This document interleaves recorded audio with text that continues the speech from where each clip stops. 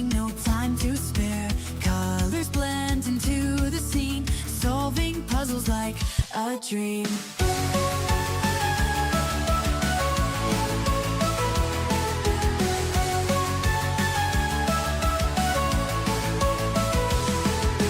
Hands are moving light and quick, got our tricks and perfect flicks.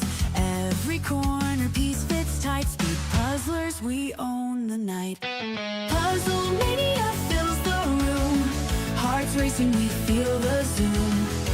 Victory is almost near, speed and fun, we have no fear.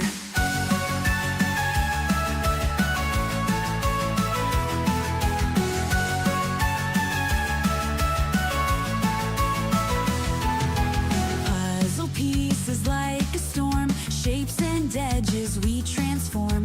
Patterns forming under stress, speed puzzling at our best. Every second counts today. Focus sharp, don't drift away. Lost in pieces we unite, building worlds with all our might.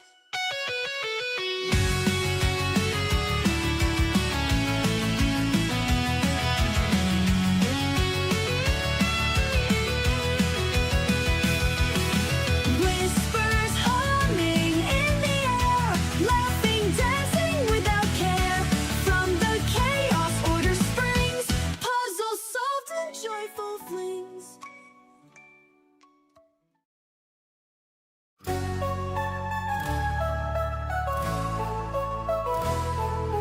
Pieces flying in the air, clock is ticking, no time to spare. Colors blend into the scene, solving puzzles like a dream.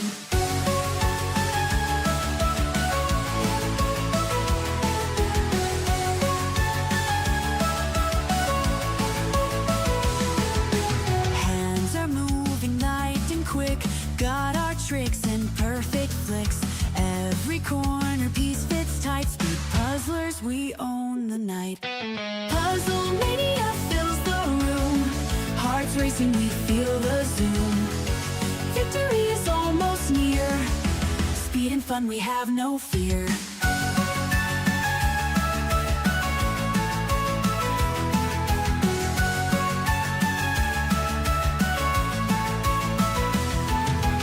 Puzzle pieces like a storm, shapes and edges we transform.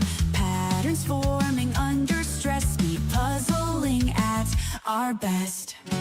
Every second counts today. Focus sharp, don't drift away. Lost in pieces we unite, building worlds with all our might.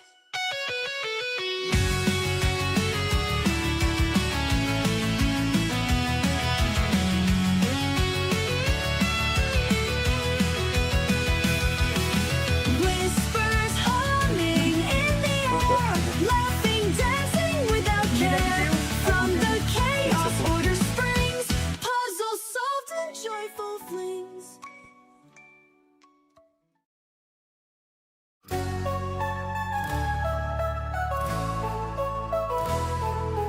Pieces flying in the air, clock is ticking, no time to spare. Colors blend into the scene, solving puzzles like a dream.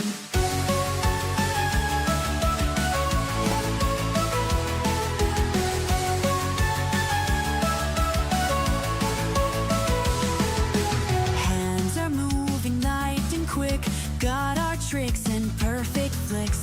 Every corner piece fits tight, speed puzzlers, we own the night. Puzzle mania fills the room, hearts racing, we feel the zoom. Victory is almost near, speed and fun, we have no fear.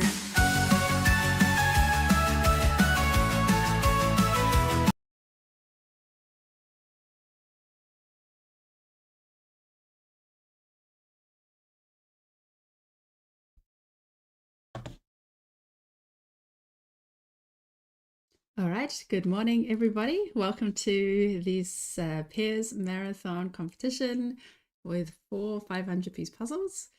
Let's get a wave from all the participants today. Good morning, everybody. And greetings to those who are following us on YouTube and joining us in the YouTube chat.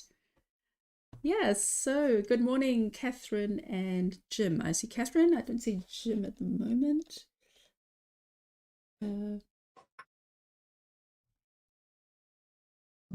Hello. Hello. Good morning, everyone. Yeah, so it's really nice to see we have lots of pairs coming together. They're also using this as an opportunity to do pairs practice for the nationals. Yeah, and some different events. So that's nice to see. Yeah, so we also have a theme for today, which I think was quite cute. It's about getting to know other puzzlers, and it was a lot of fun to read the answers. And Catherine, you'll be reading them out as we do the introductions. Yes, Yeah. I will. So I guess we should probably ask the question to ourselves first. Yeah, is there anything you'd like to share with the community? Some interesting facts about yourself that have nothing to do with puzzles. Yeah, so I was thinking about this before, and the only thing I could come up with that I don't think anyone knows here yet is that I used to work for the Luxembourgish radio as a freelancer while I was studying. And I was doing concert reviews. So they would send me to concerts and I could go for free. And then I'd have to interview people afterwards and then write a little review about the concert. And then that would air sometime during the next week. And yeah, that's how I had a little side hustle that way, and I could earn a little bit of extra money.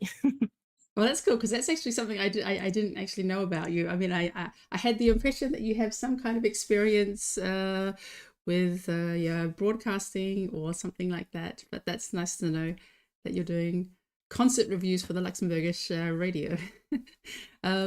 Yeah, so about myself, something that I don't think I've actually shared is that I used to live in the Emirates. I lived in the United Arab Emirates for 1 year. It was I studied in Australia. I did a Bachelor of Journalism. And when I finished my studies, yeah, I had already had some connections with some publishing companies in the Emirates and went there for my first job. So I spent a year there. I was actually intending to spend more time there, a few years, and do some travel in the region. But then I met my husband, or my future husband, and then I realized my future would be in Germany. So that's how I ended up in Germany. Yeah, so we have, I think somebody has their microphone on. I'm just going to double check.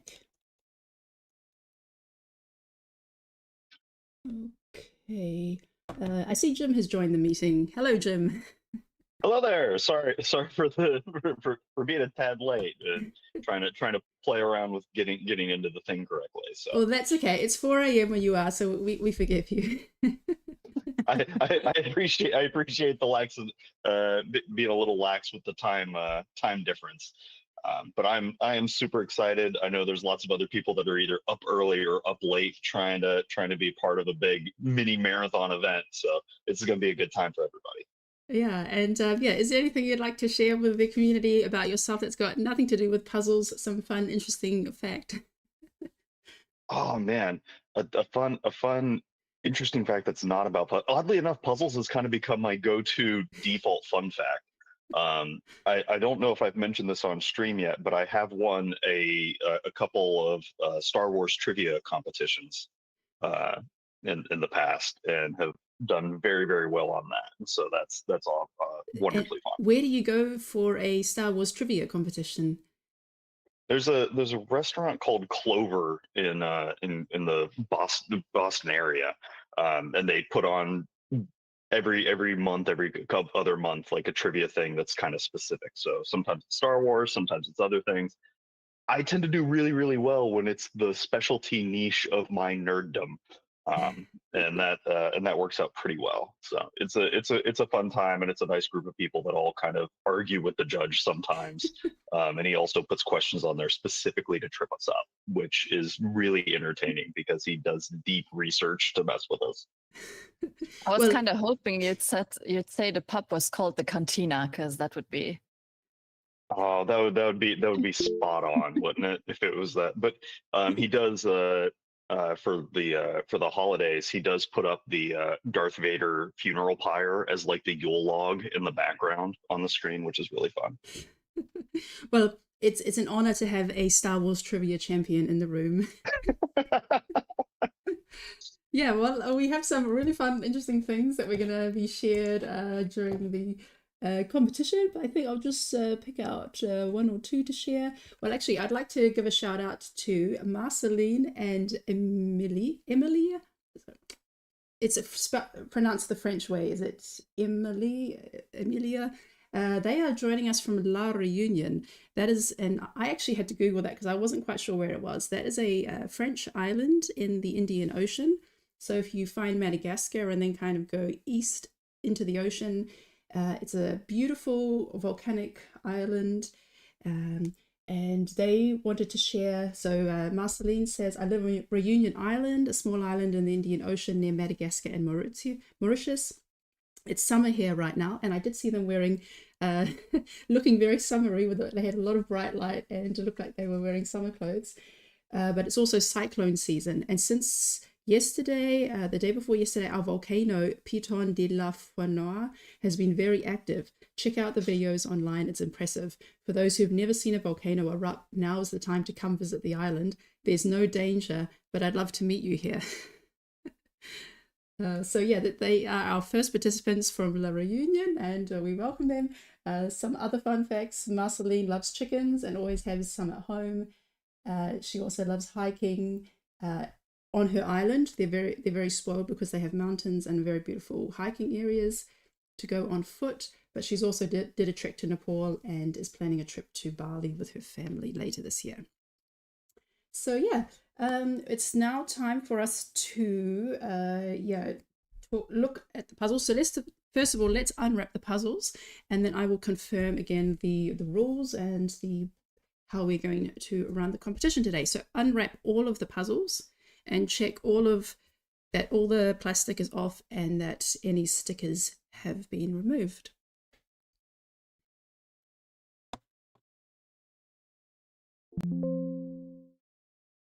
This is really exciting. I know a lot of people have been chomping at the bit to see what is in the wrapping for this mini marathon. What are we going to be playing with?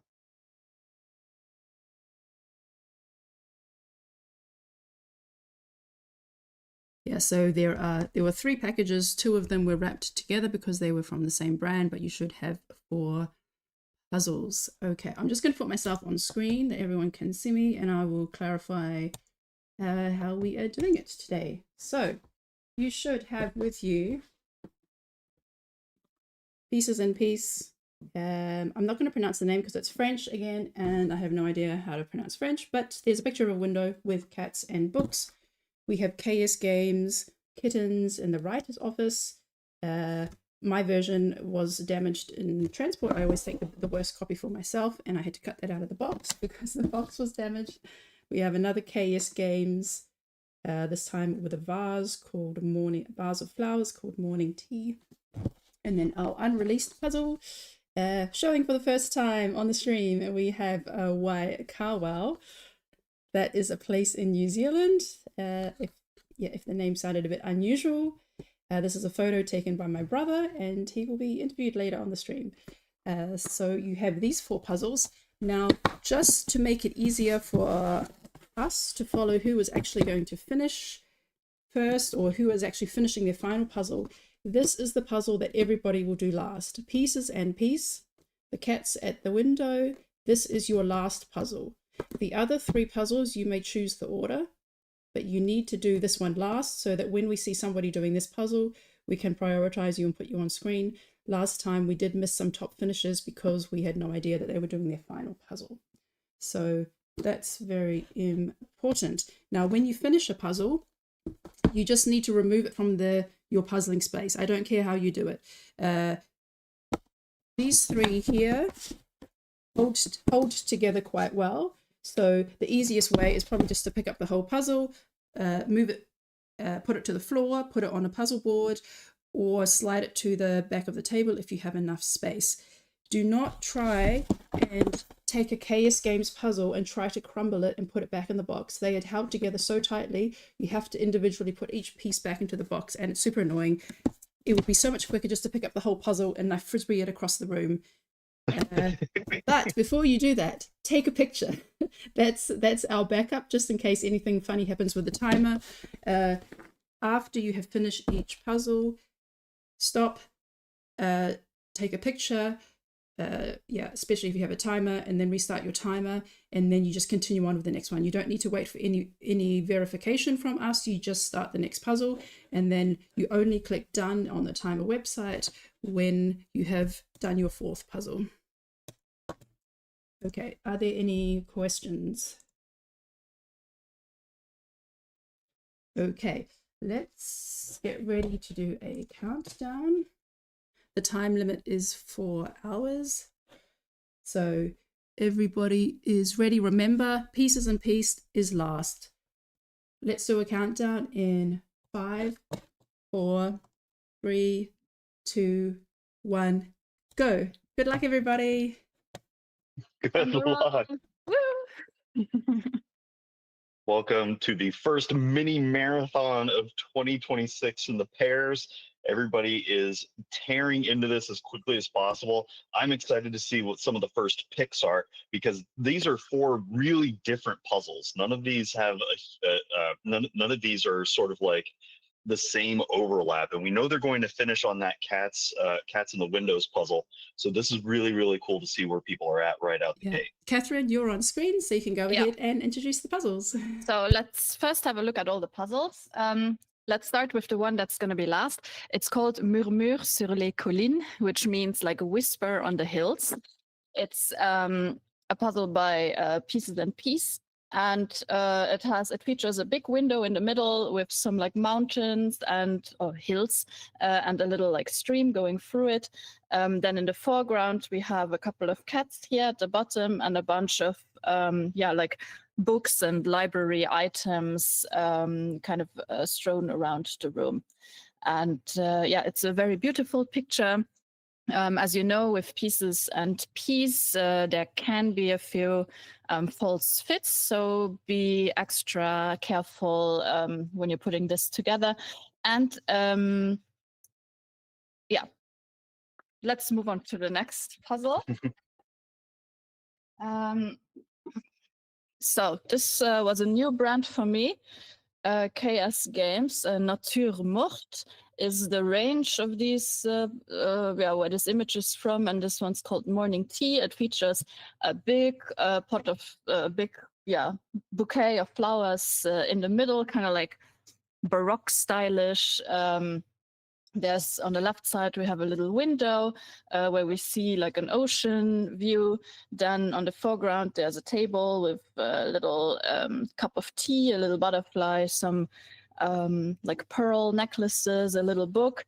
And then the rest of the background is just these different curtains. There's like 3 different types of curtains. And the big feature of this is the bouquet of flowers in the middle. Ooh, yeah. That's gonna be a tricky centerpiece for people to work through, but those backgrounds are kind of nice. Yeah, I mean, I'm expecting people to finish with the bouquet of flowers last, but we'll see. If you're doing this as a pair, there's definitely different strategies that you can do. Then actually my favorite puzzle of this mini marathon, even though it's probably the most difficult puzzle, is the Waikawau puzzle. That is like an aerial photograph where we can like see the ocean, the like black sand, and these like red cliffs. This is, I would say, the most difficult puzzle of the whole 4 puzzles that we have today. But it is great, I think, for pairs, because you can really easily split up this puzzle in 2 and kind of meet in the middle. So I'm excited to see how people are gonna solve this one, because I was alone to solve this, and it was a little bit of I struggled a little bit through it, but I think with 2 people, it'll be a super fun puzzle to do. Yeah, I think And that's definitely one where like some chunks of it will be pretty straightforward, like where you have boundary lines, but there's a lot of Mhm. waves in there that will cause waves for our puzzlers today. Exactly. Yeah, and then last but not least, we have a puzzle that is from the Cats series called Kittens in the Writer's Office, and it's exactly what you would expect from a title like that. It's a total of 5 kittens that are in this writer's office that has a lot of different elements. It's a really busy image. There's a lamp, there's a couple of flowers, there's a couple of books, there's like open books, there's little knickknacks, an apple, a typewriter, some cherries, a cup of tea, lots of going on in this puzzle. I actually did this one yesterday with my non-speed puzzling husband, and we had a lot of fun completing it. One thing I do want to say about the KS puzzles is that, as Michelle already mentioned, they stick together very, very well. So if you put a piece in that is in the wrong place and you're trying to get it out, there is a tendency for the little nubbins to kind of break, or like not break, but like bend out if you're not careful. So just be aware of this, that can happen with this puzzle. So yeah, once they are together, they're together, even if they don't perfectly fit together. That's a good tip for a lot of people that haven't seen these ones before. Mm-hmm. Exactly. Okay, now how would you recommend people start? In which order would you do it? Oh, geez, in terms of order, um, I personally like to have something that you can jump on out the gate and feel really strong about, and sort of alternate between something straightforward and something that's a little trickier for you, and ideally ending on something that's that's straightforward, so that way the pair can accelerate into the end rather than kind of being worried about what's going to come down. Since we know that last puzzle is going to be the cats in the window, I'd be tempted to start out with the KS cats puzzle rather than that flower bouquet, because it seems pretty chunky in terms of being able to make islands.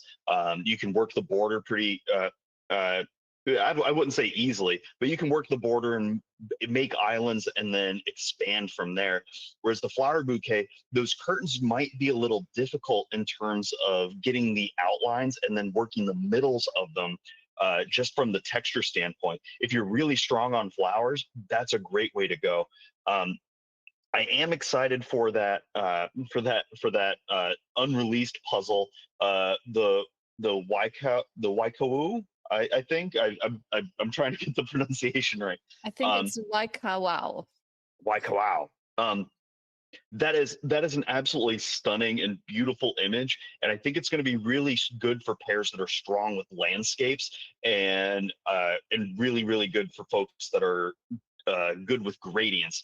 But it's also not going to be the easiest puzzle, I think, of this batch. So it's going to be interesting to see how everybody approaches this. I do see a lot of folks starting out with either the cats or the flower bouquet. You can't really go wrong because you're going to have to tackle both of those at one point or another. Yes, I am firmly of I believe that you should always do the hard puzzles first and then the easy puzzles later, just because I feel like you have the most attention in the beginning, you have the most energy at first, and then if you have something easier afterwards, then the motivation can stay up. Whereas if you end with like a difficult puzzle, it'll be just a struggle to get through it. So yeah, but I'm curious to see how people are doing it. I see everyone I see on my screen, like people are just very diverse in like which puzzles they start first with.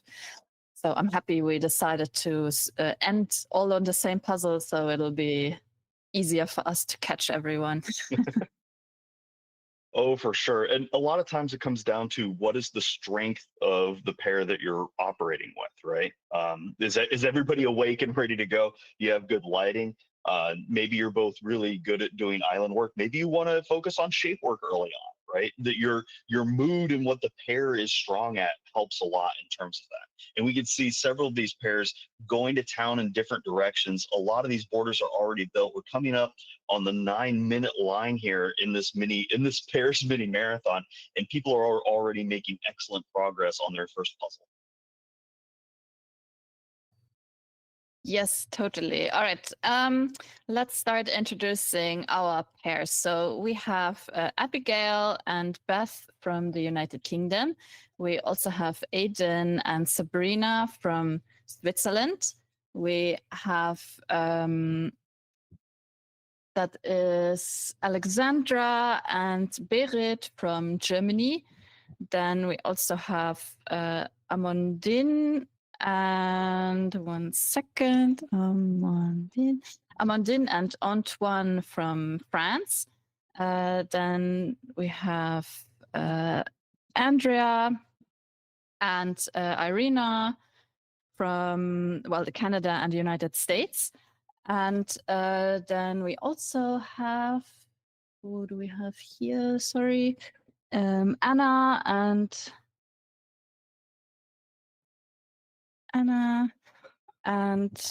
Joanna. Is that correct?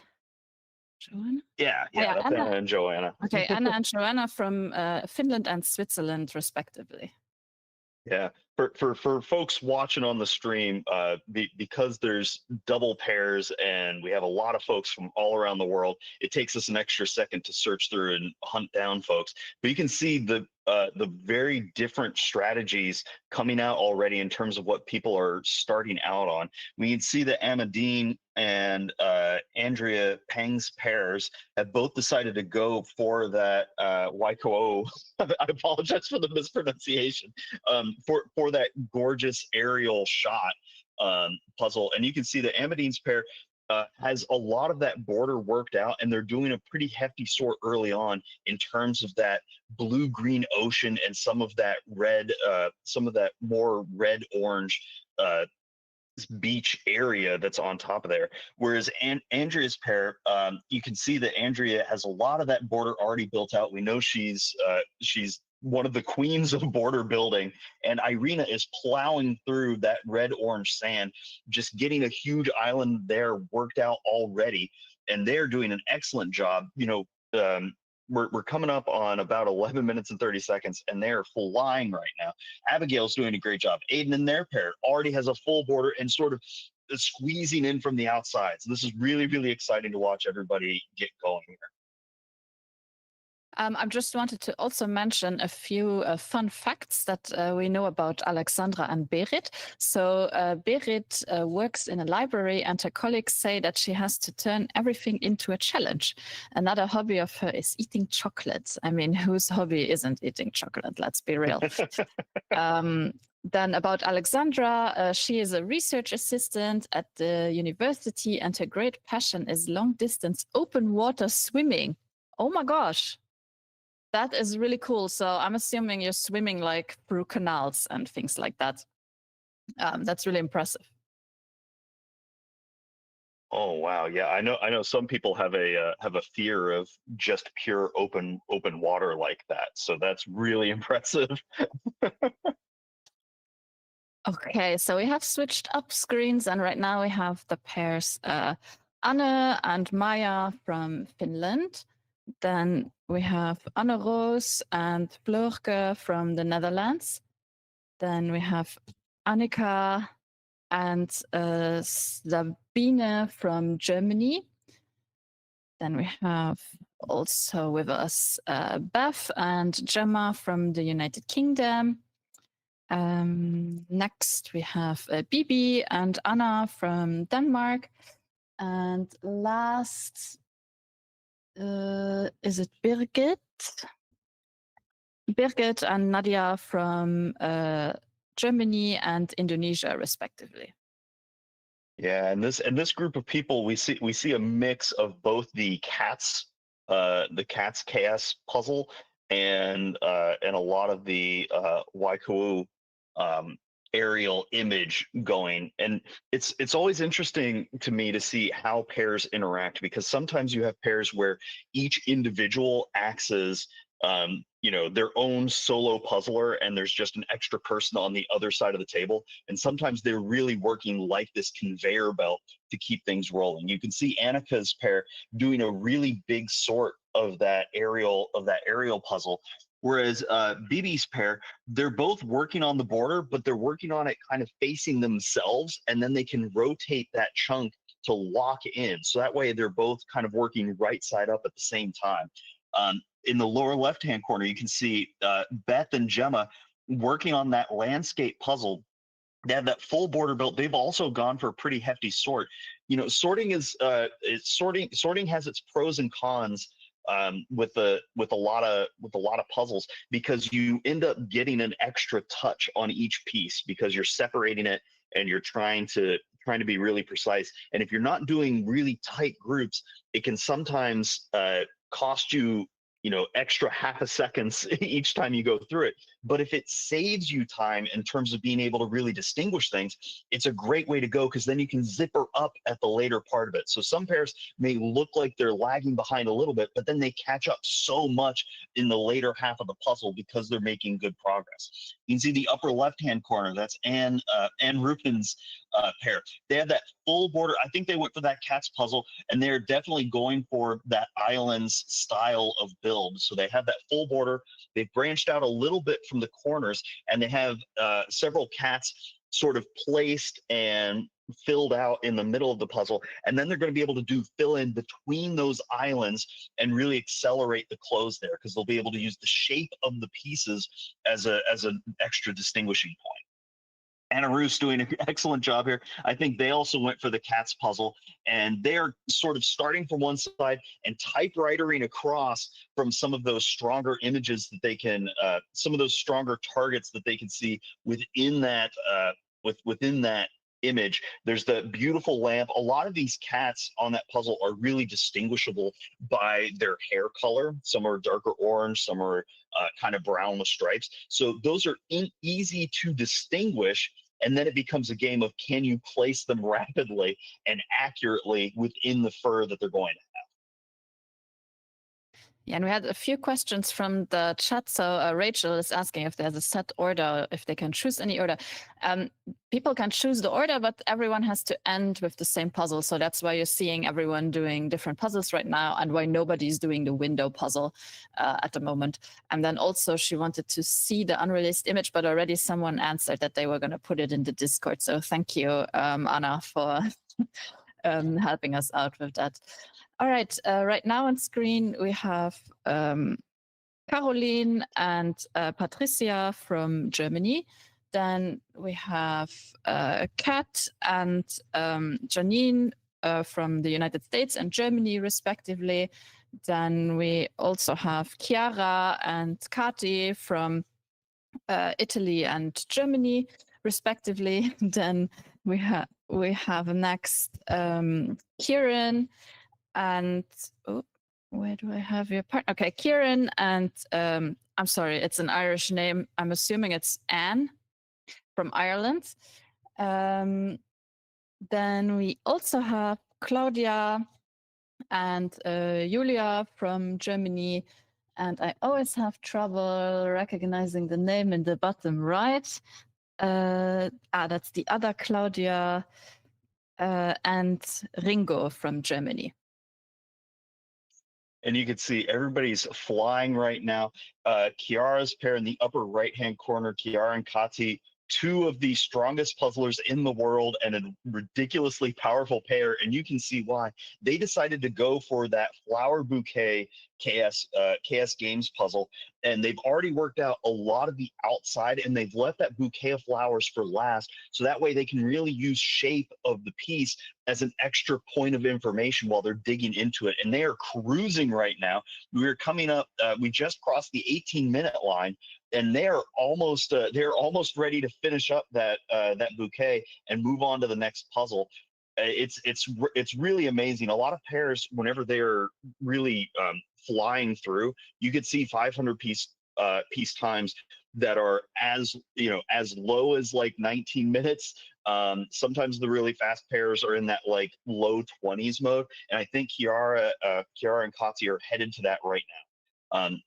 You can see in the upper left-hand corner, Carolyn's pair doing the cat's puzzle. They are cruising right now, getting that lampshade. You can see that they've both decided to go side by side, where they've decided to have the puzzle image both right side up for them, for each puzzler, but kind of at an angle. And that makes it where neither puzzler has to work upside down, which is a really slick way to stay in control. Catherine and her pair, you can see in the upper middle there, doing that landscape puzzle, have that whole red beach line in and a lot of the waves starting to rock and roll here. And they're making excellent progress on that tricky puzzle. We know that Michelle was saying earlier that for some pairs, the average time on that overhead for the flex group was around 30 minutes, but that was also with a crew that may or may not be in that upper tier of puzzling. So don't let those numbers spook you. Go as fast as you can, and that's always the thing with any competition. It's about you and the clock that's in front of you and the puzzle in front of you, not anybody else. So we are all rooting for you. And if you're in the YouTube chat, give shout outs to people that you're rooting for. Give shout outs to people that you're not rooting for, that you just want to have a good time. Yeah, I like the idea of giving shout outs to people that you're not rooting for. Let's see who is now gracing our screen. So we have Dani and Ma from the Netherlands and Italy, respectively.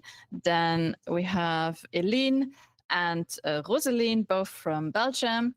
Then we also have Elisa and Sabina from, Elisa.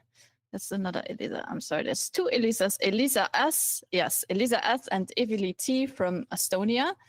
Next, we have Eliska and Eva from the Czech Republic.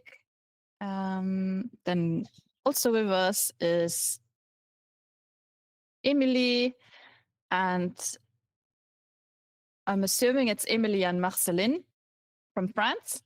And in the bottom right corner is Emma B. One second. Yes, Emma and Mark from the United Kingdom. Oh wow! And everybody's doing a great job here. It's fun. You can see in the lower middle, Emily's pair. I appreciate that wave to the camera. They're both standing. It looks like a wonderful day outside for them, and they're going to town. We can't quite see all of the progress because of the angle there, but they're doing an excellent job here, just working together as a pair. You can see Eileen in the middle up above.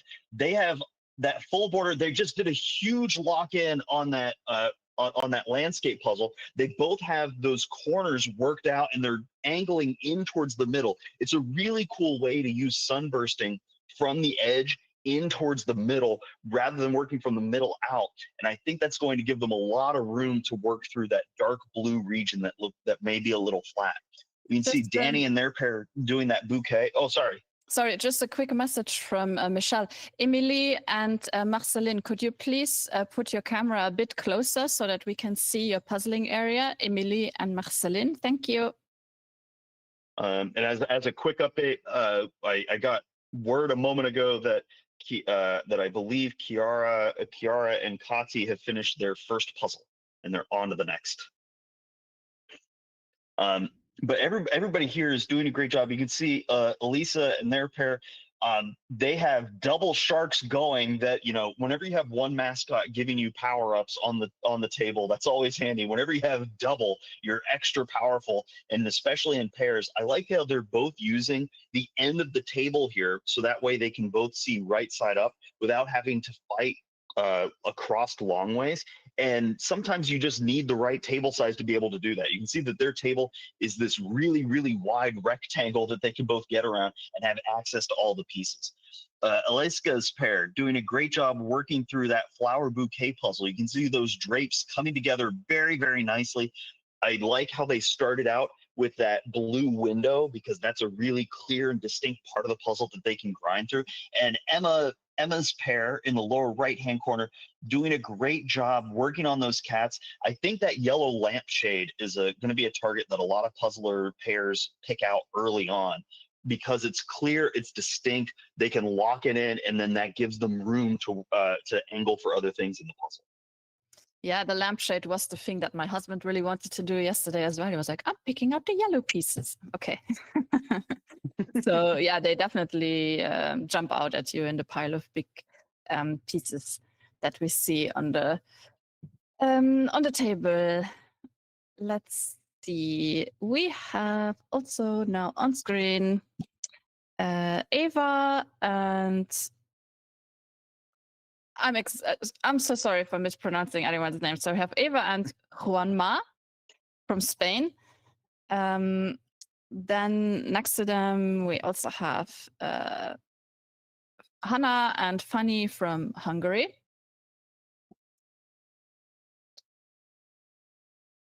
Also with us, we have Freya and Smilla from Sweden. Then in the bottom left corner is Friede and Nele from Germany. In the bottom middle, we have Gabriela and Tanita from Romania.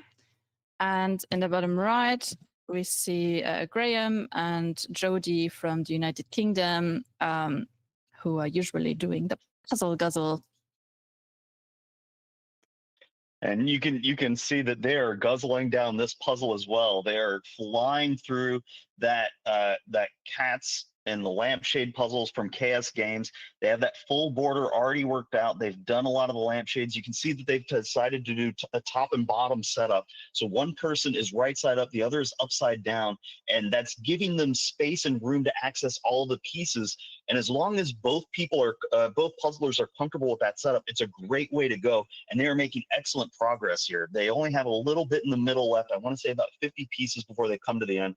We're coming up on the 26-minute line, and everybody's doing really, really slick. I'm impressed here by how many people decided to start out with that gorgeous landscape puzzle. I can't say enough nice things about it. That's just a beautiful image. You can see that Fanny and her pair in the upper middle there, they decided to do the border, and then, and I love this, they did that diagonal across the center of the puzzle there, where it's this borderline between the dark blue and the wave line, and that's going to give them an anchor to branch out in both directions. Now, diagonals are traditionally pretty tricky to work through in puzzling, so the fact that they got that in so early is really impressive. You can see Freya in the upper right-hand corner, their pair, they decided to go for the border, and they're working, they're doing that same landscape puzzle, and they really have a lot of that orange-red beach area worked out, and now they're moving into the water. And same thing with Gabriella's pair in the lower middle. They've kind of decided to go for the divide and conquer tactic of one of them working on that beach area, the other working on the waves, and then they'll be able to rotate and meet into the middle. Really, really cool stuff. Yeah, I also like how Gabriela and Tanita are kind of, because Gabriela is working on the red pieces, so she's working with the top, and Gabriela is working, and Tanita, or I don't know who is who. One of them is working with the top and the other one's at the bottom, but they are technically the other way around. So when they're going to combine them later, they'll have to flip the pieces. But I think especially with nature photograph like this, it doesn't really matter whether you look at it upside down or right side up, or which way from the left or to the right. So I think it can work really well with this, especially if you're a person like me who I don't really like to puzzle upside down. I always want to see it like either from the front or like from a 90-degree angle. Because if I see it upside down, my brain just doesn't, it just takes extra work for me to do it. But with these nature puzzles, I don't have that at all, because it's an aerial view and it could be any side, could be right side up, right? Yeah, it's really important to know yourself and your partner in order to be able to be successful. And whenever you have one of those images where it really could go either way, I think everybody has a little bit of an internal cheer because they don't have to make that decision or worry about it. There's just a default, okay, everybody gets to be right side up in their own mind and in their own process right now. Yes, exactly. And we have switched up the screens. So right now we see Helene and Stefan from Switzerland. Next to them, we have Ilona and Anne from Germany. In the top right corner is, sorry, Inga. Where are you in my list? Inga and Katrina from Lithuania. In the bottom left is Inka and Nora from Finland. In the middle we have Jata and Jonna, also from Finland. And in the bottom right, we have Jenny and Maya, also from Finland, a strong Finland representation on this screen at the moment. Oh wow. And you know, we're coming up on the 30-minute line here. So some of these puzzlers, some of these pairs are getting ready to finish their first puzzle, and they're doing a great job. You can see Helene's pair decided to go for that for that landscape puzzle, and they have that diagonal. A lot of it is at the fill-in stage. They've done a pretty hefty sort early on, so they're going to accelerate into the close here. You can see Iona and their pair, they're doing that the writer's cats puzzle, and so that lamp is in. A lot of those islands of cats are worked out, and the really tricky part isn't necessarily the cats in that puzzle, because you know the fur is relatively distinct. What's tricky is the typewriter that's in the middle, and a lot of that interstitial areas between the cats where there's sort of browns that are stuck everywhere, and that can be really tricky for some of the pairs, but they're doing a great job closing into the middle here. Same thing with Jenny's pair in the lower right hand side. You can see that they've kind of worked the entire puzzle from the outside in towards almost the exact middle. And I love being able to see pairs work around each other. But if you look at the lower left-hand corner, Inca's pair is getting ready to finish. They just finished that pairs puzzle for the cats, and they are wrapping this up, and they are moving on to the next one. I'm excited to see what they pick here. And this is where coordination comes in handy. They take that picture real quick, they toss that puzzle off to a whole other table, and they are onto the landscape right away. Yeah, Go, go. It's so nice to see a transition from one puzzle to the next, because this is always this kind of awkward moment if you haven't practiced this before, or you have not have any if you have not talked about it before with your pair, then it's like, what do we do? Do we throw it? Do we pack it up? Do we throw it on the floor? So yeah, it's a good thing to discuss this, especially if you're going if you're doing a marathon. I think it's really important to do it then. I just wanted to mention a few of the answers from some of the participants that already have been on screen before, but that I missed to talk about. So Kieran from Ireland, who we had before on screen, he was saying he speaks English, Dutch, German, a little French, and he's learning Spanish, and he can count to 10 in Polish. That's really impressive to know this many languages. And another interesting thing about him is that he's going to be walking 800 kilometers on the Camino Frances to Santiago de Compostela in April, May, and June. Yeah, I think that's really cool to do this, like at least once in your life. Like a really long hike like that can be, you know, you can learn a lot about yourself doing something like that. And the last fun fact he was telling us is that he almost got arrested once for swimming in the border between Poland and Belarus. I need to hear that story next time we see each other in person, Kieran, because I'm curious. And preferably not while detained. I didn't know we had international criminals that would puzzle, but you know, the puzzle community does accept everyone. Yeah, I mean, what a crime, right? Swimming. Okay, our next pairs that we have on screen is Jenny and Isa from the Netherlands. Then in the middle, in the top in the middle, we have Jessica and Kristen from Sweden. Then we also have Joanna and Alexandra from Poland, talking about the Polish border. So maybe they know why you might get arrested. Then We have Judith and Staffan from Germany and Switzerland, respectively.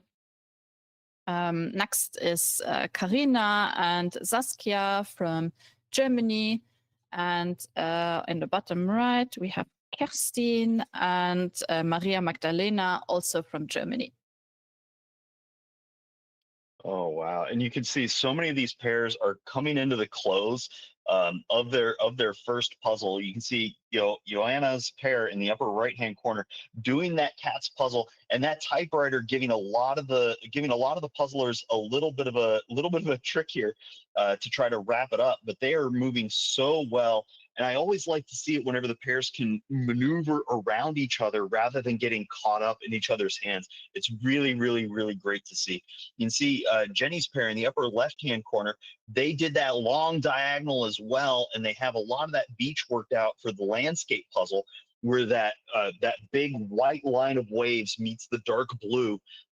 It meets that dark background, and they're doing excellent. You can see in the lower left-hand corner, Judy's pair closing out on the bouquet. They have done everything except for that big chunk of flower in the middle, the same way that Kiara and Kati approach that one. And it's always exciting whenever pairs approach things in similar ways as some of the like S tier puzzlers in the world. But everybody's doing great. We're having an update here from Michelle that there are several pairs on the second puzzle: Kati and Kiara, Sammy and Mari, Eileen and Rosaline, Veronica and Yana, Tia and Anna, and Ricarda and Meryl are on their second puzzle. And moving on now, Joanna and their pair, they're putting in those last couple of pieces. I'm excited to see this transition. Have they choreographed this? They take a quick picture. They pause their analog timer so that way they could get a time on that. And then they just move the entire puzzle board away.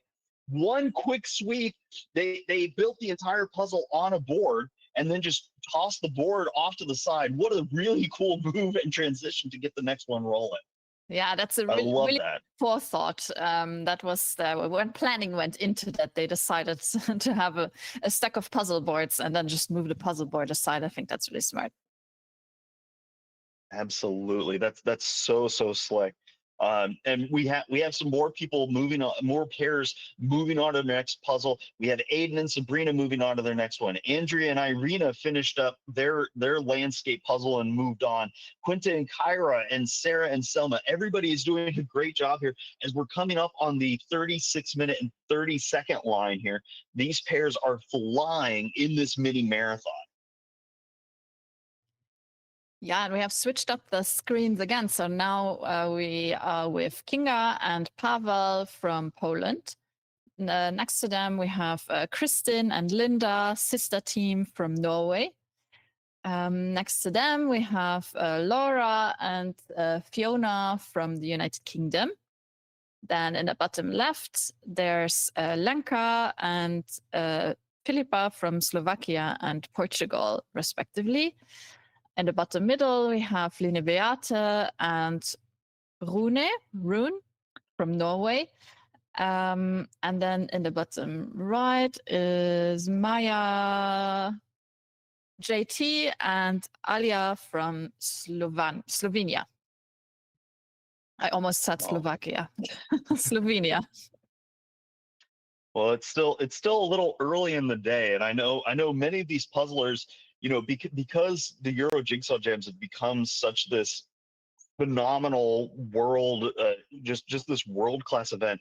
You have people from all over the world at all different time zones puzzling right now, and so you have some people puzzling at 10 a.m. their time. You have some people at 11. You have some people where it's the evening, and then you have folks that are getting up at dark 30 in the morning before the sun is even up to try to give this a go. And everybody's doing the best that they can on the day, and it's really impressive to see the progress. You can see that Kinga and their pair, they're working on that bouquet flower puzzle. They've already gotten all of those curtains done, and so now they're just moving into the bouquet part. I really like how they started out with those reds and pinks in the flower, and then they got the interstitial areas between there, rather than trying to like typewriter finish it up. It's really, really cool to see that process. Yeah, Kristin and Linda are also onto their second puzzle already. we hear from, I guess, a reporter on site, Gaute. And yeah, it's really exciting to see. I mean, we're now at the around 40 something minute mark, so you would expect that, like, of the faster teams, that they have moved on to the second puzzle by now, unless maybe they did like the hardest puzzle for them first, and then maybe they're haven't moved on to the next puzzle yet. Right now on screen, we are with Maya P and Vanya, also from Slovenia. Then we have Maren and Jörn from Germany. Next to them in the top right is Maria and Marina from Sweden. Then we also have Maria, so many Marias. Maria R, and Teresa from Slovakia and the Czech Republic, respectively. Then Maria S and Michael S from Germany. And in the bottom right, we have Mariusz and Arkadiusz from Poland. And Arkadiusz wrote in his answer to the question of what is something fun fact about him, that he likes to solve nonograms, crosswords, that he's a mathematician, and that he likes trance music and enjoys building Lego sets. I mean, the odd one out for me is the trance music in this lineup. I imagine you like solving your crossword puzzles like with headphones on, listening to trance music, if you're telling it like that. So yeah, that's really interesting.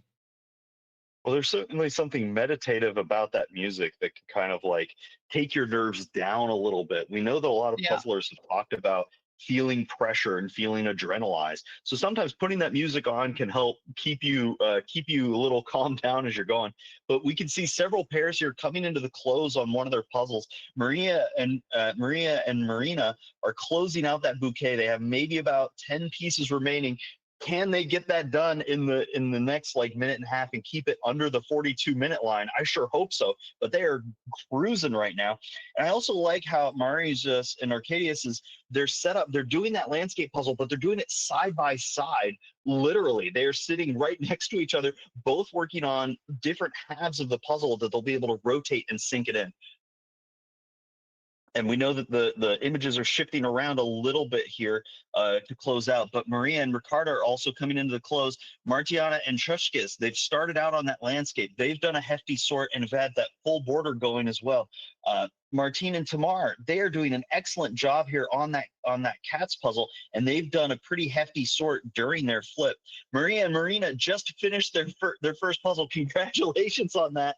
Under the 42-minute line, and now they need to do that transition into their second puzzle here. How are they going to do it? Are they going to toss it off? Yep, just pick it up, toss it off to the side, open the bag, and get going on the next one. And this is where it's really difficult for the pairs in this mini marathon. Is not only can you do each puzzle fast, but can you keep the pace between puzzles? Can you accelerate across the board in order to egg each other on to keep going and finish strong on every puzzle? Yes, and let me just finish introducing the new people on the screen. So we also have Marta and Celia from Germany.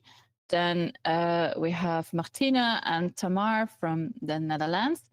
We have Martina and Kasia from Poland. Then also with us we have Matthias and Maria from Germany and Spain, respectively.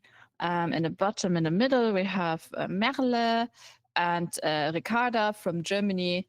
And in the bottom right, we have Mia and Taru from Finland. Matthias was saying that he loves to go go-karting and also running and hiking. And he says that due to his job in sales for a machine building company, he gets to travel to a lot of different countries. And another fun fact is that he has a background in competitive badminton. He is playing in a club and also participating in league and tournaments. And he's also been organizing competitions himself. So another sport person. That's really wonderful, and we can see that we can see that Kiara and Kati just finished their second puzzle. They're on to their third, along with Krista and Linda. I think Kristen and Linda are maybe about a minute ahead going into their third puzzle from Kiara and Kati. So it's going to be really tight here. And this becomes a game of egging your partner on. We can see Meryl and Ricarda closing out that lovely landscape image, getting those middle pieces in. They have this centralized close where they're all in this, where all those pieces are in the same spot, and so that's tricky to maneuver the hands around. But they're doing such an excellent job being able to close that out. They get that piece in. Now we see the transition just over the 44-minute line. They're going to take that puzzle, pick it up, drop it off somewhere else, and immediately start working on the next one. I love that choreography. So smooth. Yeah, Matthias and Maria are also about to finish with the same puzzle right now. And I'm curious to see what is going to be their next puzzle after this more difficult aerial image. Oh yeah, and this is really difficult because as we're coming up on, we're crossing the 45-minute line here. That's a lot of puzzling to do back to back to back. And so I've talked to so many puzzlers where if they're doing this as a soloist, it's really difficult and you start bogging down around the around the 30-minute line. But in pairs, you have somebody there egging you on. We see Matthias and his pair, they just finished that puzzle. They did a quick fold into the box and on to the next one. And I liked how there was this quick division of labor. One person was folding and putting away. The other person was getting the next box. It saves precious seconds as you're doing those transitions. Really smooth. Then now joining the stream is Mineke and Chantal from the Netherlands. Then we have Moshka and Anna from Slovenia. Next to them in the top right, we have Muni and Denise from Germany. In the bottom left, we have Natalie and Johannes from Germany. Natalie is going to join us later for an interview. She had a really nice answer to the question, so I'm not going to reveal too much about it right now. Then in the bottom in the middle, we have Natasha and Lisa from Austria. And then in the bottom right, we have Patrick and Annemie from Switzerland, who I know for a fact are also at least on their second puzzle because they did start also with the landscape photograph. Yeah, for folks watching at home, it's going to be a little tricky for us to keep track of which puzzle folks are on, and that's why everybody's going to end on that same pieces and pieces cats in the window puzzle. So that way we have a good idea of that. But Patrick and their pair did such an excellent job early on, and they're cruising into they're cruising on this next one. They're working on that bouquet flower puzzle from KNS Games, and I really like how they did the border, and then they did those blue windows off to the one side early on. It's such a nice target. It's also a pretty nice gradient on that side that I think a lot of pairs are going to enjoy whenever they work on it. You can see Mooney and Denise, they did their bouquet puzzle, and then they just immediately started working on that landscape. They just tossed that puzzle up close to the camera here, but if you look up towards the top, they're doing that beautiful landscape puzzle. They have the border built out. They did the long diagonal. One of them's working on that orange and red beach area, and the other person is trying to get that diagonal locked in so that way they can join forces towards the end. You'd see Meineke in the upper left-hand corner. They did that big outline of the landscape as well, and are now working down in towards that darker area. I'm kind of excited because whenever there's a brand new puzzle, the process that everybody hasn't really talked about kind of shows up. there's so many puzzlers that are that seem a little nervous working in that dark area of the landscape.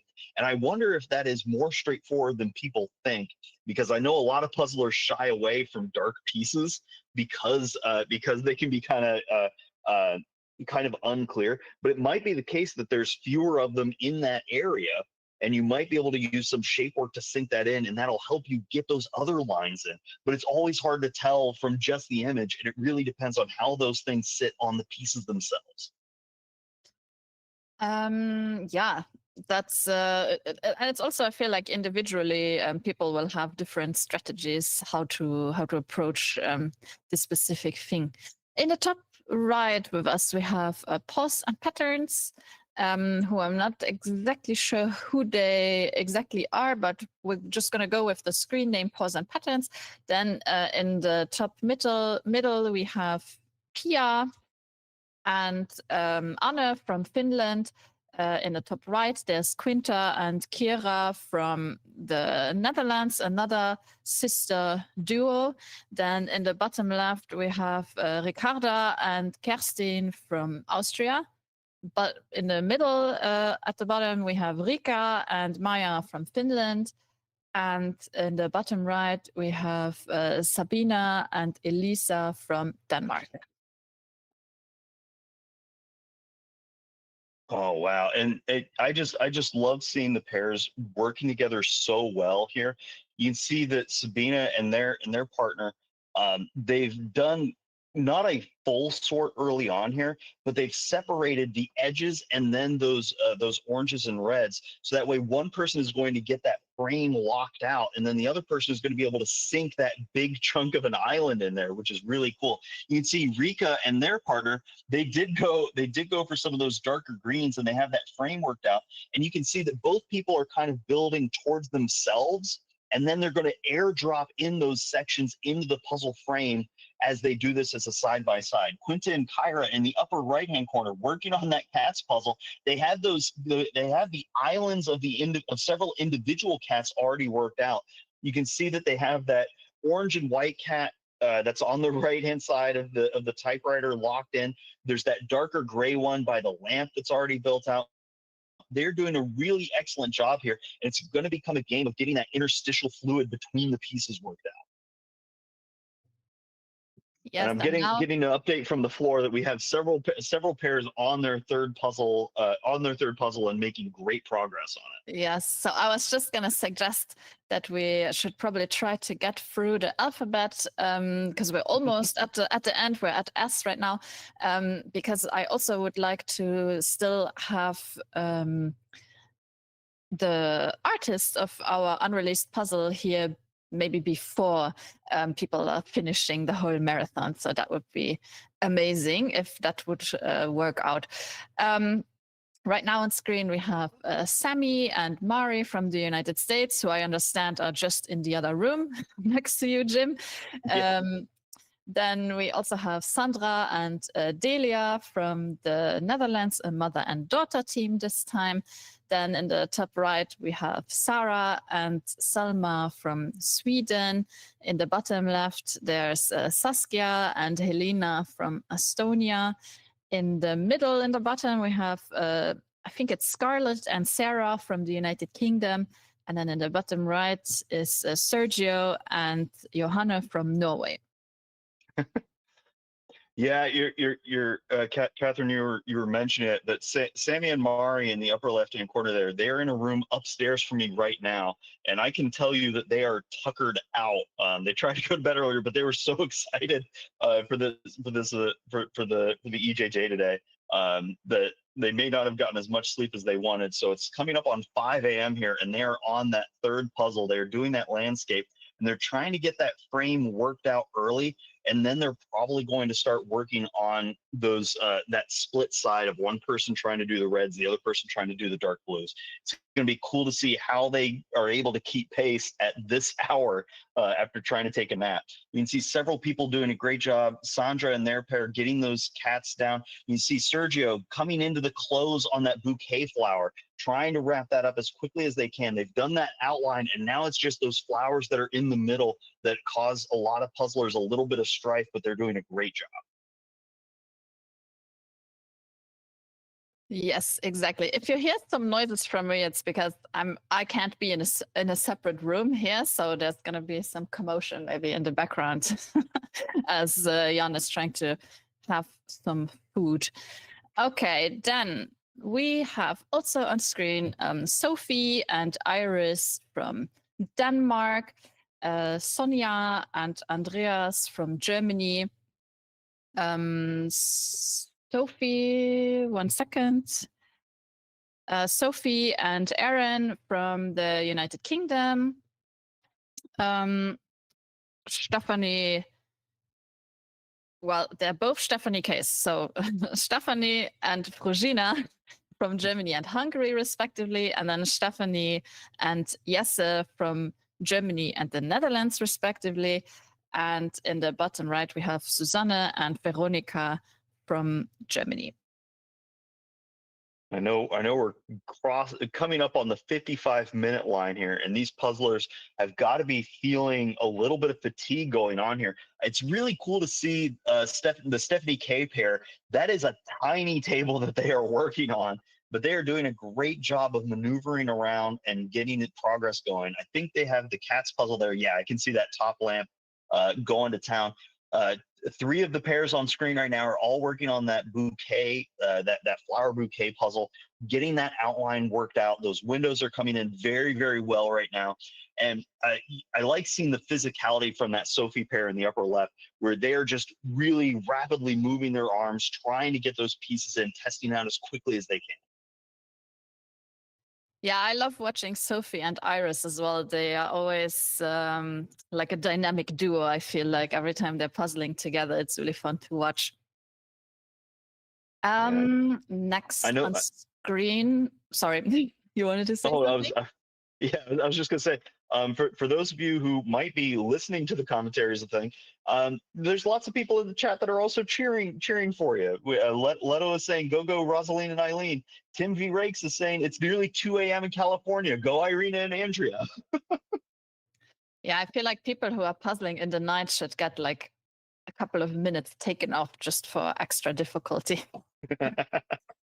All right, with us as well, we have Tanya and Jessica from Germany. Then we have in the top right, Teja and Maria from Finland. In the bottom left, there's Yle and Marilis from Estonia. In the middle, in the bottom, we have Verena and Magdalene, from Austria. And in the bottom right, we have Vesna with her pair, Mari from Finland. And it looks like they're in a library. Oh, wow. I hope everybody is being nice and quiet for them in that library. And they're not causing too much of a kerfluffle. You can see that they've used one of the other tables there as a discard pile for their finished puzzles, which is really excellent. But Vesna and their pair is doing a great job right now, flying through. I think they're on that bouquet puzzle, which is excellent. Verena and their pair, they're working from the outside towards the inside of that cats, that rider cats puzzle, trying to get that border and sort of working in towards the middle rather than making those island builds. Really, really cool technique here. You can see Tanya and their pair almost wrapping up that lovely landscape puzzle. They have that upper corner worked out, and now they're just into the waves here. And Teja and their pair, they're doing that same idea of working, building the puzzle towards yourself and then locking it in place with your pair's partner. Really, really cool stuff and techniques as we're coming up on the 58-minute line here in this pairs mini marathon.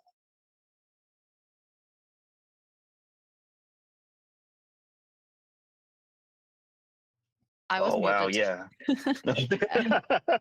All right, so we are approaching the end of the alphabet, and after we're done, so there's only a couple of pairs left, and after we're done, we're gonna have a quick look at the leaders, and then I'm gonna ask Michelle to see if we can get her brother into the meeting then, or if we're gonna wait, maybe, I don't know how far the first people are going at the moment. Okay, so we have also here, all the way at the end of the alphabet, we have Wendy, and Loretta from the United States. Then next to them we have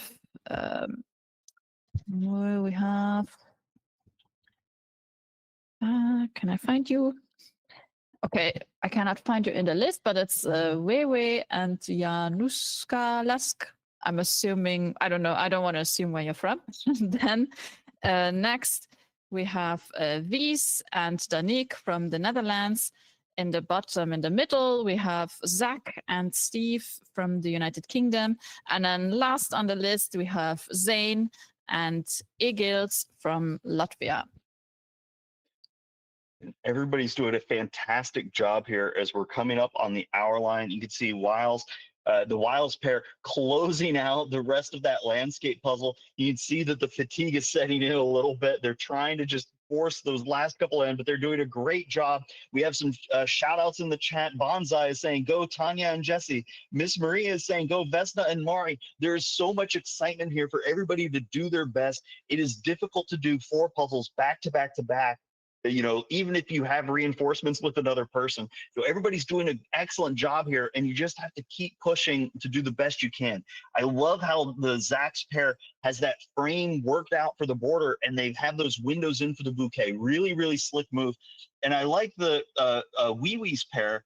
I apologize for the mispronunciation, but they have that full border worked out on that landscape puzzle, and they've done a central line of this darker green in the waves, rather than trying to work totally in from the border. And I really love how some pairs are able to see certain colors very strongly and then build that out.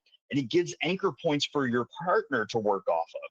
So it's really a game of setting not just yourself up for success, but your partner up for success. That's huge move. Yeah, it's really cool to see also Wies and Danique just finished I'm assuming it was the second puzzle, and have now moved on to the cats in the study room puzzle as well. All right, let's check in with a few of the front runners, which today we have 3 virtual assistants who are keeping an eye on all of our participants today, and they have been, you know, it's a task to actually keep track of who is doing what.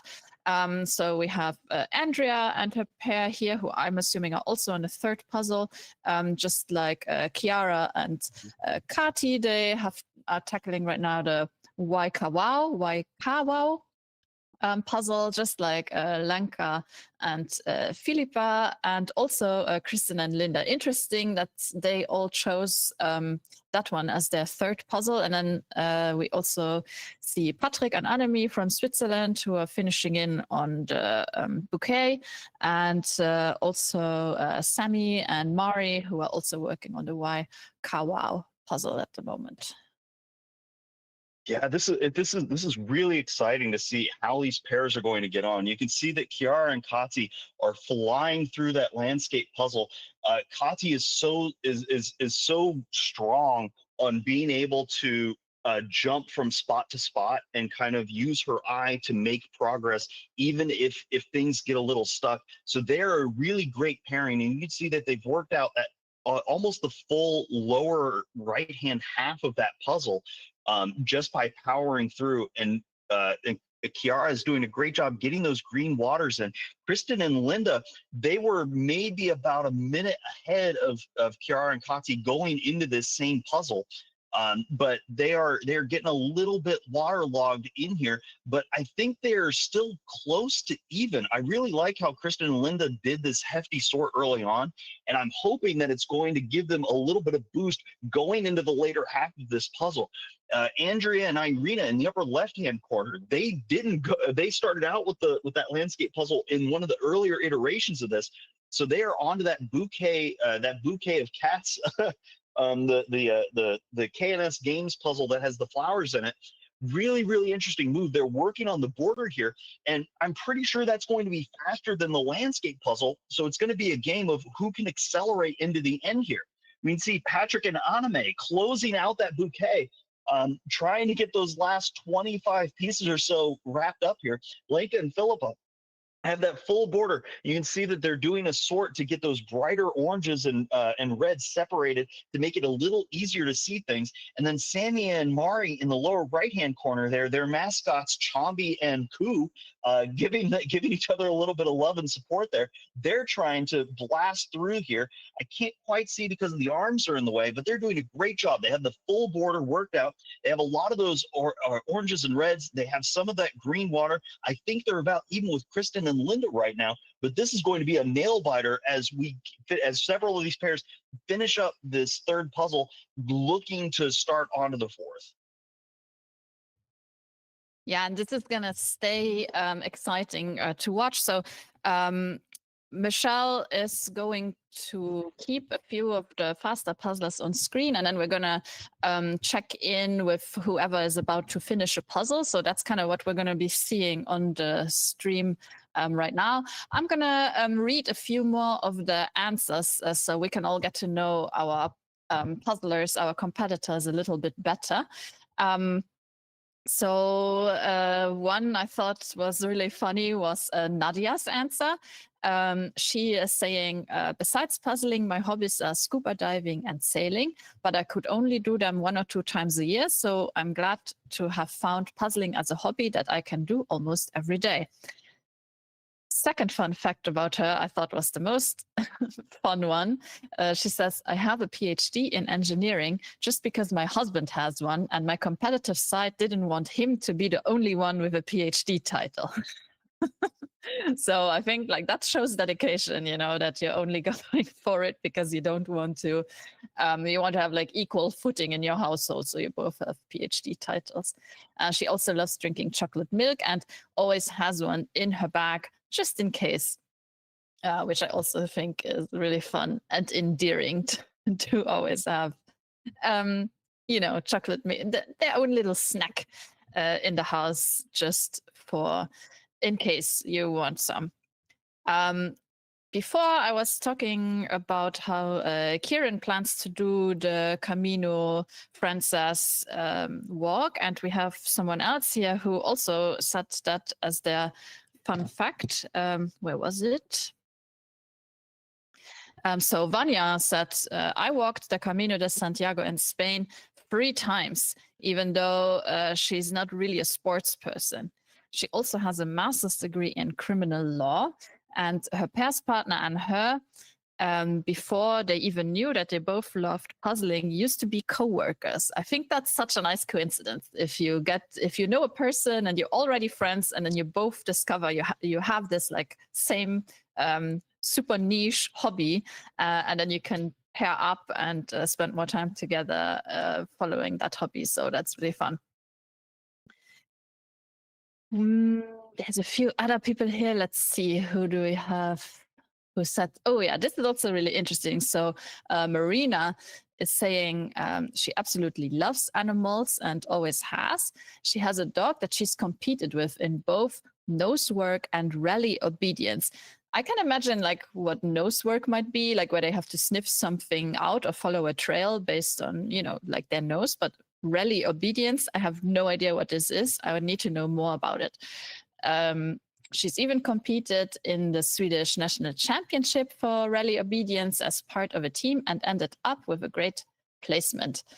And then she also says, but maybe the most unexpected fun fact is that together with her daughters, she's owned a show jumping rabbits and competed in rabbit jumping competitions.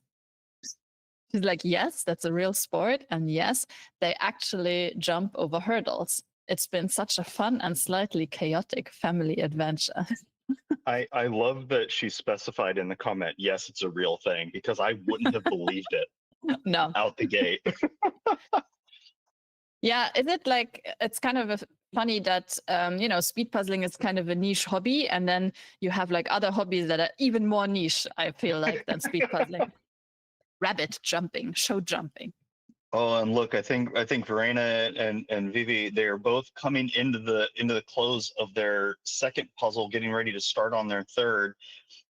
Let's watch the changeover here. Verena's pair, they get the picture. They're going to try to slide it off real quick and start that next one. Oh, and they're onto the landscape. Go, go, go, guys.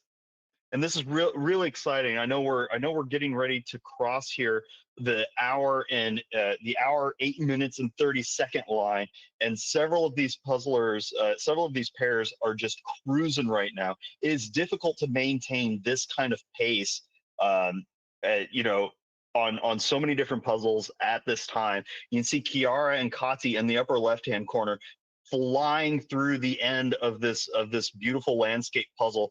They've outlined a lot of those sections, and so now they can use that shape of the individual pieces to finish it up. It just gives them that little bit of an edge. It's really cool. You can see Kristen and Linda, they have that long diagonal of those dark blues remaining. I think they're both using kind of a catty corner sides of the table, so they can both be looking at this dead on, but they're doing a great job right now.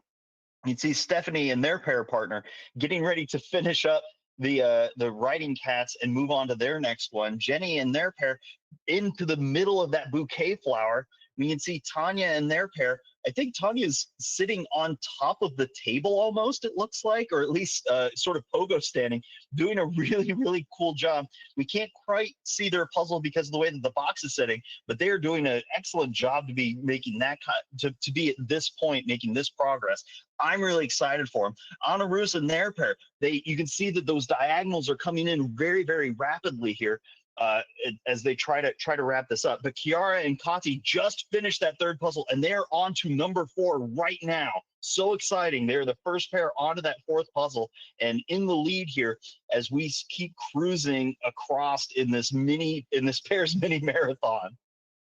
Yeah, we keep calling it a mini marathon because it is only 4 hours, but I think for anyone who is not used to like marathon speed puzzling, 4 hours is not that mini, right? It's kind of it is kind of a marathon if we compare it with actual marathon running.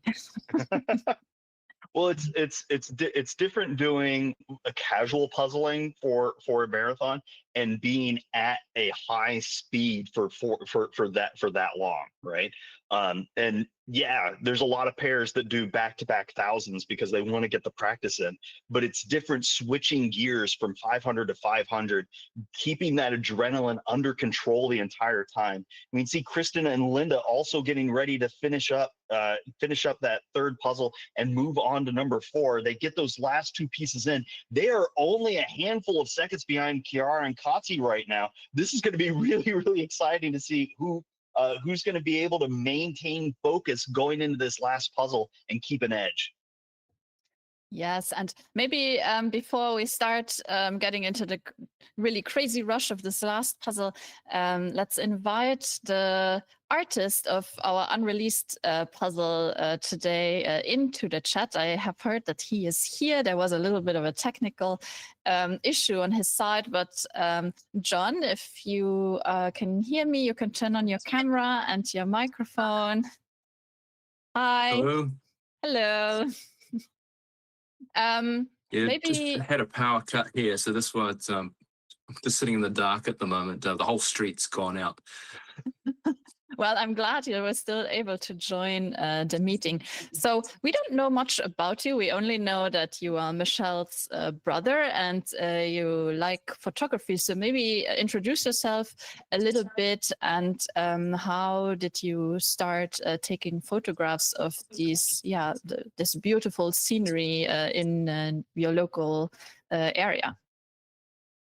Okay, well, I live in New Zealand, and right now it's 11:15 at night, and I've had an interest in travel for many years, and tried to explore as much of the world as I could while I had the means to, and before I had children. And while I was traveling overseas, when I would return home, I'd think, we're actually so lucky here in New Zealand. Like, we've got a lot of beauty. Like, I've seen so many awesome things overseas, but here back at home, like, we also have a lot of beauty. And so I would think about how we have so many travelers from other countries, like particularly Europe, that would come here or to the other side of the world to see what my own home has. And so I decided I'm going to try and see my own home and treat it like I'm a tourist. And so I started to explore more of my country and go places that I otherwise wouldn't have gone to. And I also wanted to capture that at the same time, mainly with video, but also with photography. And I discovered drones and was instantly hooked on those when they became something that was affordable for, people that, wanted to take that up as a hobby. They were sort of futuristic. As a kid, you wouldn't have thought that sort of thing was possible, but it became possible, and I ended up getting 2 drones, a larger one, which was what I used to take that photograph at Waikawau, and a smaller one that was able to fit in a backpack. And when I was doing climbing mountains and that sort of thing, I was able to take it out more easily. It was less weight and didn't take up so much space. But really enjoy drone photography, just that different angle, like seeing the world from above. And just so happened that I was on a road trip with my father, and I didn't even know about Waikawau and didn't know it existed. And we just turned down this road and we're driving through country and not knowing what to expect. And we ended up at this dead end. So we got out and we had afternoon tea there. And it turned out that there was a tunnel that had been carved in the early 1900s through the rock there. I think it was like sandstone. And it went all the way through about 60 meters towards the beach. And it was made big enough so that you could get cattle through there. And so they would take the cattle onto the beach for some reason. I don't know why. But the farmers back in the day did that for some reason, perhaps to move them, from one paddock to another. I'm not sure. But when I popped out with my dad on the other side of the cliffs, it was black sand, as you can see in that puzzle, and it was a very sort of dark green sea, and couldn't really notice the cliffs at the time, but I sent my drone up because I sort of loved flying over the sea. I've done that in the islands, like in the Pacific, like Samoa and Cook Islands, New Caledonia, and that's just one of my favorite things. Is just getting the drone up around the beach and then looking down, and then just so happened that those cliffs were sort of orangey looking, and just took a bunch of video and a few photos, and then it turned out that I quite liked that shot, and I posted it on Instagram, and then Michelle saw that photo and wanted to turn it into a puzzle, which I was never expecting. About 8 years or so ago, when I took that photograph, that one day people would be, putting that together as a puzzle. It's turned out to be pretty cool. No, that's I really love that idea of like being a tourist in your own location and really exploring that. And I like that just rings so lovely to me. What about this particular location or even this image really speaks to you? Like, what are, like, I know we're seeing some of the black sand, but like what kind of shouts out to you that this is something really, really cool that you wanted to share with people? I think it was the contrast in color. The black sand, and then what the that green sea, and then those cliffs, which I'm not sure if it's clay or if it's sandstone or whatever. They just had this orange tinge to it, and just that contrast of colors.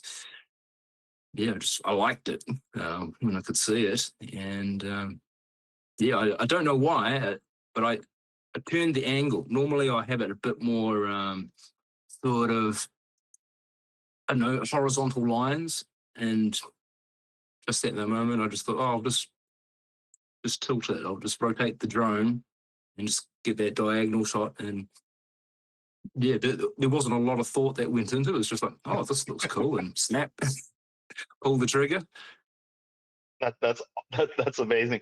Whenever you're flying your drone, does it have to be like a nice day? Like, I'm not all that familiar with how those work. Does it have to be a nice day, or do you go out in really windy days so you can see like the topography changing and things like that? Like, what's some of the weird things that have happened while you've been trying to fly drones to get pictures? Well, drones for me were always something that I do when I'm on holiday, and I switch off from work, and I'm into adventure mode, and I'm gonna try and capture some video and some photos.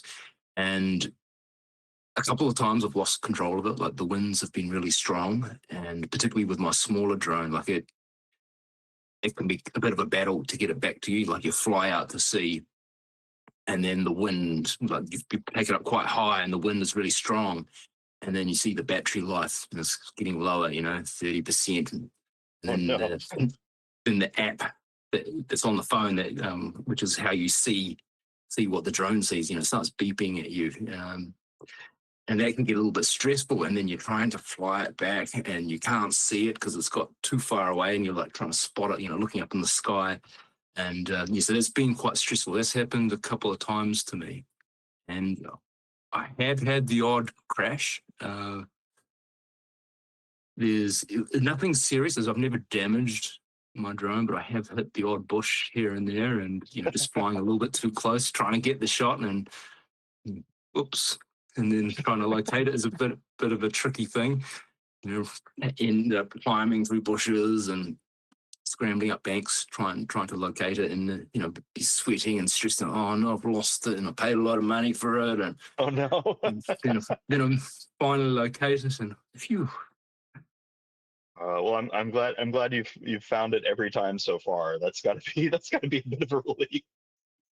Yeah. I know you were saying you were surprised that like this would ever end up on a puzzle. Do you do puzzles on your own? Like, are you a puzzler outside of this instance? I am not in a big way, but I always enjoy doing a puzzle. And my daughter is 5 years old, and she just loves puzzles. And we recently went on a holiday in January. We went camping at a holiday park, and in the evenings we went into the lounge, the common lounge, for guests. And there's like books there, and my kids found a puzzle, a Ravensburger escape puzzle, 749 pieces, I think it was. And they took it out, and Daddy, can we do the puzzle? And all right, we can do it. And it was quite a challenging one. It was quite dark. It was a temple, and it had like some extra sort of mystery puzzles to it. So like once you complete the puzzle, there's some extra stuff, like there's numbers and codes on it, and that's quite cool. I actually cheated and looked on the internet because we were running out of time to figure out what the solution was. But it was a very fun puzzle, and while my kids started it, it was me who ended up doing most of it, because put them to bed back in the tents, and I'd go back into the lounge and got quite hooked and sit there and plug away at it. And it took us a couple of nights to complete it, and other guests would walk in and comment on it, and it actually became quite a good conversation starter. I ended up talking to people from England and Germany, and from, I think it was Argentina. So yeah, doing puzzles at a campground is a good way to meet other people. That's so cool. And I would have thought that like camp, like was it an indoor kind of thing, or was this outside? Yeah, so it's a campground. You pitch your tent outside or your camper van, and then there's like a common area where there's toilets, showers, a kitchen, and then there's this lounge area where there's a TV and tables, and then a few books and puzzles and games for people to make use of in the evenings or in poor weather. Okay. Yeah, because I know some people try doing like outdoor puzzling to various levels of success, so that's always fun to hear. Oh, I didn't know that was a thing. We've talked to a couple of puzzlers where they've taken puzzles like on mountain hikes and they've done them there. I can't remember who it was. Michelle, you probably can probably correct me, but somebody did a really big hike and did a puzzle at the top of the mountain, which was really cool. Yeah, Anemi climbed Mount Everest, and she took a puzzle. Yeah, and she took a few of the smaller puzzles with her, just so that she would be the person who is able to finish the puzzle at the highest possible peak. Well, how does it feel to have people puzzling your image, your artwork? Oh, it's pretty cool. So I missed the first 5 minutes of this event, but when I finally connected, I was like, oh, there it is.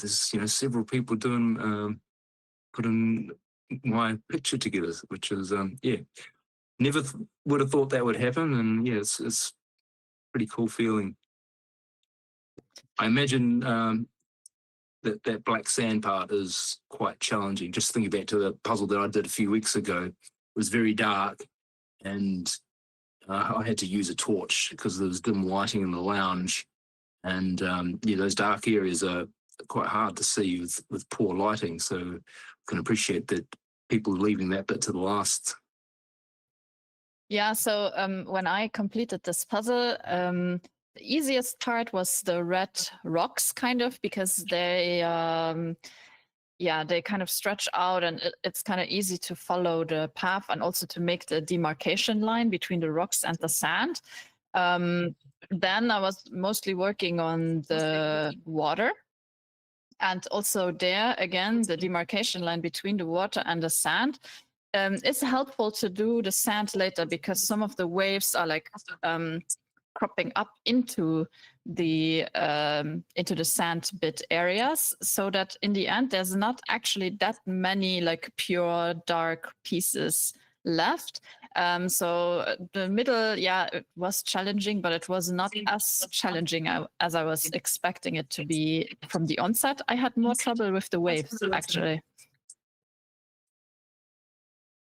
I was quite impressed seeing how quick people were putting it together. I'm a slow puzzler. Yeah, that's a side effect of speed puzzling, is that you'll see people putting things together much faster than you would imagine it to be. How do you feel, because we have been talking, about a puzzle in terms of strategy and how to approach it and stuff, and that's a very different commentary than you would get from somebody who critiques your photo for its artistic quality. Are you maybe now, when you're going to do photos in the future, thinking like, oh, would this be a good puzzle? And is that a different approach maybe in taking photographs? Yeah, well, I guess there is the possibility that there could be more puzzles made from a photograph. So I don't know if it will change my approach, but I guess I'll be thinking in the back of my mind, hey, I wonder if this one will be good enough.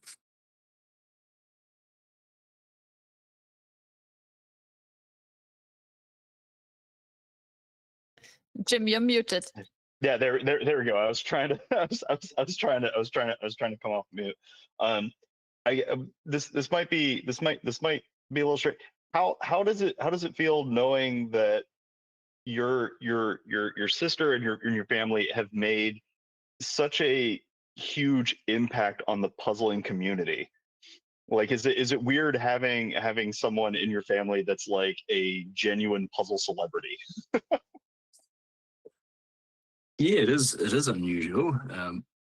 So Michelle's always been sort of like the star of the family, but she's has ended up in some very interesting things from her early life as a journalist and a young student.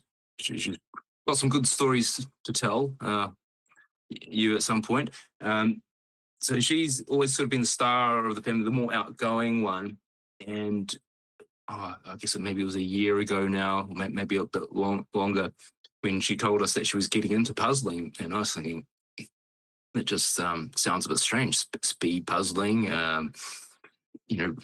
competing against other people online. That just sounded odd. And then my other sister, Mahalia, she had watched some of the videos, and she was telling me, "Oh, it's actually really exciting and really cool." And then a few weeks ago, I watched one of the videos from your channel, and yeah, it is actually quite interesting. Like it didn't sound like it would be to me, but it really has been. And then Michelle's really just got into it, and then when she told me she was going to start a business with it, that was pretty exciting. And then I see pictures every now and then on social media, show competitions and events, and being more involved in commentary and organising, and yeah, I'm very proud of it. Well, I'm also excited for you to be part of, puzzle history, because anytime there's an unreleased puzzle, it's pure catnip for a lot of these puzzlers, because it's rare for them to get something that they've never seen before, in any way, either as like a preview or maybe their friend did it. It's really, really exciting.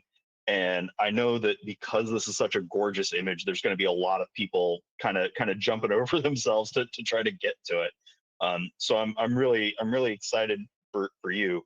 I want to I'm gonna put a little bit of a mild hot seat. Do you have any mildly amusing or embarrassing like stories about Michelle that you can share real quick, because it's rare that we get to tease her in a fun way? Yeah, plus the theme of today's live stream is, things that you didn't know about a person, or like fun facts. So maybe you can, as a brother, you have maybe a unique view on like what would be a fun fact about Michelle. She told us about her journalism at the beginning of the stream, but maybe something from her childhood would be fun as well. Yeah, well, there's probably a few things I could talk about, but that I shouldn't.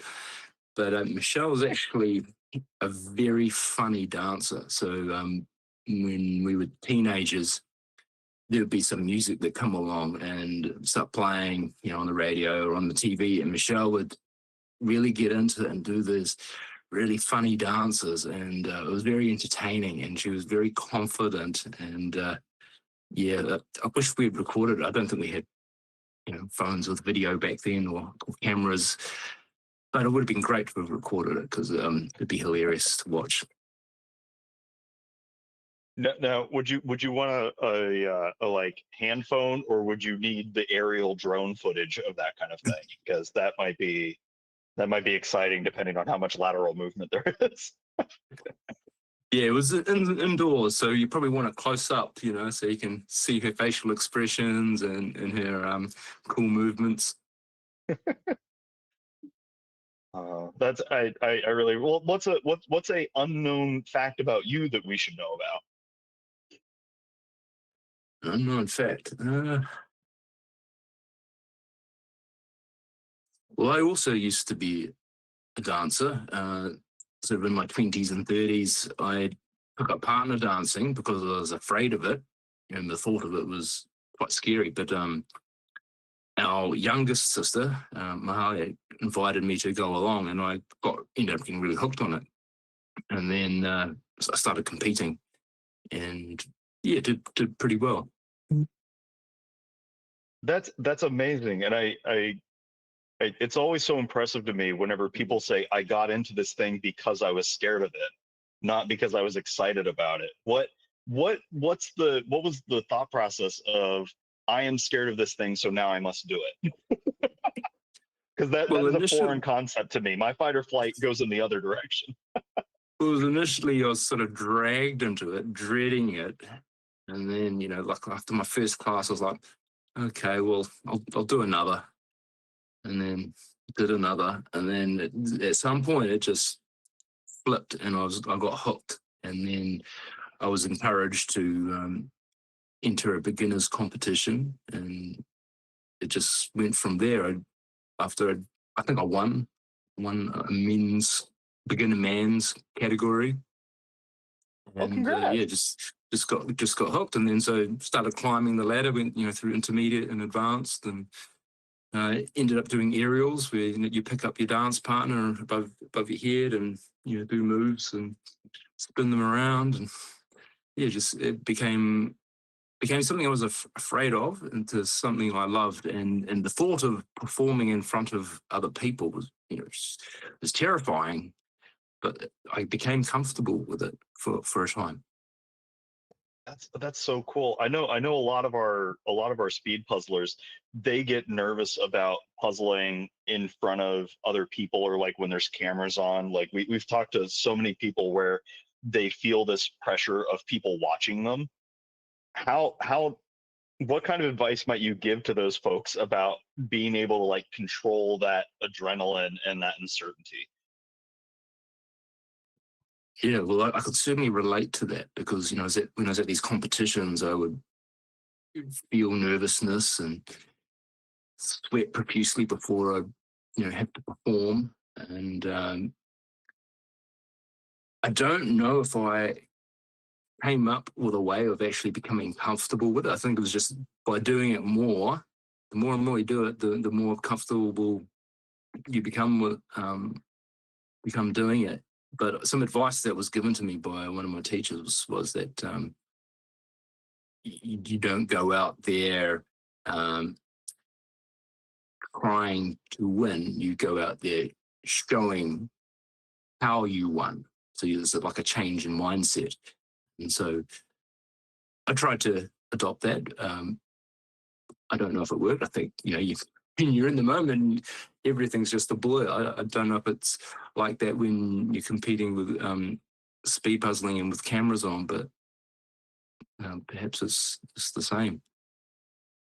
No, I really like that. The version that I sometimes tell people is you want to set the bar, right? Rather than trying to guess where other people are going to finish or doing that. Like your fastest is the bar that you want to make other people beat. So worry about that, and then it works. So it's similar in a way, but I really like the way that you said it. Can you parse it again, because I want to let it sink into my brain a little bit. Oh, the advice that I was given by Yeah, my I teacher? want to parse it in a little bit. Yeah, so he was saying that don't worry about trying to go out there and win it, but rather show them how you won it. So like it's changing your mindset from being all sort of stressed about trying to win, but rather you've already won it, and now you're actually showing everyone how you did it. Yes, it's I'm so sorry change to your mindset. interrupt. Just let me interrupt for 1 second because Chiara and Kati are so close to finishing. The 4 hour, well, it's supposed to be 4 hours, but we're only at 1 hour and 30, a little bit over 35, and they have like 10 pieces left right now. Oh wow, yeah, they're showing us how it's done here as they close those last couple of pieces. They saved that border for last, got that in, and then wrapped it up. And Yeah. they just hit the button. Congratulations, Kiara and Kati. Just over 1 hour 36. We'll get the official time here in a moment, but that is a phenomenal time to get 2,000 pieces done. Appreciate the wave to the camera. Really well done there. If you can stay for an interview a bit later, please stay. If not, it's also fine. And on their heels, following is Kristin and Linda. They had a little bit of a different strategy. So Chiara and Kati, they started with the inside of the window, and Kristin and Linda, they are finishing with the inside of the window. Yeah, it was kind of cool. I was watching both of them. Kristin and Linda did the outlines of that center window, and then like kept working their way inwards. And Katsi and Kiara really did this like island chunk of things and worked their way outside. Like I love the way that the pairs approach things differently and have so much success. It's really wonderful.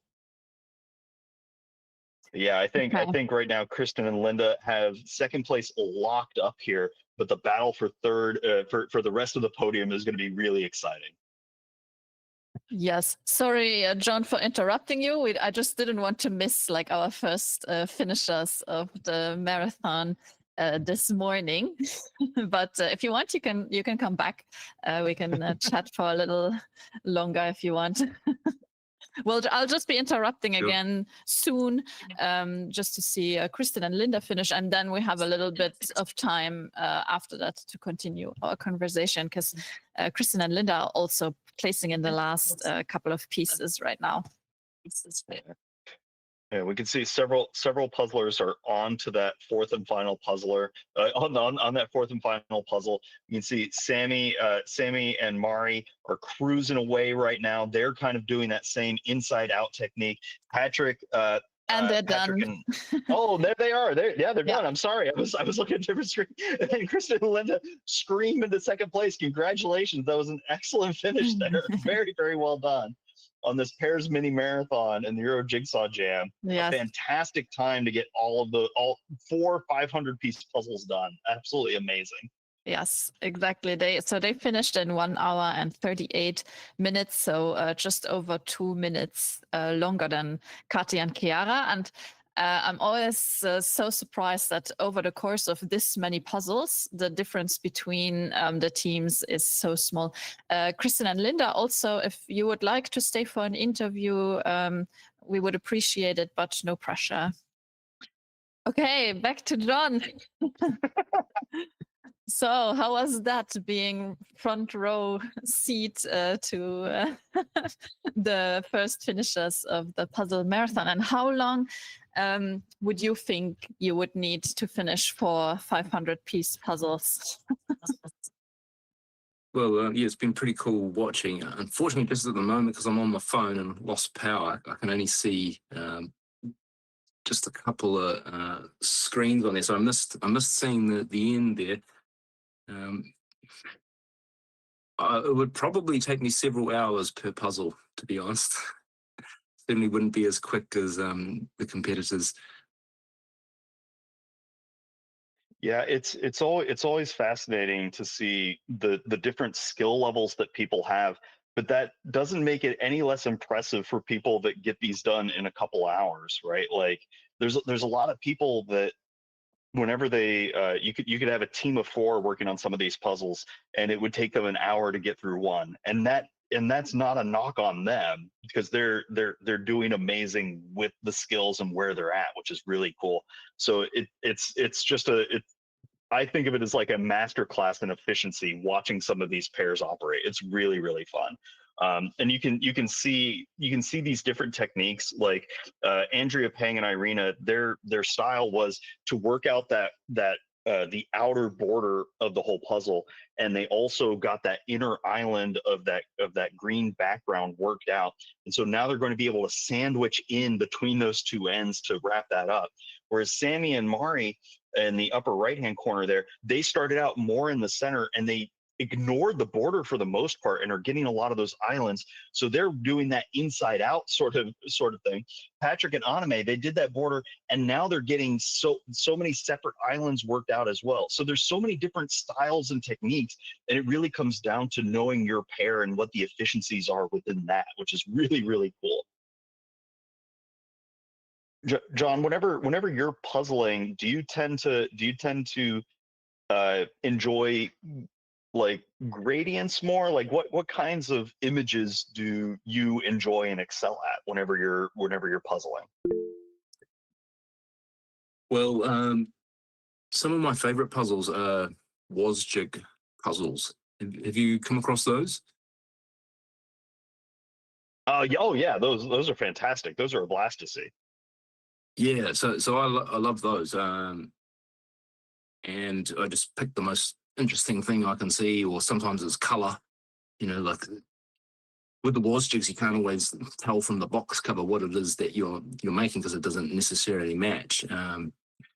But yeah, I love those, and often there's something, some color or some shape that sort of stands out from all the other pieces in the box, and so that's sort of what I'll gravitate towards first, and then pick the next one that sort of catches my eye. If I'm really stuck, then I'll start with the edges. We try and find all of those and see if they fit together.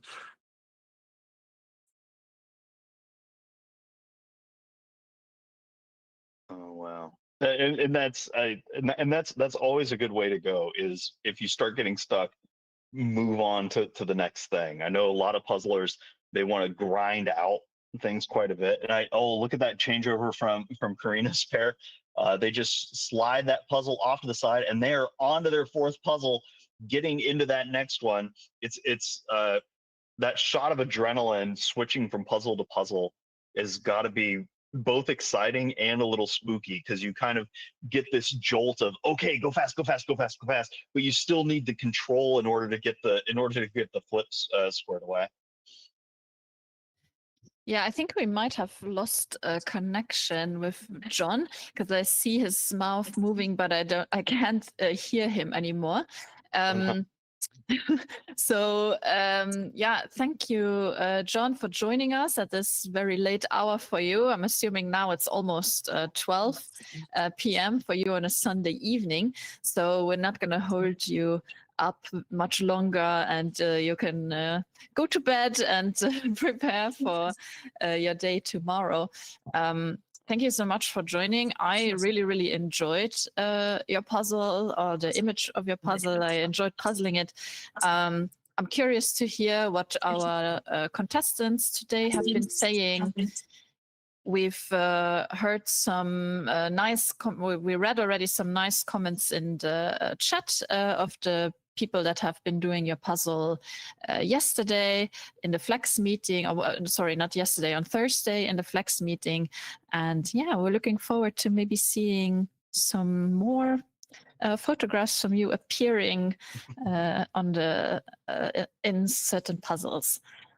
So yeah, thank you. And yeah, congratulations. It really is a stunning image. And I whenever people were unwrapping the boxes, you could see everybody having that moment of like, oh, this is lovely. And it's just the color distinction, like John was even mentioning it, just the contrast in those colors is stunning.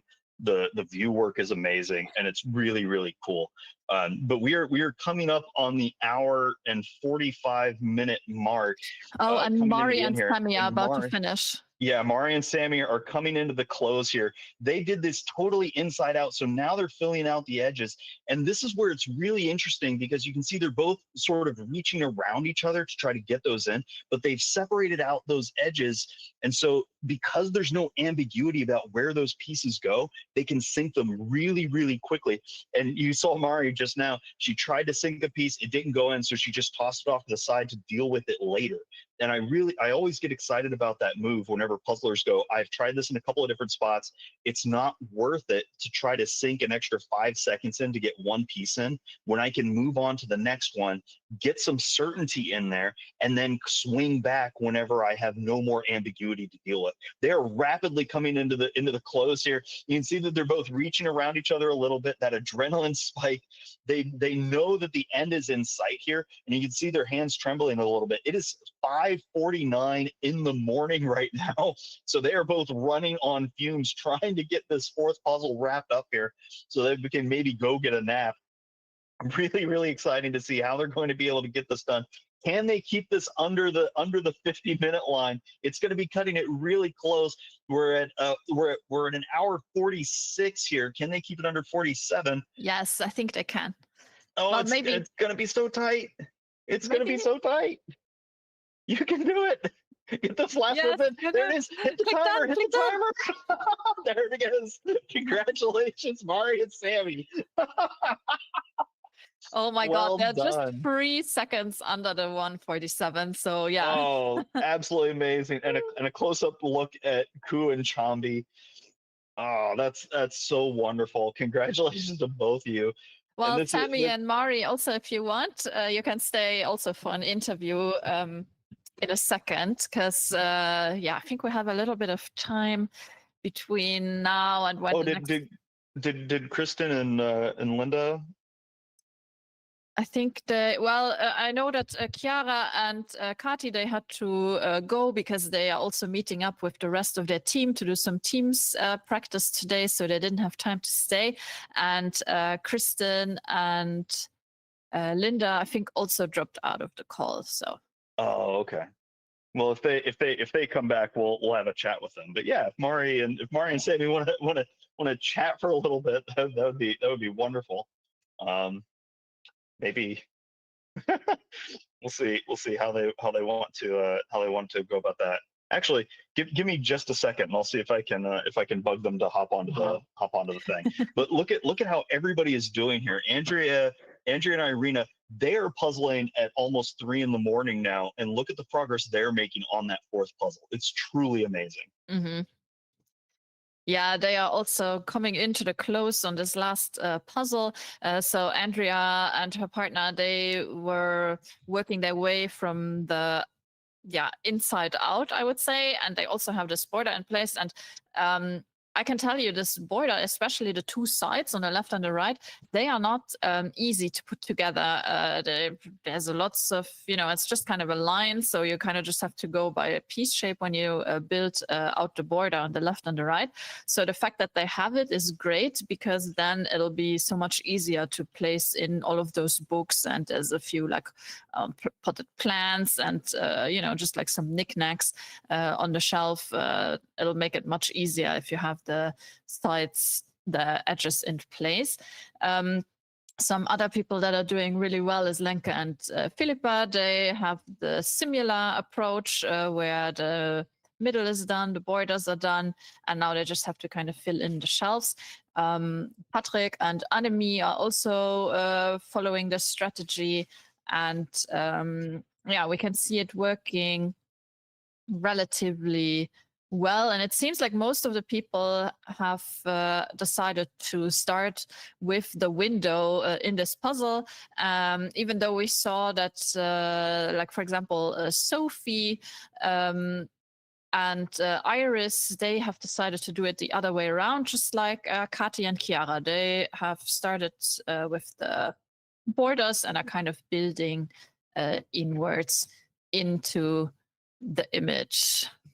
Okay, it looks like Sammy and Mari are ready to join us. Good evening, everybody, or middle Good morning. Okay, good something. Good day. Good day, everyone. Yeah, happy Sunday. Congratulations on your 3rd place. Is this like a good time for you to finish 4 500-piece puzzles in an hour and just under 47 minutes? Have you done this before? Before the sun comes up? No, we have no known metrics exist. Yeah. So this is it's your Now we first time doing it like this, and immediately you came in 3rd place. I'm guessing you're happy with your placement? Well, we decided last night that whatever number on the clock we had to get up, we were going to place that time. We had to get up at 3 a.m. So it's basically gone according to plan. Perfect.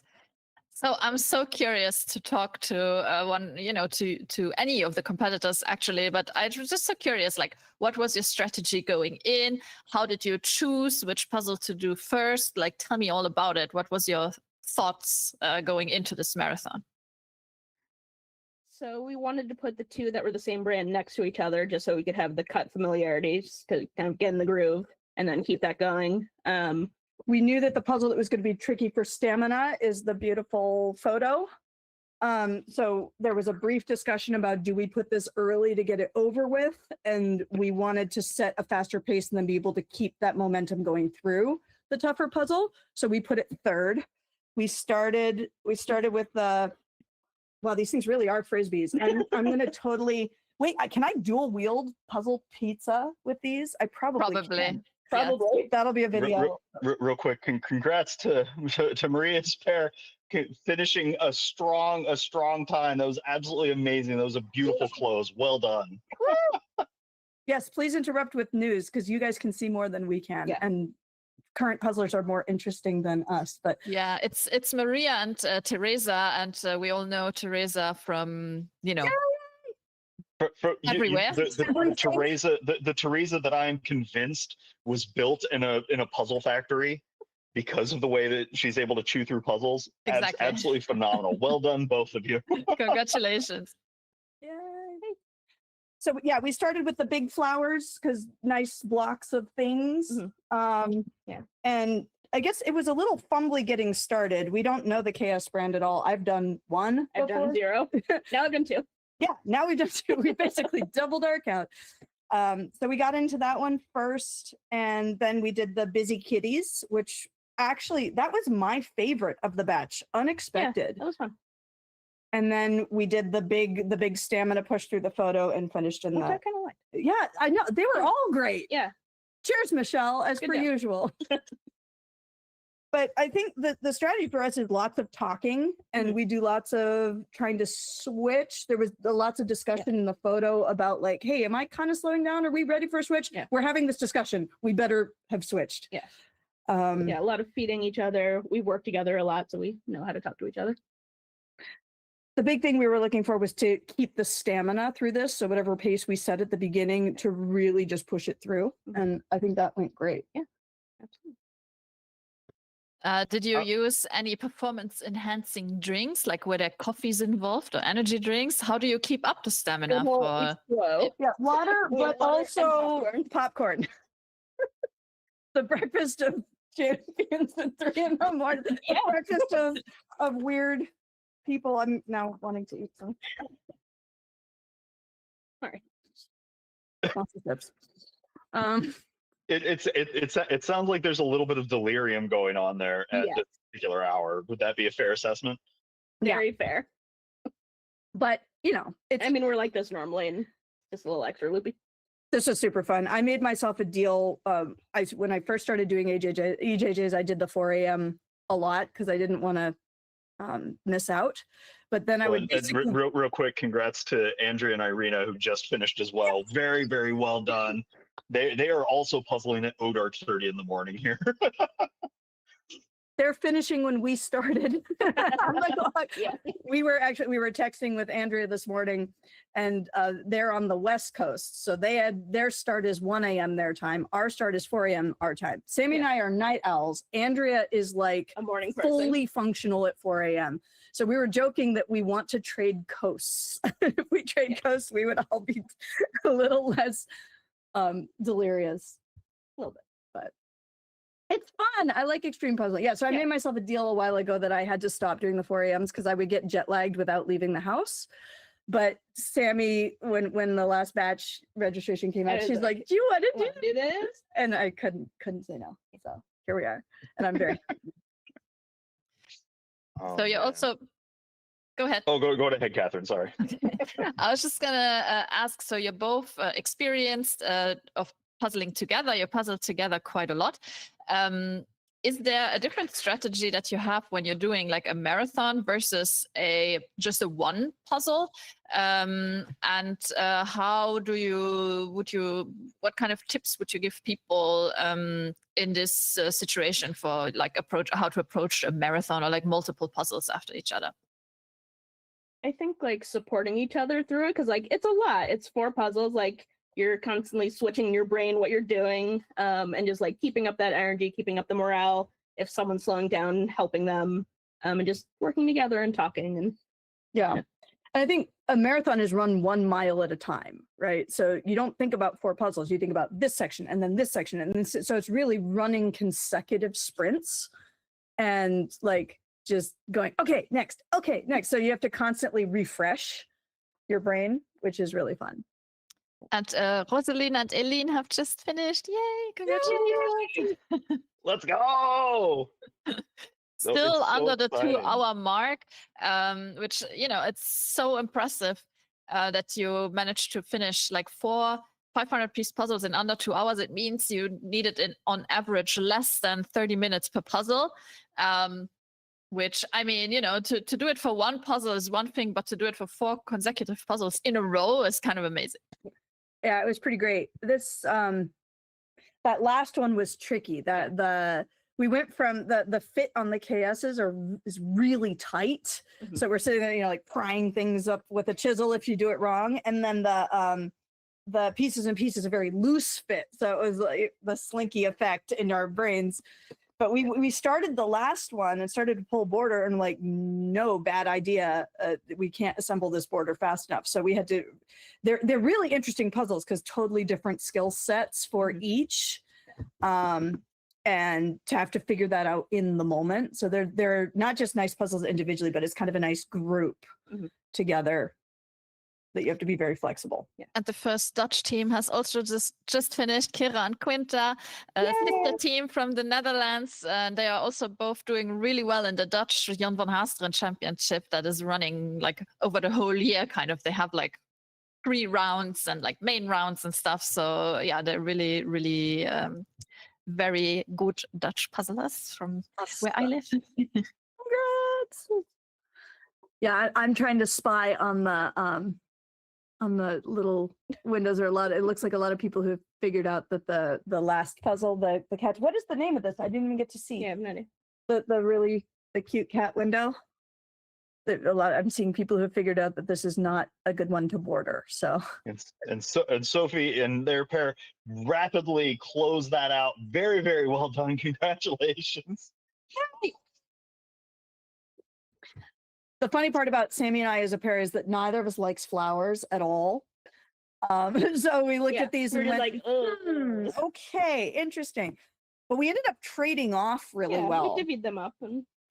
And there was kind of a natural flow. Like we're a top and bottom team because Sammy is one of the few people I know in the whole world who loses 0% of her speed when she's upside down. So we call her the bat. It's upside down. So it's kind of easy for the puzzle to like build both ways. Like there's this weird, funny like middle line that can be very fluid. Yeah, and normally you do pairs side by side. Yeah. So this is different for you. Well, I don't. You don't normally have a bat. There aren't that many bats out there. We have to take turns with them. Yeah, that's true.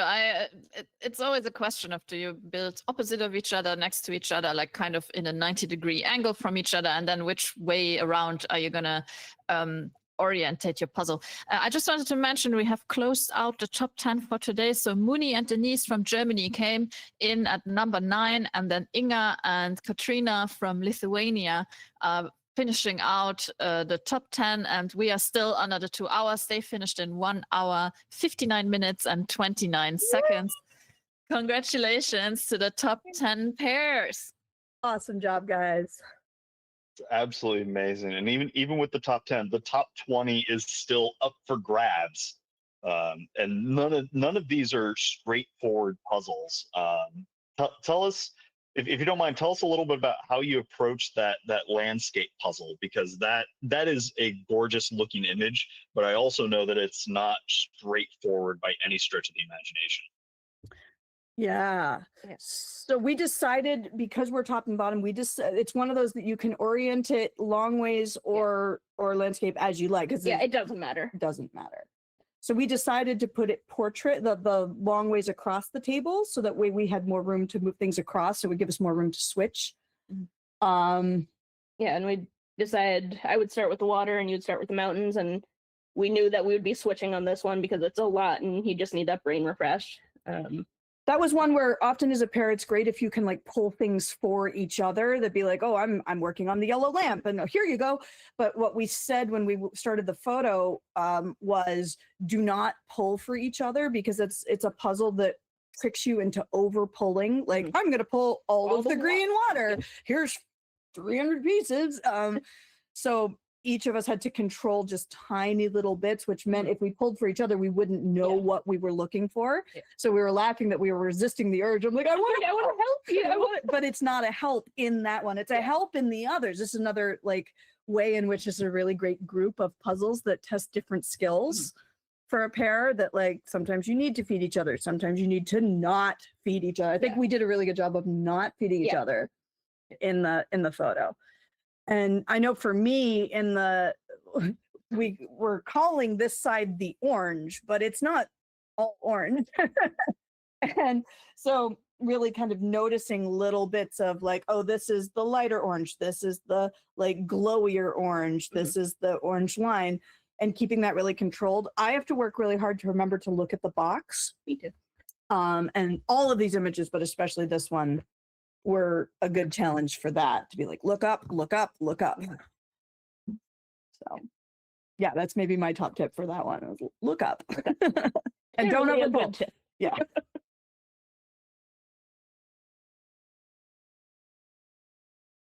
Oh man, no, this is I'm just thrilled for both of you because I know that you're also like swimming in awkward time jet lag. With for those of you who aren't in the exact same location for various reasons, um, did you decide to like take a nap ahead of time, or did you just stay up the whole time? Like, what was the like what was the strategy for trying to avoid jet lag? Well, we set a bedtime and then we were puzzling and we ignored the bedtime. Yeah, we set a bedtime and then we pulled out a 2,000 piece Star Wars puzzle, which is on the table behind us. That tracks. Yeah, that tracks. Yeah, I mean, we still went to bed. we went to bed. I didn't fall asleep for a while. Yeah, I don't know didn't about either. you. I had probably 5 hours of sleep. It's not bad. I think it's less about the number of hours that you sleep and more that like the hour that we're up is the hour that your body is like new. Yeah. Right? Because it's right in the middle of when our brains think they should be asleep. Yeah. So it's good practice for traveling for international puzzling because you're often a little woozy from the jet lag. So My Well- brain was not functioning on all cylinders for Yeah. various portions of that, but well, made it through. we'll be adrenalized for a couple hours. We'll probably finish off the Star Wars and then we'll have to make No, the we're decision. going to bed. Well, we're gonna make the decision to sleep or to eat pancakes. Pancakes? Well, Yes. before we'll let you get to your exciting Sunday plans, I would love if each of you could tell me like a fun fact about the other person, since that's the theme of today. And like, we had a lot of people that their main thing was that they really wanted to get to know like the speed puzzlers a little bit better, that they're always watching from home and stuff. So I think it's a good opportunity to share a little bit something funny about the other person. Sammy is a math nerd. So that's always handy to have around. She is freakishly strong and can do crazy handstands when the rest of us can barely do a somersault. She just like stands on her hands for fun. It's disconcerting. And she lives in a house that we call the Puzzle Palace. You can see just one wall of it here. Most other walls look the same or better. So I guess if this is the Puzzle Palace, are you the Puzzle Princess? We never really thought about this. Sure. I mean, I would say the puzzle queen. Queen, yeah. Thank you. Intergalactic Empress. There it is. That one. I like that one. And she's really great at video editing. Like she makes really, really clever, fun video things. And I love watching her work because I'll just come up with a crazy idea and be like, what if it did this? And it's completely improbable. She's like, give me a second. Click, click, click. Like this. Which is kind of a superpower. Thank you. That's so cool. Like, also, I like that you told me like facts about her that like benefit you in some way. Like all of her There are the puzzles facts that with she which I am has. just familiar. I can tell you other facts that I do not benefit from. She's a great wisecracker. She has a great memory for stupid things that people around her do. The catalog builds hourly. Yeah. Yes. Oh my God. Nice. And what are some fun facts about Mari? Uh-oh, here we go. My brain is not working right now, so I'm gonna do my best. The worse you Um, do, the better it is, I think. Yeah. Oh boy. Mari is a talented musician, which I think many people know. She's a fiddler, and I went to see one of her performances one time, and it was lovely to see you in that context. It was very different, and you just looked very joyful, and that was lovely. What else? You're very funny.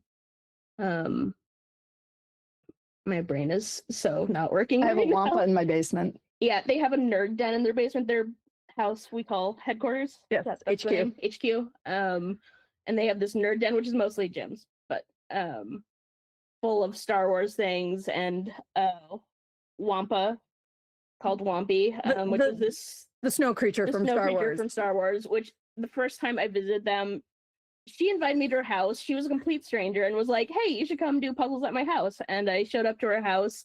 And they're like, and this is the room where you'll be staying. And there's this horrifying snow creature on the bed. And I'm just like, I might die here. We found this out later because Much later. we were like, oh, Sammy Brownlow, the famous Sammy Brownlow, is coming to our house. We have to give her the nicest space and the choice, the highest ranking creature in the house, which is Wampy is a big deal. To get Wampy on your bed, if you come to our house, he has a detachable arm from where it gets lightsabered off. But so that's horrifying. Our gesture of like honor and respect was not didn't come across. Came across a little more like a threat than than anything. We know this now. You make better choices with animals that you give people now. No, we do not. We make exactly the same choices. So all of you watching, if you come to our house and Wampy is on your bed, that is the ultimate honor. And if Wampy is not on your bed, it does not mean that we have learned from Sammy. It means that you have yet to earn the ultimate honor. Good to know. Yeah, I mean, it's really funny that you say so. Mari, are you just as much into Star Wars as Jim? Like, have you won those Star Wars trivia nights together, or is it just you've gotten into it because of Jim? Because that happens in couples a lot.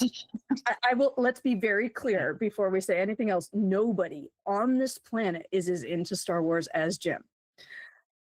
However, I have loved Star Wars my entire life. I come from a family that doesn't know movies at all, but we grew up knowing the original Star Wars trilogy. So I bring a great love of Star Wars to the partnership, but you know, it's you think you're swimming in the ocean and then you meet the ocean and you're like, I am a garage puddle. I love Star Wars Trivia Night with Jim because it's like walking in with the juggernaut. My job on the team is to make good saves. Once or twice in the entire night, it is to me to make a good save. He knows out of the 10 questions in the round, he knows 9.5 of them.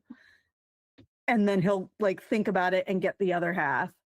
And once in a while I go, wait a minute, isn't this? And I'll like once in a while make the 1 point save that causes a win. And I'm very proud of that. And that's the extent of my contribution. You're absolutely amazing at it, though, and you shouldn't undersell how wise you are in the ways of the Force. Well, I will show. We said we were doing a 2,000-piece Star Wars puzzle last night. I think people who know Jim know that he's not usually into actually doing puzzles, but we did the Star Wars one to tempt him to do it with us. We got it down to the point. Where's the image? Here it is. We're doing this, right? So it's a lot of black. You get down to the point that it's all black, and we have boards of pieces that look a lot like this. Now, Jim, once in a while, puzzle world, once in a while, Jim just gets in the zone, and he just starts seeing things. And Sammy had never seen it before. We give Jim a tray full of black, and he looks at it, and he's like, this is TIE Fighter. And sure enough, it is. He's like, and this is Darth Vader helmet. And this is Death Star. And this is type, and he's just handing us pieces. And he's right. And he's right. They're all black. They're all black with pieces. Like a little tidbit of white, but he knows what white that is. He knows. Yeah, I couldn't assemble it to save my life, but I could recognize it. Sammy was like, I'm like, oh, here we go. Like when he's on, suddenly he's on. And Sammy had never seen it before. Maybe we hadn't even told you. I don't think I knew that was a thing, but you went party trick. You went through phases of being impressed and then mad, and then impressed, and then mad, and then madder. And it was amazing. So Jim's powers, Star Wars powers, they can permeate into any other discipline that is also touched by Star Wars. Everybody should know this, since we're doing fun facts today. Yeah, so Jim, you're very good at recognizing patterns and colors and just little tiny pieces of certain. No, none of this. Only if it's only Star Wars. Only Star Wars. Okay. It's very domain specific skill set. Patterns and colors, no. X-wing engine versus Star Destroyer engine, yes. Yeah, I think that one made you guys the maddest. Where I was like, oh yeah, this is the X-wing engine versus the like. Yeah, that one was probably. Yes. There was a lengthy explanation as to why. So subject specific puzzling is great. Yeah, well, okay. I think this is good for fun facts. And yeah, thanks so much for hopping on and talking to us. And we're going to let you get back to your plans for today. And maybe as a final word, like some encouragement for the people that are puzzling, or like a tip or something that you noticed while you were doing the puzzle where you were like, I wish I would have known this earlier. Now is your chance. Go fast, have fun, talk to each other. Yeah, have fun. Don't do the edge on the last puzzle. Don't do the edge on the last puzzle. Don't even pull it. Yeah. Trust. Use the force. Good job, Paris. Go fast. Oh, well, congratulations, both of you, and go get either a nap or breakfast, whichever you prefer. Yay. Yeah. Thank Bye, you. Bye bye. We just saw on screen Maya and Aaliyah. They just finished up just under just over the 2 hour and 13 minute mark. An absolutely fantastic closeout. There are so many pairs that are onto that fourth puzzle, and it's not easy to do this. You know, if you think about how a lot of pairs, whenever they do a 1,000-piece puzzle, it takes them over an hour to do that 1,000-piece. This is 2,000 pieces, and yeah, it's chunked down in a way where you know, it's a quarter of it each time, so generally that runs a little bit quicker. These aren't straightforward images, so the fact that everybody is doing so well right now and is on pace for trying to attack a 1,000-piece puzzle at this range is phenomenal. And you can see so many of these pairs are doing those outlines of the windows for that fourth puzzle. I want to really point out that those greens that are inside of the windowsill from there, that's not straightforward at all. I know that some of the pairs are trying to do like the darker greens versus the lighter greens, or maybe even that windy road white outline that's between there. That's going to be a good anchor, but in no way is that super straightforward. And I think doing those the lines within the window to give you sort of a setup and then filling in is a really smart choice in order to make progress there. But there's lots of other routes to approach those hanging lampshades. There's that green. There's a green plant over on the left-hand side, or even down at the bottom. You can use those different contrasts and colors and textures as small pulls to give yourself an anchor to work off of, and then keep making progress through there. Yes, exactly. Especially with this last puzzle, we have a lot of kind of a similar color all over, and those the planter and the lampshades, they do have a little bit of a different texture, just like the there's some pillows in the middle as well that are relatively easy, or like they're easy to pull out because they have a little bit of a different texture.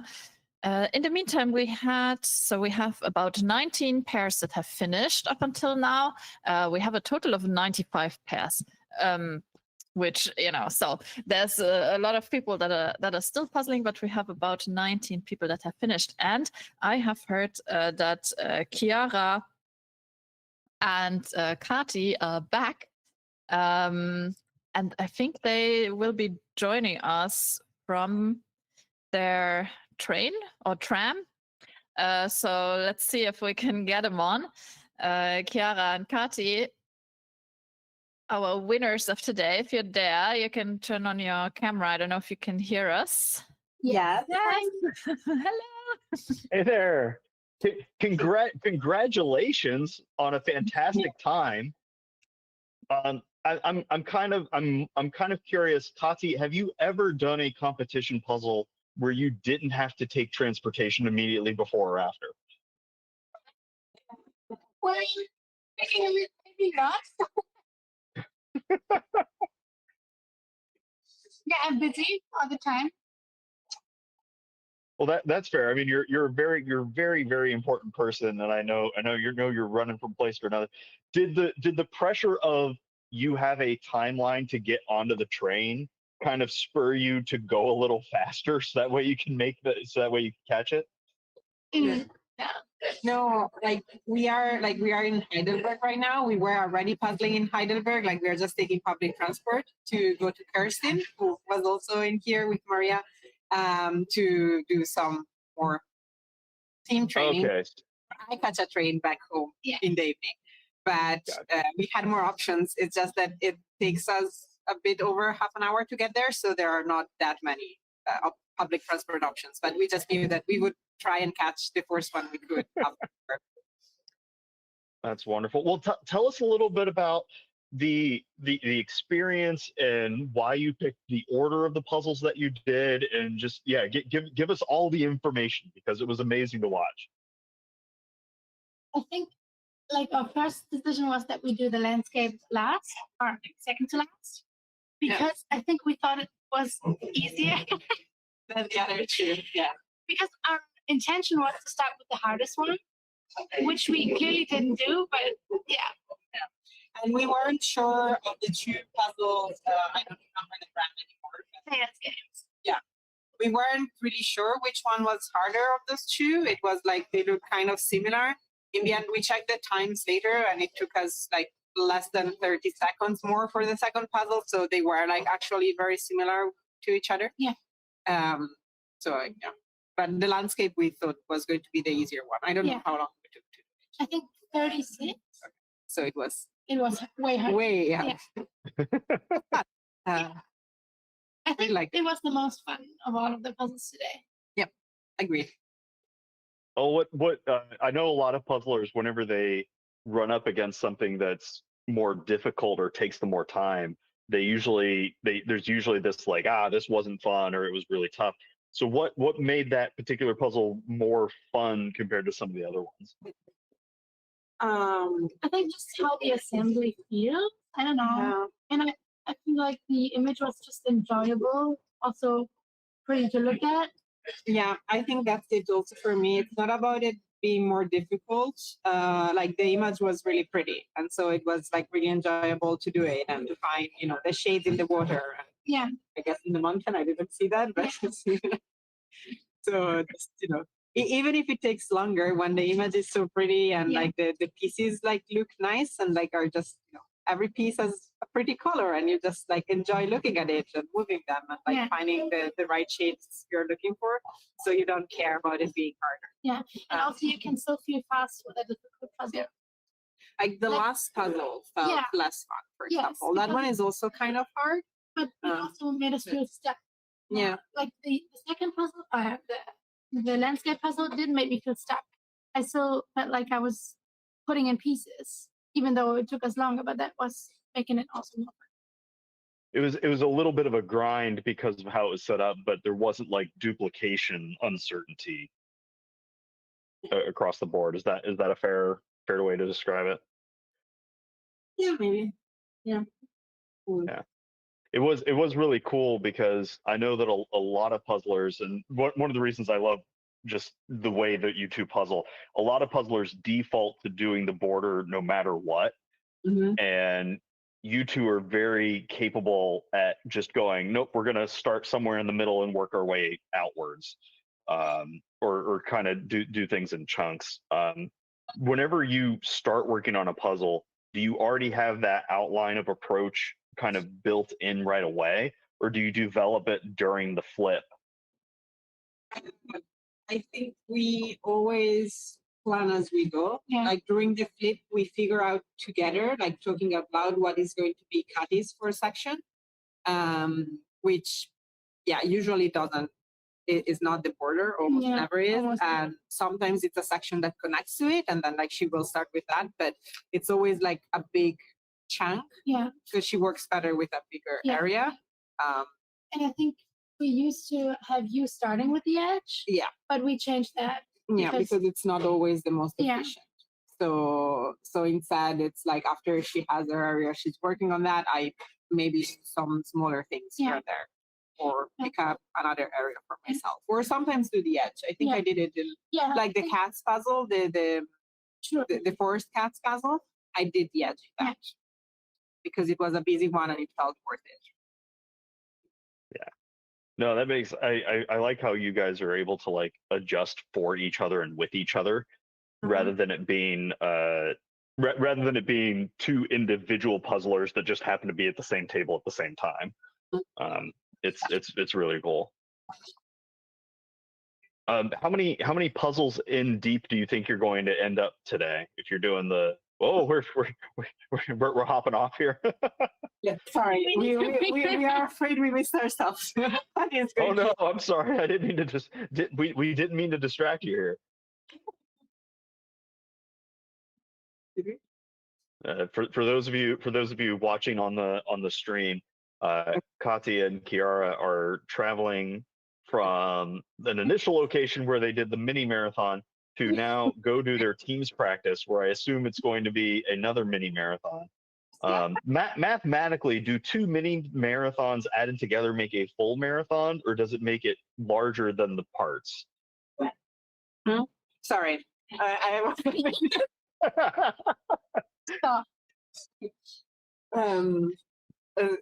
can you repeat the question about the marathon? So if you're getting ready to do a mini marathon with your team, does that mean you've done a full marathon today, or does it mean that you've done like a marathon and a half because of how it splits?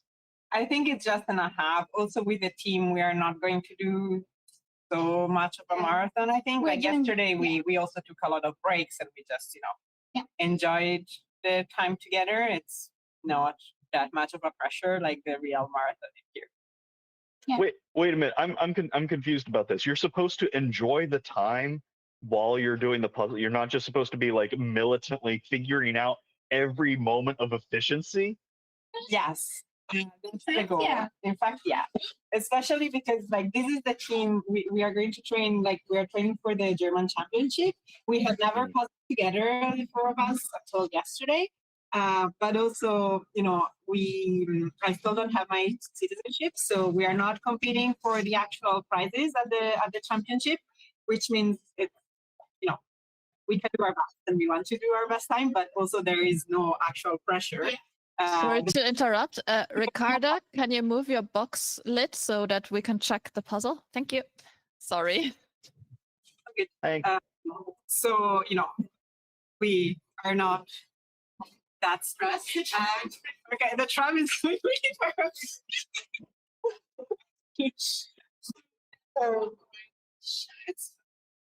maybe there is the tram going back. This takes on a whole new level of multitasking, puzzling, traveling, answering interview questions. What else could you do? Getting lost. Do people on the train right now know who you are? But there's almost nobody, which is why we felt that we could be here with the audio. Oh, okay. But it's funny, like encountering the other day because I was at university, and some random girl just came up to me and asked me whether I was Kati Puzzles, and I was so confused because I had to link those 2 worlds in my head, and it was so weird. Because it has never happened before that some random person just came up to me outside of the puzzling world, I'm surprised that they didn't give you like a free train pass. What did you say? I'm surprised they didn't give you like free train passes for being puzzle celebrities. I would use it. Like, okay, The next one is in 6 minutes. yeah, maybe. Check how long it takes us. Oh, that's a bit too complicated.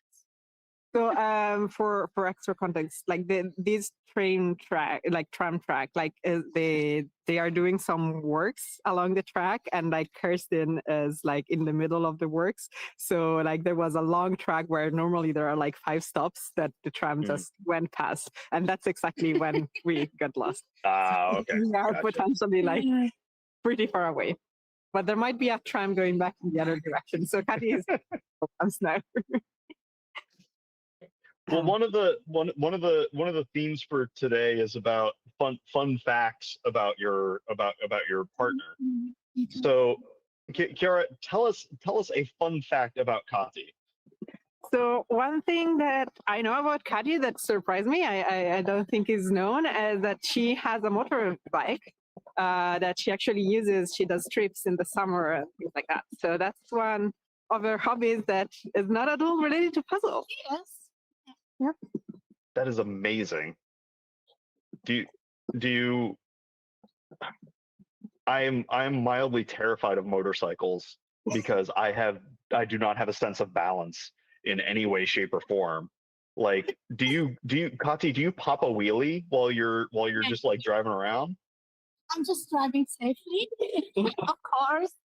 But about balance, like the faster you are, just with like a normal bike, the faster you are, the less you have to worry about balance. Like it's only if you're riding like but it's very dangerous slow. for other reasons. I think that's spoken like a true speed puzzler. That the faster you go, the easier it is. Like that's no, the whole conservation of angular momentum that gives all sorts of like safety for turns and everything like that. That's so cool. Do you ever have you ever thought about doing like motocross or anything like that, or is it just like get from point A to point B on the motorcycle? Yeah, I think for me it's more like having long rides and just clearing your mind, connecting with nature a bit, and that's why I don't like. I'm not really into that motocross world. Gotcha. That's so cool that you get to just like go and ride the motorcycle and just feel the wind and have that moment of clearance. That's really, really cool. Yeah. Kati, tell us a fun fact about Kiara, please. My favorite fun fact at the moment right now is that she just started going to the gym. Because people might know that I'm also very enthusiastic about going to the gym. So when she told me, I was very happy about it. She screamed in the middle of the street. Well, congratulations on that. Thank you. No, that's really great.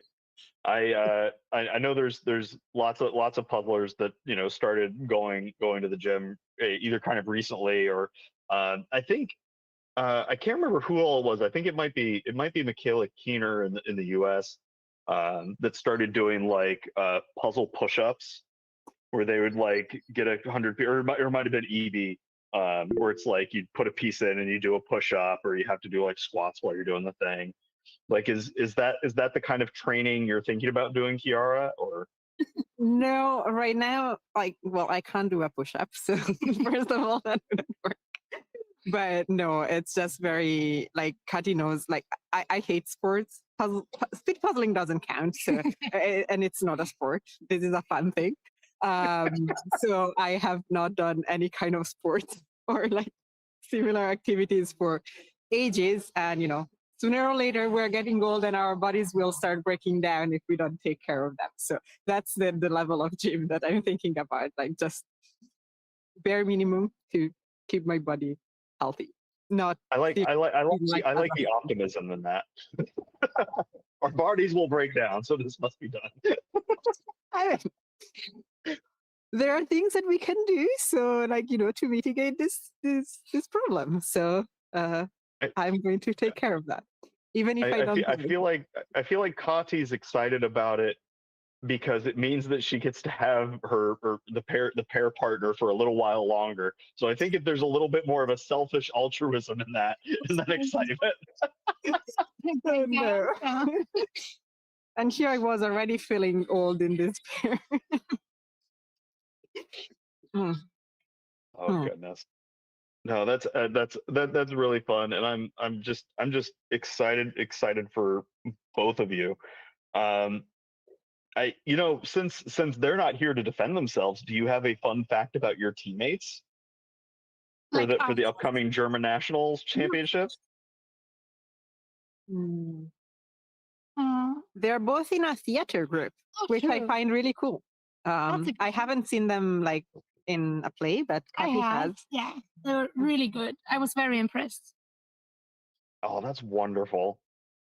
I always get excited to learn more about the puzzlers because a lot of us tend to fall into that rut of you are just a speed puzzler, you go fast, you know the efficiencies, but we're three-dimensional humans that ride motorcycles and do plays and occasionally go to the gym once in a while, right? About today's theme that you like get to know the person behind the puzzler better.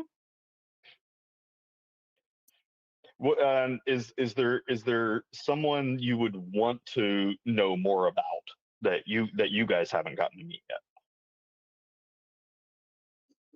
Everyone. Yeah, I think Oh, you could know more about everyone, and it would be interesting. yeah. Like, you almost never have enough time to actually chat and just get to know each other. Yeah, not fully, right? Like everyone is going to have parts of their life and extra things that we don't know anything about, especially with the community being so big. And like I like getting to know more people. So like also at events, like I tend to spend a lot of time chatting with people, but it's usually divided with a lot of different people, which means that you don't go as in depth as you would go with your best friend that you chat with every week. And even like online on Instagram, it's the same. Like, yes, it's nice to have conversations and sometimes like random things pop up with a lot of folks, but it's still once in a while we will have that 15 minutes of we are just chatting with each other and sending us gigantic long messages and like learning more about each other, and then it doesn't happen regularly and it's really hard to keep up with people's lives. So everyone, and I love everyone in this community. So. That's just lovely, and you're absolutely right that it is hard to like get to know 1,500 people at an event all at the same time. It would be a bit hard, yeah. Oh man, maybe maybe at one of the events we can have like a deep dive question of the day that everybody just like defaults knows that you're gonna ask somebody else. Like. I'm sorry to interject again. Emma B, can you please move the... Yes, thank you. Oh, and I think I know we've Putting had boxes in front of cameras is the bane of my existence today. It's like, and I get it. You're doing like 5 puzzles, and then you put the box here, put the box there, and you forget that the camera is even there because you're so focused on the marathon. But yeah, for us, it's like difficult to follow along and see what's happening if the boxes are in front of the camera. And my cat is doing all kinds of stuff. Sorry. Oh no! Now there's cats dealing with the puzzle. I know that. Do either of you have pets? I thought I remember one of you having a cat, right? I have 2. Yes. That's right. Yeah. Do they ever help? Cats in the puzzles. Whenever we see a cat in the puzzle, it's I'm hers. gonna do it. Well, if it works, like Yeah. it might not make sense for the puzzle, but I did do all of the cats in the busy cats puzzle because I had a sneaking suspicion that was going to be your primary job on that one. We have to appreciate it afterwards. If you don't do it, then we still have to appreciate the cats. Look at the cat, yes. And I comment about I found a cat because she has made fun of me for being so excited about seeing a cat in like the puzzle image before. But now if I see a cat in the puzzle image, I point it out loud and we laugh about it. So it happened also yesterday in the team. I don't remember where. There was like a puzzle where we didn't expect at all there to be a cat. Oh, it was one of those very busy Amy Stewart ones, like a 1000 with, the long lines with different scenes and a lot of things. And at some point there was a cat on like just a single piece had a teeny tiny black cat. And so I had to comment about the cat. That's absolutely wonderful. And I think it's a very specific domain knowledge to be able to go, this cat, this is my job, this is my time to shine. Do you feel like if it's a dog, is it not the same, even though it's like fur and contrast and everything? No, it's only the cats. It's only about the cats, yes. What about tigers? Because tigers are kind of like cats. Yeah, tigers are nice. I think that's why like the puzzle from the marathon last year, the 1,000 like terrible ones from Friends. I kind of liked it. It was cats adjacent. I think like also like foxes and like wolves are kind of cute enough that they are not in the cat family, but cute enough. So it has to be cute on a cat scale, not necessarily a cat though. Yeah. Okay. So where do bunnies fly on this spectrum? Sorry, couldn't hear. Can you repeat? Where do bunnies fly? Rabbits. In the neutral area, together with the dogs. I think. Okay. All right. What about panthers? I'm just curious about the classification system now. Panthers. They are in the cute area, I think. But it also depends on the image, right? So like if it is a real cat, even if it's ugly, I will mention that it's there. The other animals, they need to be cute. Or they are not. That makes sense. What if it's somebody that has really long flowing hair that like, and the hair is very cute? Like is it close enough to just be a ball of cute hair? No. No, I don't think so. Valid question, but no, I don't think so. All right, we've found the upper limit. That's what I was shooting for. Where are the guardrails? Also, congratulations on making your next train. For those of you who can't see them in the window at the moment, they were on one train, they popped off, they popped onto another one. All right, you guys, I think we're gonna let you travel the rest of your journey without having to talk to us. But thank you so much for joining us anyways. Congratulations on your like amazing time today. And yeah, we'll see you soon, I'm assuming, again in another EJJ and probably also at some of the upcoming competitions Some that of the are big happening events, this yeah. year. Yes. Congrats again. We'll Thank see you you after so much. that. Thank you. Bye. Oh man, those two are absolutely wonderful human beings, and I just adore both of them so much. Yeah, the problem is that I want to keep chatting with everyone forever. However, I also want to like bring our focus a little bit back to what has been happening in the meantime here with all the people that are still puzzling at the moment. So we had about 47 teams that have finished. So officially more than half of the people, more than half of the people of the teams are done by this point. Which is really cool. We're only at 2 hours and 30 or 40 minutes. So there's still like an hour and 20 to go for everyone. Yeah, to catch up. A lot of people are busy with this last puzzle at the moment, which is really encouraging. So you're almost there. You've got it. Yeah, so let's see who is right now closing in on this last puzzle. So we have Sarah's team, we have Joanna's team, we have Line Beate from Norway, we have Zach, Elitska, and Jenny. They're all working their way through this final puzzle. And I see like some people have taken the tips of Mari and Sammy, and they have avoided doing the border on this final puzzle, and other people haven't. I think both can have a benefit, because if you do it, even if it's hard, you're boxing in these little areas on the sides of the shelves with the knickknacks and stuff. On the other hand, it can slow you down because it is a relatively hard border to do, especially the two like on the left and the right side of this. Yeah, it's really is a toss up, and you have to do what's best for you and your pair. Sometimes you can even like start out getting chunks of the border. Like if you did just the bottom part of the border to get that white, the lower white edge in, that's totally fine. Or the upper part of the border where it's that pink background that's not connected to the bookshelves, that can give you some good anchors to just line a few things out and then keep rolling from there. But the big thing is to try not to get too bogged down too early and keep making progress.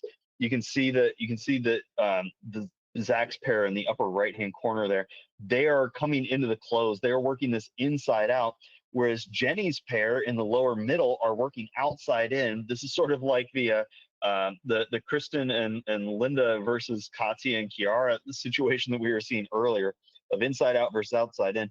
up in the upper left-hand corner, you can see Sarah's pair. They're working on that outer part now, and you can see that they've separated some of the pieces where they have the edges close to where the camera is, and then further away they have some more of those greens that they can use to do fill in. And that's one of those cases where if you've done a little bit of sorting early, it can help you do those zipper, sort of zipper up the rest of this towards the end. Mateus's pair in the lower right-hand corner, making great progress here. You can see that they're both working out of the same side. And Jody and Graham finished strong. Congratulations! we're super excited for them. They finished a little bit ago. Parky Puzzles Jody is saying that that was tricky, especially the Waikawau at the early start time. It is a fun selection. I totally agree. This is a really good grouping of puzzles in terms of difficulty and what it is. The fact that there's a photorealistic puzzle in this group, along with illustrations, along with things that are busy, it's a really good grouping of puzzle images. But these groups are coming down toward the end. We're coming up on the 2 hour and 44-minute line here. And we were talking about fatigue setting in way back at like the 30 and 35-minute line. So now everybody's got to be really grinding to keep that physicality going. You can see Sarah and Zach's pairs neck and neck right now, trying to close this out. I think Sarah's going to be able to be just slightly ahead. I think on the timer it's going to show it, and there it is. Yeah, Sarah's pair slightly ahead. Very, very well done. Congratulations. Just under the 2 hour and 44-minute line. Super, super exciting, and a job well done on this pairs mini marathon.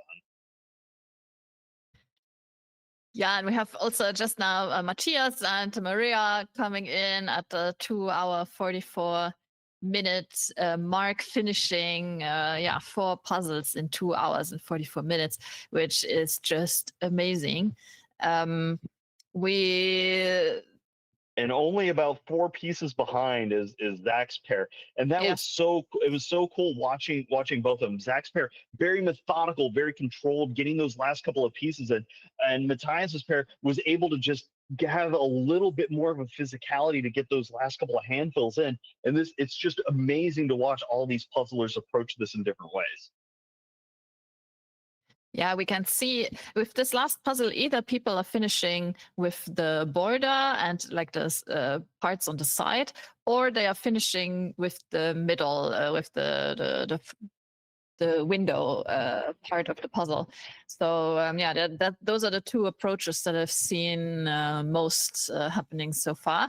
And I couldn't tell you which one was faster. I guess it's just about what is your preference, because the window is not, it seems maybe straightforward if you're looking at it at first, but it's not that straightforward of a section, because the lines and the colors are relatively flat, so there's not a lot of shading going on, or there's no gradient or anything like that happening, so it can be quite confusing. You do have this little river that's going through that you can follow as like kind of an anchor point within this window. So yeah, I can understand why some people choose to do it last as well. Let's see, who do we have lined up for another interview? I think Martina and Tamar from the Netherlands have been, my cat is hungry, so he's trying to paw at me to feed him, but yeah, we have to wait until my husband is back. Martina and Tamar, if you are there, you can turn on your, yes.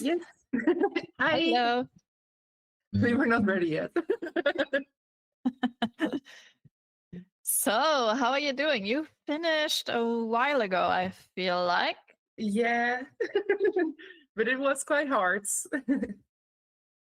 So, we were really doing well with the first 2, and then with the third one was a bit slower, and then the last one was really slow. And that's, that happens to a lot of puzzlers where there's 1 or 2 in a marathon that just like hit the wall hard. Yeah. What do you think made those puzzles a little more difficult for you?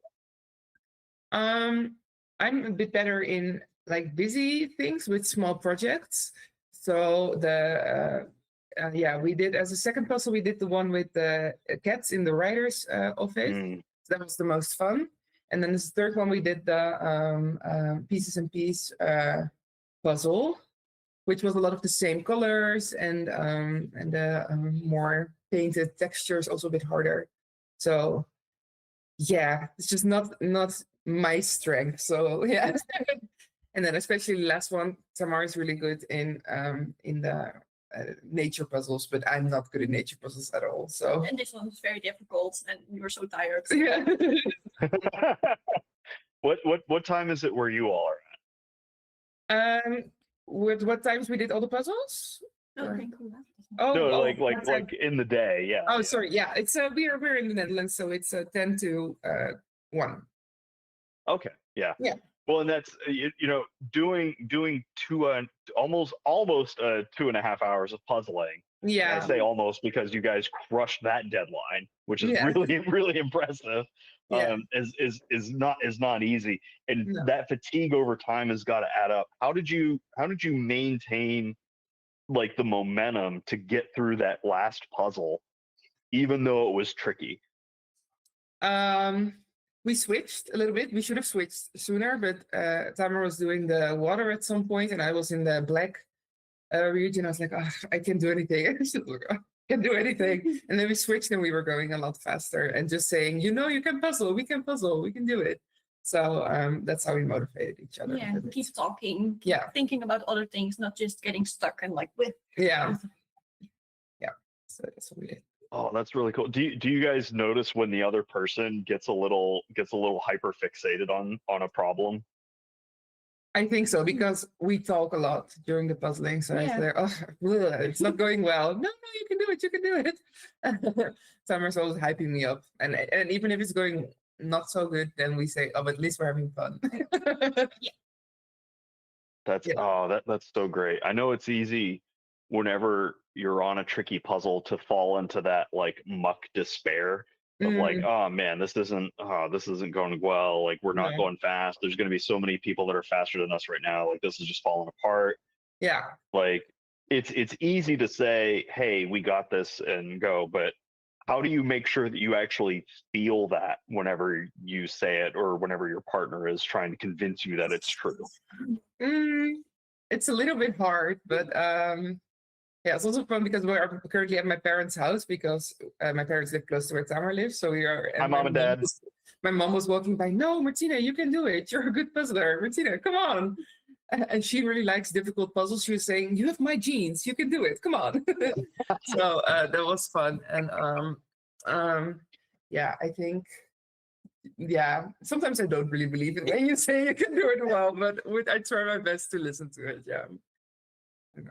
That answers the question. But Did you feel an extra layer of pressure with your parents, like kind of eyeing the table, walking around? No, not really. Did you? No, that's not too bad. Just fun. They're also getting into speed puzzling, so they were more looking like, oh, you guys are doing well. Supportive. Yeah. Oh, that's so cool. It's got to be a boon for them to have two fantastically powerful puzzlers in the house to like train them in the arts Yeah. of how to do the assembly. It's so cool. It's funny because yesterday we also had a puzzling competition, which was kind of local here. And my Tamar won, by the way.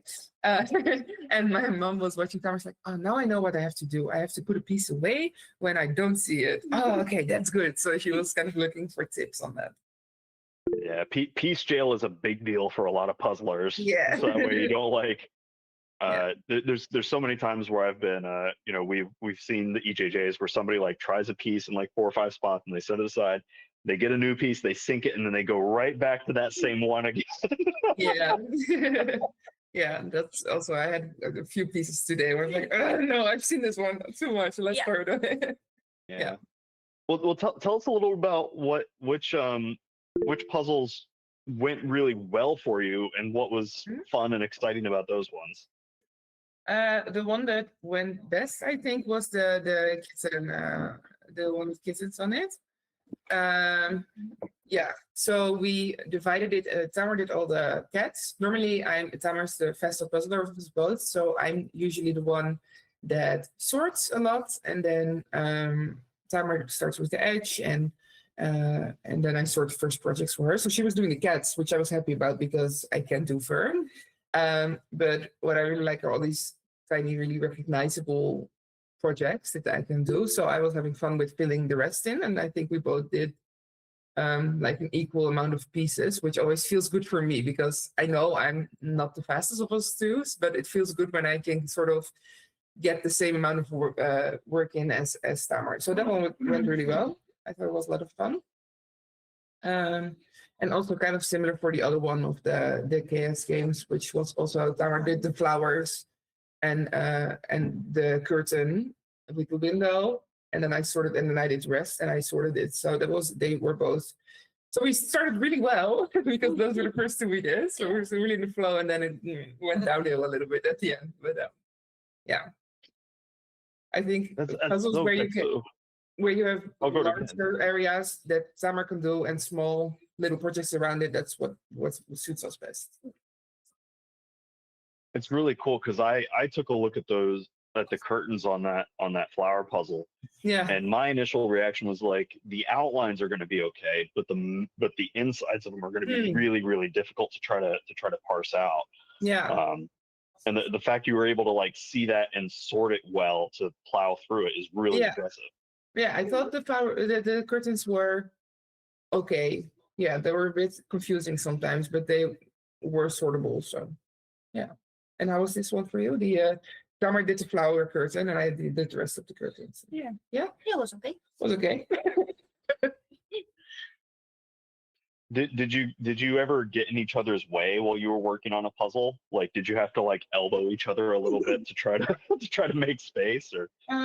Not elbow. No, but a not so few much. bumps, Yeah. a few bumps. What's kind of difficult is the table where currently my parents have a really big dining table. So the distance between, if we're both sitting on opposite sides, is quite big.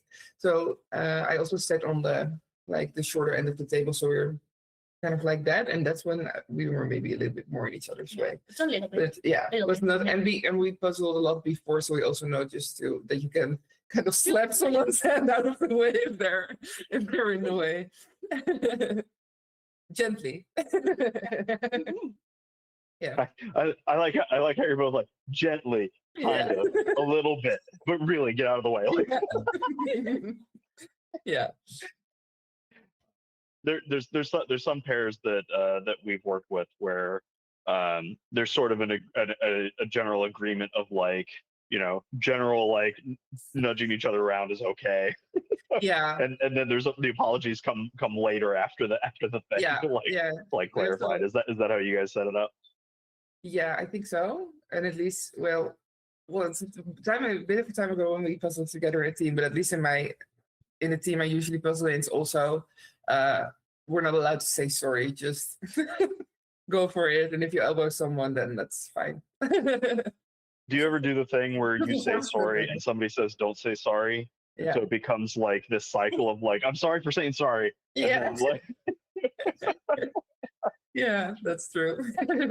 Oh man. Speed puzzling as a contact sport. That's the first I heard of that. That's your. Yeah, it's so funny. I was also watching skating yesterday, and they also said it's a contact sport. I was like, no, they're just skating, right? But yeah, maybe sometimes it's a little bit of contact sport. Man, well, I was looking at y'all's time. It's 2 hours and 20 minutes and two seconds. That is truly amazing. Because there's a lot of when we look at pairs thousands times, a lot of those are over an hour for puzzles that are less straightforward. So you guys are like on pace with that, like just around it. Like that's really impressive. How does it feel to have done so well in this mini marathon and put up such a great time like that?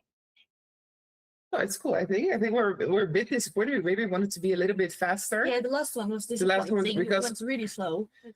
because the first two we did under half an hour, and then the last one we did 47 minutes. So yeah, so the end was feeling a bit like a bummer. But then on the other hand, 2 hours, 20 minutes is not too bad for puzzles. So yeah. No, Yeah. it's amazing. And it just shows that probably by the end, also the stamina is like a little bit less because you've been puzzling for so long. For sure. And this is something I feel like I keep repeating, but if you're a fast puzzler, you're used to finishing, puzzling, and putting all your energy into like a certain amount of time. And then when you suddenly have to puzzle longer, this initial stamina kind of like goes away the longer you puzzle. So yeah, I think it's understandable. That's probably for most people that the last puzzle is a little bit slower than they normally would do it if that was the first puzzle that you would do. Yeah, I know that some people, for example, I puzzle a lot with Maartje and with Jesse, and they really like doing 1,000-piece puzzles. You also like doing 1,000-piece puzzles by yourself. But for me, I always take longer than 2 hours, and it's not fun. But maybe I should train it. If I want to do more marathons, then I should do more 1,000-piece puzzles by myself. But yeah, at the end, you get so tired. Yeah. Tell us a little bit about your fun facts, because you said like one fun fact that you have in common, and then you also had like two like for each of them. So maybe let's start with the thing that you have in common. Yes. So when I first met Tamar, she was wearing a Blackpink shirt, and I was like, oh my god, Tamar also likes K-pop, and I listen a lot to BTS, but no one in my friend group likes that. So usually I'm alone in being a fan of K-pop. And then I saw Tamar, I was like, And it was the first time I was like, she likes Blackpink. She probably doesn't like BTS, but then she also liked BTS. So then we bonded over that. And we always listen to K-pop when we're practicing. So all the up-tempo songs. So that, and it's also really kind because Tamar gifted me an army bomb, which is the light stick they use at concerts. Because I went to a concert of one of the BTS members and I didn't have one. I was feeling really sad. I was like, you can have mine. So that was really kind. So I'm going to a concert in July and I will have the light stick. Yay. Yes. So that was a shared fun fact. Yeah, I don't know anything about K-pop other than it exists. And I guess, of course, there's a few songs that I know that are also like in the charts today. Yeah. But generally, if you like listen to K-pop, do you also know any Korean, or do you just like to listen to it and you don't sing along, or how does it work?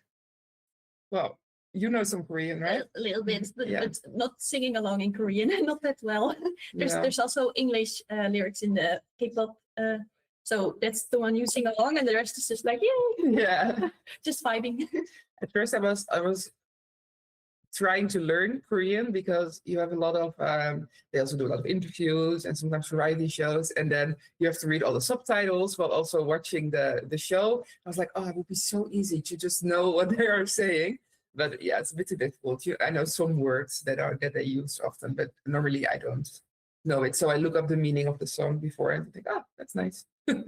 So what is it about K-pop that is like attracting you both like to this style of music? Is there something specific that you gravitate towards, or is it, I don't know, the vibe?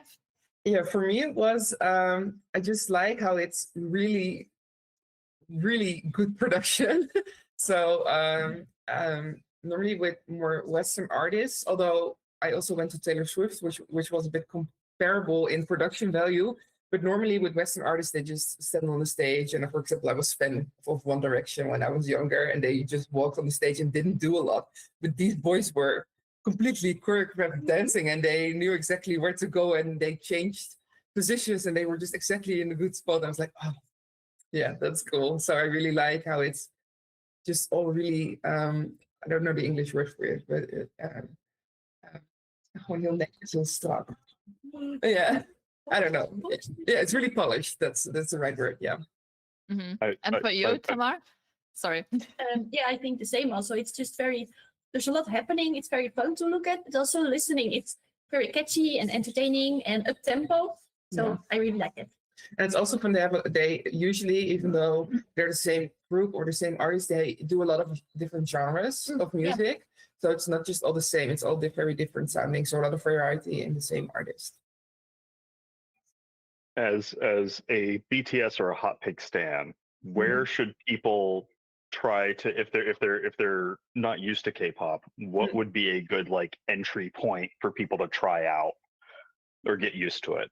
Because I've started recommending K-pop Demon Hunters as just a very baseline, like this will just be a vibe that you can get used to. But like, what do you think is a good starting point for folks like Catherine who aren't familiar with the fantastic world that is K-pop? Well, for example, they have on I think on Disney Plus a full concert of BTS, so you could maybe watch that, and then you can see that. And then it's a lot of fans on the internet say, I just wanted to learn their names, and now I'm because I also like I feel like I should know their names, and then you watch a lot of content and then you fall into it. But just to watch the high production value, I would maybe just watch a full concert. Or just one performance. Or one performance. They also did, for example, that was a few years ago, because I'm mostly a fan of BTS, so they were in the military for the last few years, so there's not a lot of new content, but they also did Saturday Night Live, for example, and I thought that was a really cool performance, so you could maybe watch that one. Yeah, I've seen bits and pieces of like K-pop things popping up, and especially I have like a little niece who was really into K-pop Demon Hunters. So I've heard those things. I'm more of I like Korean reality TV shows. Yes. So I'm more on that side of the thing rather than the music. But it sounds really cool. And talking about reality TV shows, I did watch one that was about like forming a new K-pop band. Yes. One with Ketsai? Yes. Yeah. So I'm like interested in that, not so much in the music. I don't know what it is. So I was interested in like what is it for you that like speaks to you about the music, because for me that part is like a little bit lacking, but I find everything around it really interesting. Well, actually, it's not really for the rest of the artists I listen to. It's not really the same. So I also don't know what it is, but it's also because you can sort of, when you listen to the music, you can sort of visualize the performance that goes with it, and that I really like that. Yeah, that's really cool. And so then you also had some fun facts about each of you. Who wants to start? Maybe Tamar, do you want to tell us about Martin, and then the other way around? The way around, yeah. Okay. Tell about me, about my musicals. She can sing really well.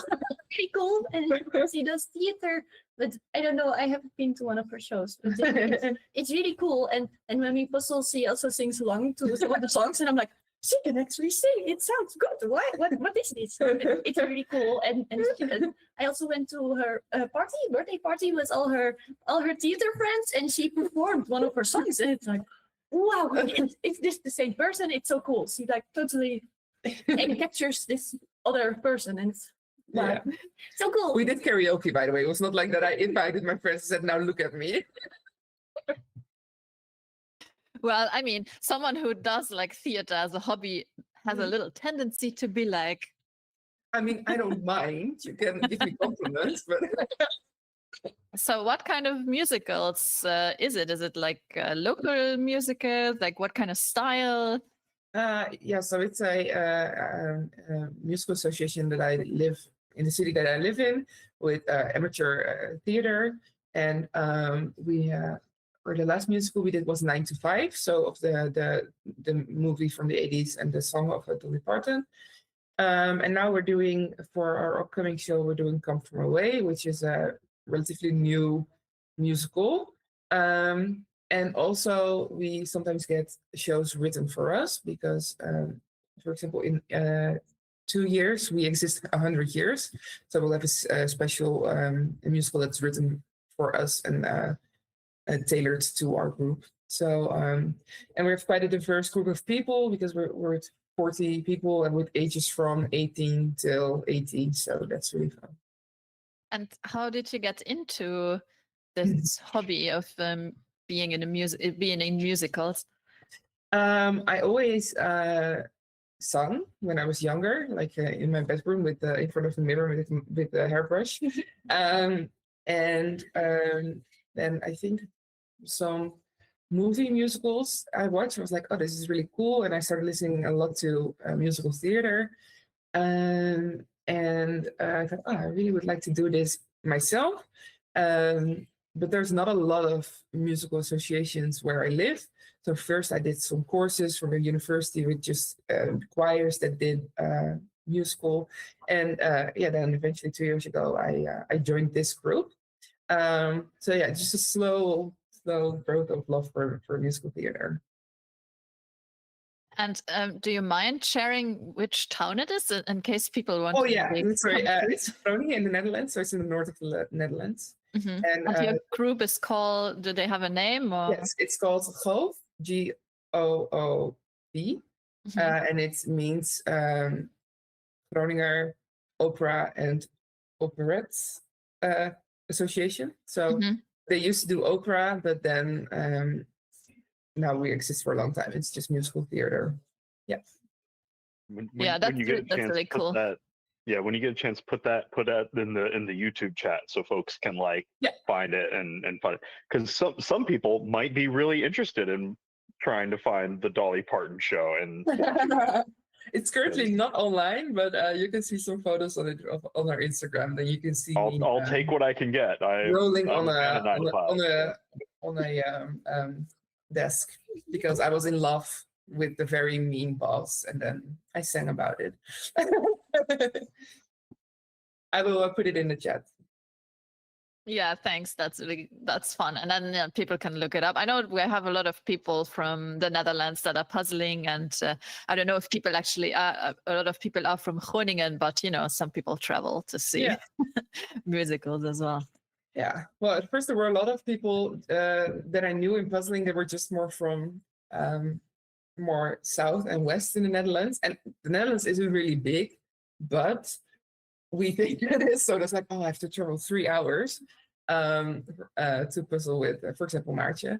I didn't know a lot of puzzlers up north, but we are both from north now. For example, I think Anne Roos and Floorke are also puzzling today, and they are also from the north. I'm getting to know a bit more people here, but puzzlers are, for some reason, more south. Yeah, more central, I would say, because I'm from the south, and really the south. I'm not for us. Everything below Drenthe is all south. Yeah, no, I mean there are a few in my area, but I'm from the Heerlen, Maastricht area. Yes, that's south. Yeah, there's a few of us. Most of them are Eindhoven. Yes. Yeah. And then Tamar, Martina, tell us about Tamar's fun fact. Well, she did competitively checkers. Is that the right word? Draughts? Oh, so sorry. I thought it was the same. I don't know for how long you did it, but when you were a little bit younger. 10 years. For 10 years. And then she also went, for example, to the European Championships, which was also in Turkey. So that's how we knew something about Turkey. And she also played against Delia, which is also a puzzler. Not Delia, but Delia played against some people who I also played against. Oh, okay. I'm so but sorry. Delia played when she was younger. Yeah, okay. And yeah, you're really good. That's all I know. So yeah. So tell us, how did you get? So what is it? It's not chess. It's drafts. So you have checkers and drafts. It with black and white flat pieces, like the flat stones, and then it's 10 by 10. So that's drafts, international drafts. So what's the difference between drafts and checkers? That's 8 by 8. Oh, okay. Boards. Yeah. And is this a very tell me about this sport, because this is a different another a niche kind of a sport, I'm assuming, because I mean I feel like everyone has heard about checker tournaments or chess tournaments, but I have never heard about draft tournaments. So how do they work? How did you get into it? How did you know that you were sorry, that's the coffee machine going. No worries. How did you realize you were good at this thing? I started in school, primary school. There were some school tournaments, so you had a team of 4 players, and I wanted to join that, but my mom was please go train first, not just join. And then I joined the club, and it was really fun. So I kept doing it, and you have like smaller competitions and also national and worlds, and you just play against one person. And usually a tournament is 9 rounds against 9 different people, and then you win or lose, or it's I don't know the word, but like 1-1, like it's one wins, tie. Yeah, draw. Yeah. Yeah, and then you add the points up and then see who wins. And usually when you have a serious tournament, like one game is about 4 hours. So it's like a week-long tournament of like thinking and thinking and thinking. And yeah, I don't know if that answers. That sounds intense and amazing. Yeah. To be like when I was younger, I used to do like chess, and I would play some correspondence games, and you would like do a move every couple of days or something like that. And that was so to have that kind of focus over 4 hours and then do a whole tournament over a week, like that's amazing that you're able to do that. That's really, really cool. And were you any good? Like, how were you doing, like placement wise? Yeah, on the national level, I was quite good. I got 3-time national champion, and usually I was in the top 3. But international, I was just in the middle, so just okay. Oh, you know, I was only the best in the nation at this thing 3 times in a row. Crosshair. But there's not that many people who played, so sometimes it was out of 4. So then it doesn't feel like an achievement.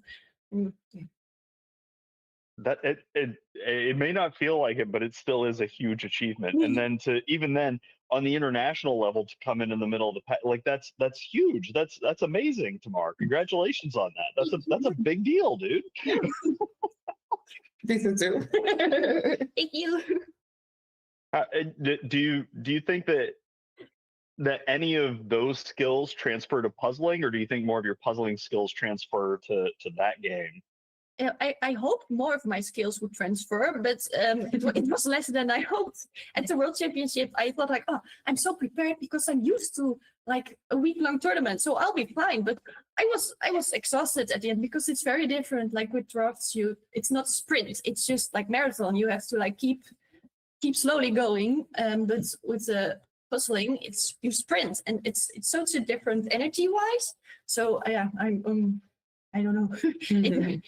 I hoped it would help me more, but it didn't. But I think it's training ethics maybe, and like just I'm quite serious about it. Maybe like like train like this or like this, and stay focused. I think that helps, and the concentration part.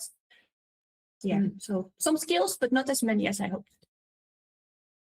Well, and learning what works for you in some cases and what doesn't work is just as important, right? Like you tried an experiment, and now you know that particular thing doesn't work for you, and that's a-okay. So you get to try a new thing, which is great.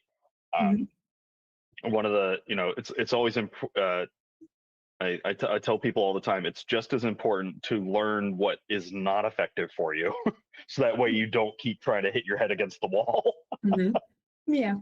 Which is really great. So congrats on that. And I'm excited to see how you tackle the next big event that'll be like that. Because you're right, the hurry up and wait, and like the start stop of sprints, that can be really jarring for folks.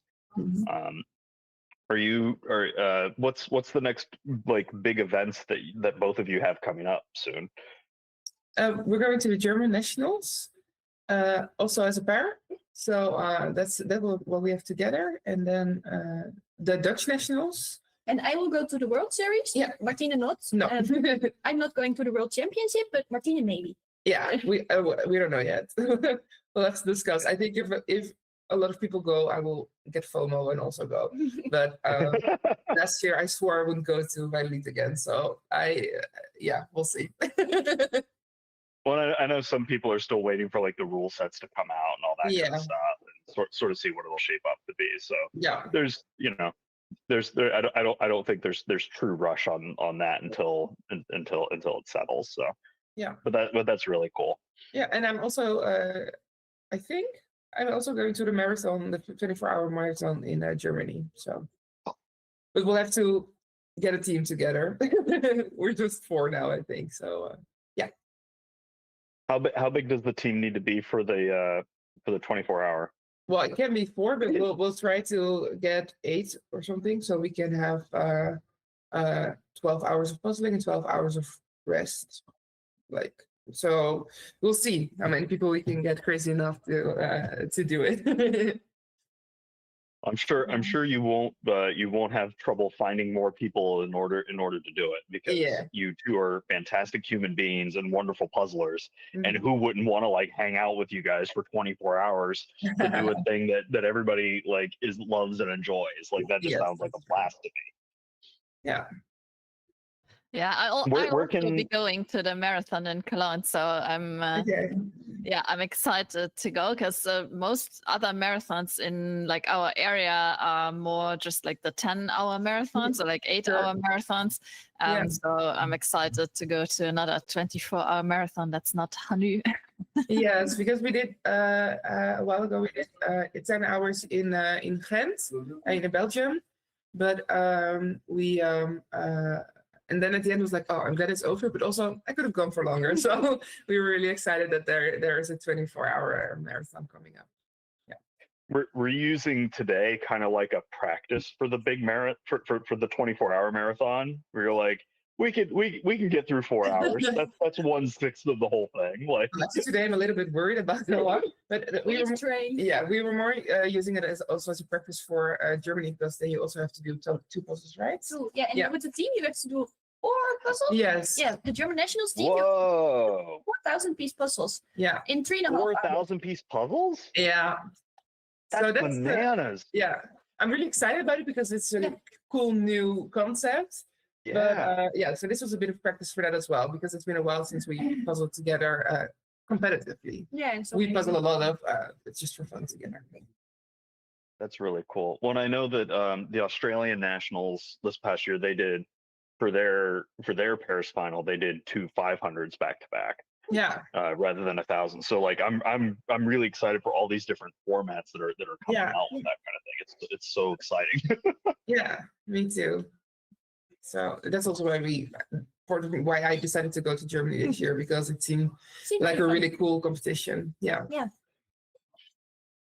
Well, and with you two there, it'll be extra cool, right? Like it just lowers the temperature down for everything. Now, so for in gearing up for the German nationals, like what are your thoughts for where you're at in your prep now and what you want to be ready to do here in a few weeks for it? Yeah, I will just puzzle more than for the solo. After Worlds, I was really not wanting to puzzle anymore, so I just have to get back into it. I don't know if we'll puzzle, if we're going to train again. Yeah, I think so. Yeah, of course. So I don't know about you. How are you training for the? Yeah, I think we also have team training sessions coming up, and I think we need to focus on not doing one puzzle and then a break, but do all the practice puzzles back to back. Yeah. To like get the stamina thing down, and also with the solo practice, just the stamina. Yeah. Like, Yeah, and we puzzled together in not these exact 4 people, but we've puzzled all together before. So it's not really about getting to know each other anymore, but doing the stamina thing. I think that's a good idea. Yeah. It's dialing everything in rather than setting it up at this point. Yeah. So that's really exciting. Well, I am so thrilled for both of you. Mm-hmm. Congratulations on a fantastic time. Thank you. That really is impressive. But before we let you loose into the world, do you have any shout outs you want to give to people, like anybody that you just want to like say hi to? Any parents you want to do like a quick like, hey, congratulations, that kind of thing? Yeah, I think Mineke, one of my board members from Speedpuzzle in the Netherlands, is still puzzling. So Mineke, come on, you can do it. I don't know. They are just they are putting in the last few pieces on the border, so they're almost done. Good job.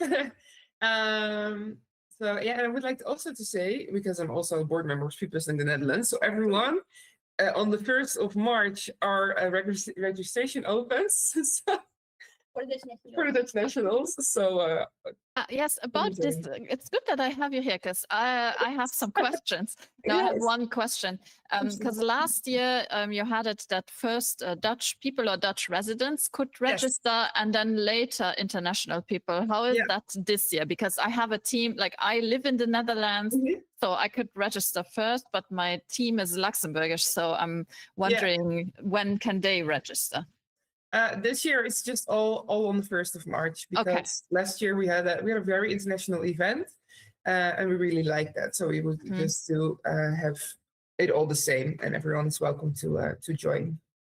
And we have also more spots available for pairs this year. So it doesn't really matter to. First, we wanted to it was our first event that we organized, so we wanted to know how many people we could expect, and we didn't want all the spots to go to people from outside the Netherlands, and that people from inside the Netherlands wouldn't be able to join. But we see that there's enough space for everyone, so that's why we open it up for everyone at the same time. And then another very important question: will there be cheese again or not? Oh, we hope so. After the success of last year, we need to have some cheese. So I will get Daniela on that. She has some good contacts there. Nice. Sorry. What about cheese?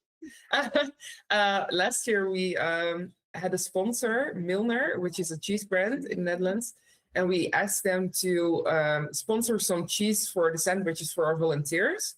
But instead of just a little bit of cheese, we got kilos of cheese, and every contestant got a block of cheese to take home. Multiple blocks of cheese, and also it was amazing. Slicer, yeah. 2 slices. All right. 2 slices, yeah. Every other national jigsaw puzzle competition needs to up their game. Yes, immediately based off of this information. Yeah. And you haven't even heard that is everything. amazing.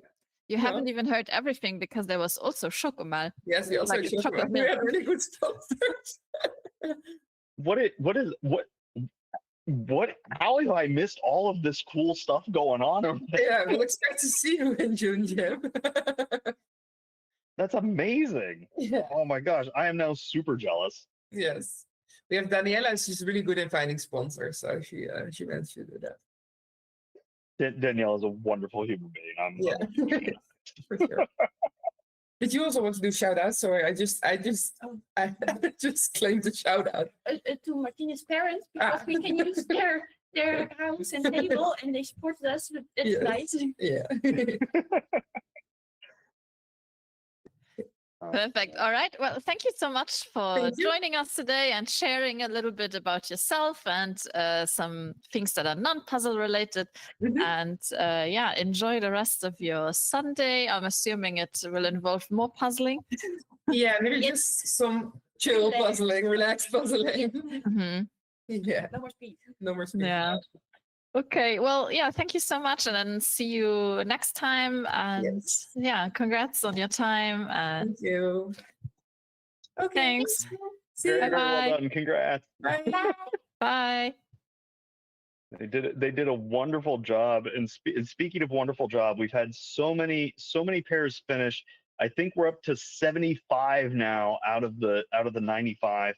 And looking at the field, I know a lot of the field is on their 4th puzzle, or a good chunk of the way in through their 3rd right now. And I think there's a shot that everybody can finish. That is always my hope and belief, is that we'll be able to clear the room. We'd see Natalie's pair coming into the last little bits of their puzzle. And I'm so happy they just finished, because they will be our next interviewees, and then they're coming fresh off the puzzle into the interview. Impeccable timing. Yeah, we'll give them a couple of minutes to catch their breath, and then we'll check up with them in like 5 minutes. Look at the lower left-hand corner here, Sabina's pair. They did both the border and that inner window, and I really like that, because they can sandwich in from the outside and the middle going out in order to use the shape of the piece to wrap that up. It's such a cool setup, and you're seeing a few other pairs do that as well, where they've done the border and then they kind of work their way inside out. Really cool methodology. Yeah, so we have about half an hour left. So everyone who's puzzling right now, that's kind of the time that you have to envision yourself still puzzling, maximum of half an hour. So everyone, I feel like everyone who's on the last puzzle right now has good chances of finishing. I see a lot of people and pairs that are almost there. That definitely don't need the half an hour. I see a few pairs that I think they will probably be puzzling until the end, because there's also a few that I see that have not started this last puzzle yet. So words of encouragement, it's only half an hour more that you need to concentrate, and just do your best and try to put in as many pieces as you can, because also if you don't finish the pieces, we will rank you later based on like how many pieces were you able to put together. Absolutely. And sometimes it can be a thing of when you feel that slog coming on, you try. It's important for you and your pair to just refocus and try to figure out what is working and what isn't working. Maybe we want to approach this differently. Maybe now is a time to do a big shape sort, so that way we can use that as a tool. Maybe we want to try to parse these pieces out into greens and pinks. Maybe we want to try trading positions physically, like swap spots with your partner, because a different viewpoint is sometimes enough to give you a little bit of a boost going into the next round. It never underestimate the joy that you can have of like blinking for a few seconds and just using that as a little bit of a reset to keep yourself moving. But we can see here that Alexandra and Simon up in the upper left-hand corner just hit the finish. Very, very well done. Congratulations to both of them, screaming into the end here, just under the 3 hour and 29-minute mark. I think they need to hit done on the app window thing just to be sure.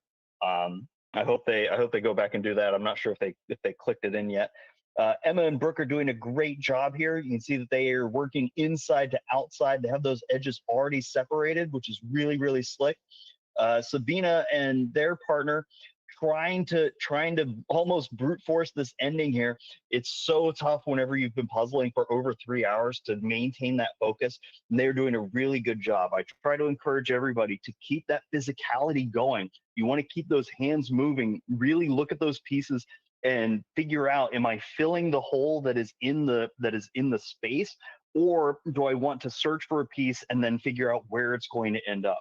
Both of those tactics are really, really powerful, and you have another human being there at your same table that you can encourage and get encouragement from. And sometimes the best way to give yourself a boost is to give your partner a boost and say, hey, I saw you got that piece in, let's go, you're doing great. And that little bit of an energy shift is enough to keep you grooving. We can see in the lower middle there, I think that's Siren Fletcher and their partner. They're coming into the close here. They have maybe about 25, 30 pieces remaining, and they're going to be able to rapidly finish that up. It looks like they have a close where instead of everything being in one little hole, it's sort of spread out all over the place. We sometimes call that a Swiss cheese close. And that's really, really strong for pairs because you're less likely to get your hands tangled up, and you can move very rapidly in order to pick up a piece and sink it where it's going to go. It's really, really cool. You can see in the lower right-hand window, Anna and Joanna making those islands of success, as I call them sometimes. You can see that they got those pillows in the lower right-hand part of the puzzle already built out, and one of them is working on the grass in the window. And I really like the choice to go for the whites, the white part of the puzzle here, to get that like brighter skyline and the pillows simultaneously inside of there, and then branching down from that, as opposed to going just green, because there's a lot of it in there. And the more you can get that unique color, the more success you're going to have going forward. In the lower left-hand corner, we can see Judith and their pair doing a great job. They have that full border built. They have that inner window, so they are trying to get that lower part of the puzzle knocked out, and those bookshelves. And that's where there's some uncertainty, that really checking the image multiple times can help a lot, because you can start learning what needs to go where just by doing that little bit of study time. And everybody's doing a really good job as we cross the 3 hour and 32-minute line. I'm excited. I'm confident that we're going to have some more finishers here. Yes, and talking to a finisher, here is going to be someone who has just finished the puzzles. Natalie, you can turn on your microphone if you want. Hey. Hi. Hi, nice to see you again. Am I correct in assuming that you puzzled with your partner? Yes. And is your partner also a speed puzzler? Is he just a willing participant in the Paris marathon today? No. So when I started with speed puzzling, he never did any puzzles before. And when I finished my first ever timed puzzle in around 80 minutes or so, he was like, I can do that even faster without doing any puzzle at any time before. I think he finished it in around 3 hours or so. And then he was like, that's even harder than doing a half marathon or so, because of the mental approach. But then he just got some joy into doing puzzling with competition wise, so to say.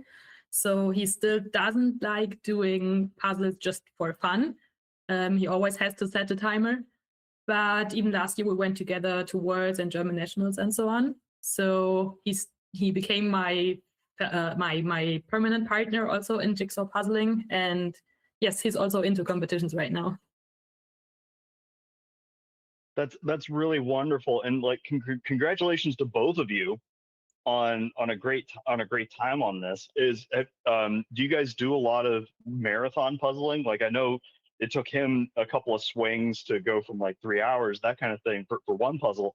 But how does it feel to be able to get 400-500 piece puzzles done in this timeline? We also competed in the last mini Paris marathon here. And we also had a month ago for the German Nationals a training where we have to do as a team for continuing 1,000 piece puzzles. And just from the amount of pieces that you have to do per person, so to say, it's just the same amount by doing 4 times 500 with 2 persons. But apart from this, usually we do at maximum 2 puzzles back to back. Oh wow! So this is like weight training for your brain and for the physicality to be able to do 4 of them. Is that right? Yeah. Which of these puzzles did you find to be the most straightforward for you guys? I think the one with the flower bouquet. So also we decided that for the 3 puzzles that we can decide onto, we wanted to start with medium, hard, and then do the easy one to get more motivated for the last one. And I think even for the times that we did on the individual puzzles, it was that the easiest one was the one with the bouquet, and the photograph was the hardest one for us. So from the 3 that we can decide onto. Yeah, a lot of pairs struggle with like landscapes or photorealism just because it's not as common of a puzzle style, I think. Yep. So for me, it's usually also that when you have diagonals to fulfill, you do know that maybe those 2 pieces belong together, but you cannot connect them. So I think it's even a bit harder than if you would have the puzzle in a horizontal separation. Yeah, little things like that add up really quickly. Did you guys try to like line out the diagonals as you were going, or just sort of say, we'll get to it when we get to it? At first, I thought about making the diagonal that we have a clear separation, but as soon as we had all the pieces on the table, I was like, no, those parts in the middle are just dark for me. So I just started with the orange part, and my husband started with the wave and the waters, and we just have the black gray pieces at last. What does it sound like at the table while you guys are puzzling? Are you very active, like talking to each other? Or are you guys very quiet? Like what does it sound like? Usually we talk a lot, but also a lot of trash talk. Sometimes like you can't do anything, just go faster. You're doing just nonsense puzzling or so, but keeping the fun during the puzzling also helps us to keep motivated. And I think the motivation is quite important to keep the speed. That's really great. I know there's a lot of puzzlers that like whenever they're chatting, it is only positive things, or whenever they're chatting, it's kind of like aggressive, like ribbing each other a little bit. You know, there's some puzzlers that you know, kind of are very colorful in their language sometimes, which is, you know, entertaining for everybody in some ways. Do you find yourselves talking to each other more or to the puzzle more? Because I know that some people are like, you piece, you're go in. I think both. So my style of puzzling is that when I do something and I have a certain section and I try to get it together, at some point it's always like, I don't understand what's going on here. And then a second later, okay. So everybody also, when I do jigsaw puzzles with other guys, they're also always like, as soon as they hear me complaining about the puzzle, they knew that in a few seconds I will speed up again. Because usually as soon as my brain starts to quit on those single pieces, it's like, oh, it does fit. But we do also talk to each other, like I'm having trouble in this section. Can you help me to find some more pieces, or should we switch or something like that? Yeah. Was there a point while you were going through this that you guys kind of like really found a slog coming on and had to dig yourselves out of it? Because I know some puzzlers, it's like the 30-minute mark or like an hour and a half, they just like feel that wave of like, okay, we've been doing this for a minute. I think somewhere in the third puzzle, I was like, oh no, we have to do one more. And it was during some of the interviews when the people complained about the last puzzle. I was like, okay, it seems to be a quite hard one. I did not have a look onto it, but I don't want to do it anymore. And also during the beginning of that puzzle, we had some trouble to find a good starting point. So I was like, okay, I will do the dark green pieces. So the plans on the bottom and on the left-hand side. And my husband was like, okay, I don't know what to do. So maybe I start with the border, even though they said it doesn't make any sense. But in the end, it was really helpful to fulfill the pinkish pieces between the border and the green window. So that was also the last pieces that we had to put into. Yeah. No, that's apologies for psyching you out a little bit and making you think that it was harder than it needed to be. And I know some people listen to the commentary to like, you know, just for funsies, or maybe if they know they're going to be a little behind, they're like, oh, what's a hint? I really like that you guys were able to figure out a path that worked for you rather than trying to do somebody else's version of things. Because being able to see those differences in the pink, that's huge, and being able to like knock that down, that's a really big deal. So congrats to both of you for finding a way to be like, okay, this is tough, but we're going to charge forward on it. That's got to feel really great to pull out. Oh man. Natalie, I would like to talk a little bit about your fun facts, because you wrote like 3 very different things. So do you remember what you wrote, or you want me to like jumpstart your memory a little bit? I think I also wrote about the first time that my husband did a jigsaw puzzle. Mm-hmm. And I think also about our pair competition shirts, but I'm not too sure about it anymore. Yeah, so the first one was about that you met your husband doing judo. So you're also doing judo, I guess. Yes. Is a fun fact. Oh yeah, tell us about your cat, your puzzle assistant. Yeah, so it's not an official puzzle assistant because he's strictly forbidden to be in the competition area, because he jumps on the table, and if it's not bad enough, he starts to eat the single pieces. Oh no. And you might end up with a missing piece because it's in the cat. And also, he's not too bad as a cat, but from time to time, he makes some jokes on us. And even like those things like eating single pieces, we're always like, okay, we named our cat Loki, which is the god of mischief. Maybe the fault is by us and not by the cat. Yeah, you might have brought that on yourselves a little bit there.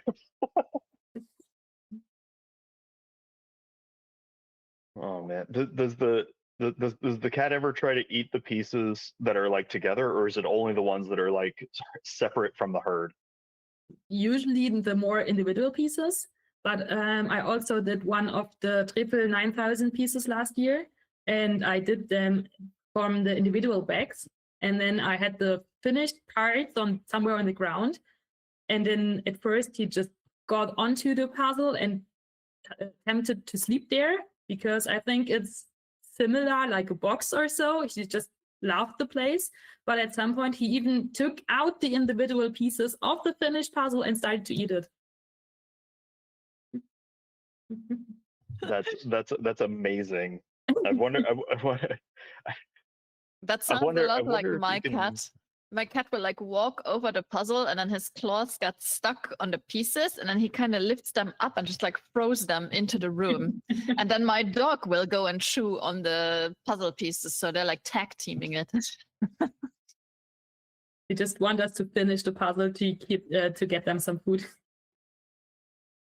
Have you tried to put the cat in like a judo hold, and like I don't know if there's like an equivalent of an arm bar for a feline that you could try to use to like stop them from chewing the pieces down, but yeah, the problem is that sometimes I'm quite sure that my cat has just 3 brain cells or so, and even if you do something to make him clear that it's not okay what he did, he starts to purr. I'm like, it's not a favor that I'm doing right now to you. He's just like any interaction is good interaction. Yeah. And then your third point was about the name. I don't know, did you talk about it? Because I was like AFK for a second. No, we didn't. So we have made some pair shirts for ourselves. And so we have some puzzle pieces there. Of course, it has to be somehow connected to puzzles. But we also state that we are a cool puzzle couple, but we don't write cool with COOL, but with KUHL, coming from our surname, which is Cool Man. And also the second funny thing about it, so when this joke started for us is when we got engaged.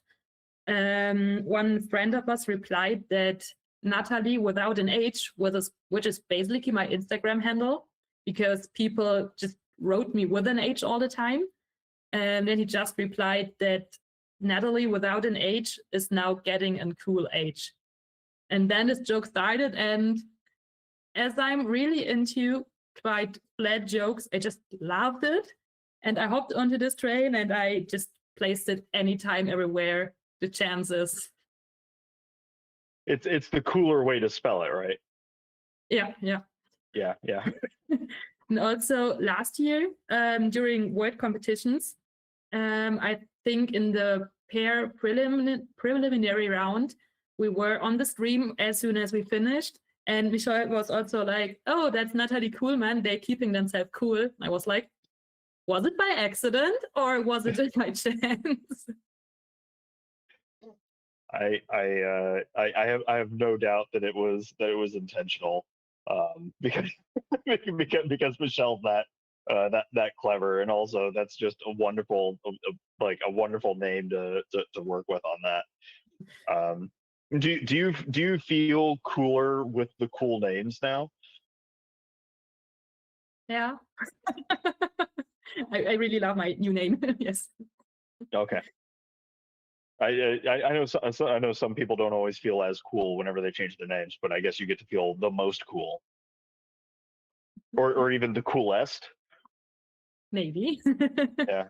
Have you considered picking up the middle name of like Super, so that way you can be super cool? Maybe for future children. No, there you go. That's the or what you could name one kid Hot, and so it's like hot. They're hot and cool. Oh yeah, good right? idea. Like have the opposite ends of the temperature spectrum going, right? I'll just write it down as a future idea. Yeah. or Breeze, so that way if they do surname first, it's Cooler Breeze or Cool Breeze, that kind of thing. Yeah, like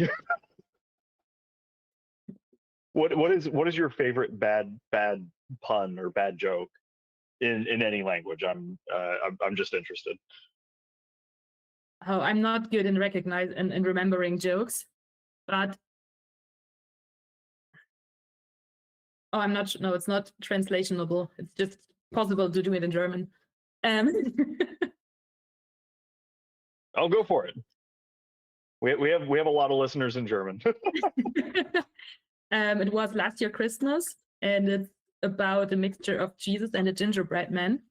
And gingerbread man in German is Lebkuchen, and so the joke is like Jesus finds a gingerbread, so which is Lebkuchen on the street, and then he just said Lebkuchen to the Lebkuchen, which means like live cake.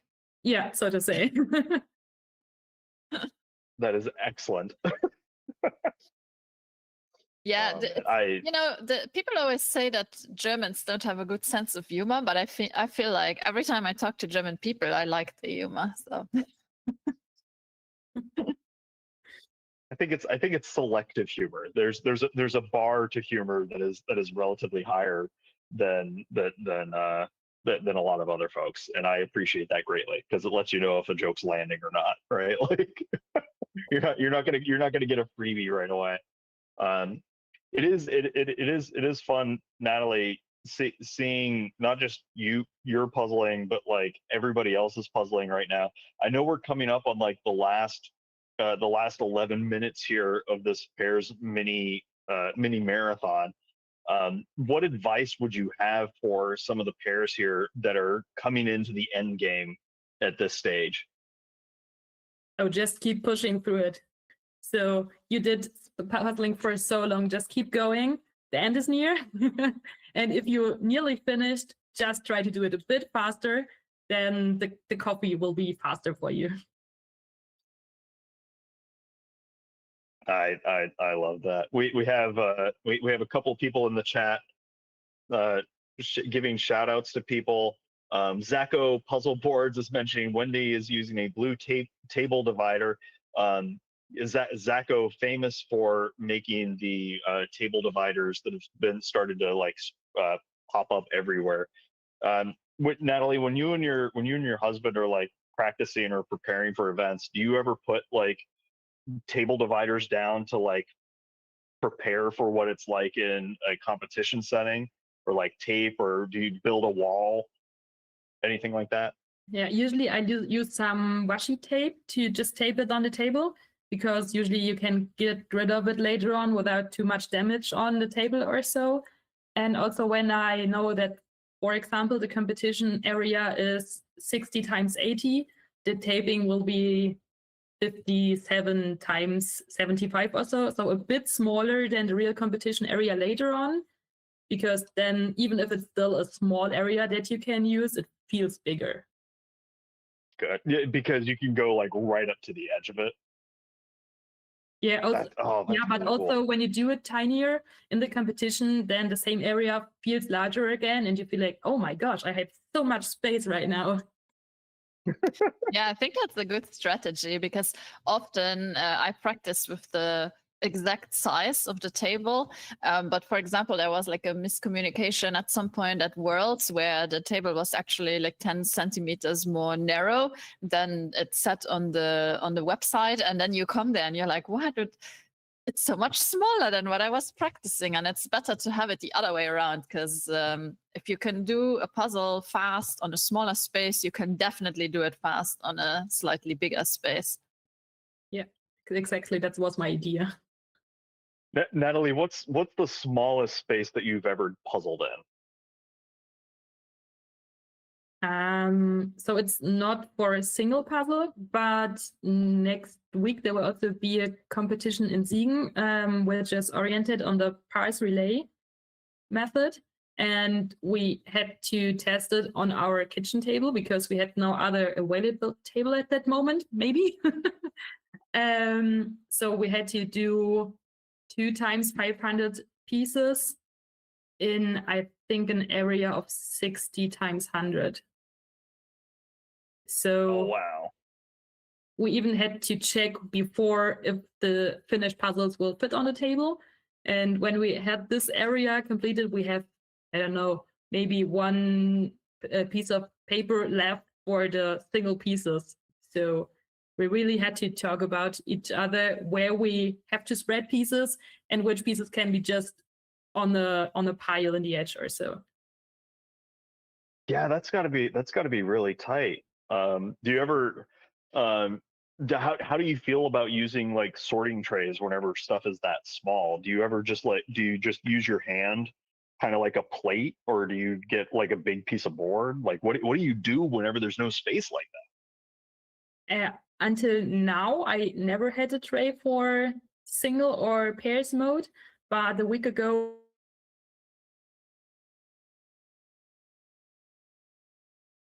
we decided to put some black tape on the back side. So depending on the pieces, you can also switch it around, that you have a contrast also for very light pieces, for example. I still have get used to using this tray and also use it efficiently, but in any way you will have more space by just placing the tray on top of finished parts of the puzzle. So I don't see their disadvantage, even though it's maybe not the most efficient way that I use it right now. Oh, that's really cool. And you know, the ingenuity of puzzlers over time and just the different ways that they approach things is really fun. What is your what is your training regimen look like for the next couple of weeks? I tried to do maybe 500 pieces per week, and at least 1 or 2 puzzles in the pair mode.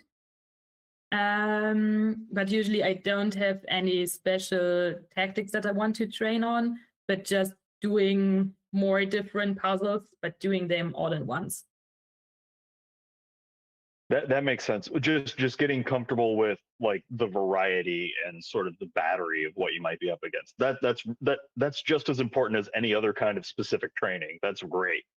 I know some people, it's real easy to get lost in the sauce and hyper focused on one thing and not something else. And everybody is approaching this game and this sport differently and in different ways. So it's really cool to see that process. And I'm excited for you, because I know, if today is any indication of how strong of a puzzler you are, I can only imagine what it's going to be, going forward as you continue to improve, which is really great. I know we're coming up on like the last 5 minutes or so here. And so Yeah. I'm encouraging everybody to get just a couple of more pieces in, target stuff down. If you're working with your partner, encourage your buddy to get those, to get something in, make those adjustments. I just saw Anna and Joanna. They got that burst of physicality speed to try to wrap things up as quickly as they can. They're doing a great job. Maria and Michael are getting ready to finish that landscape puzzle. I know they can do it in the next couple of minutes. You're so close to being able to pull it off. Emily is looking excellent in their pair.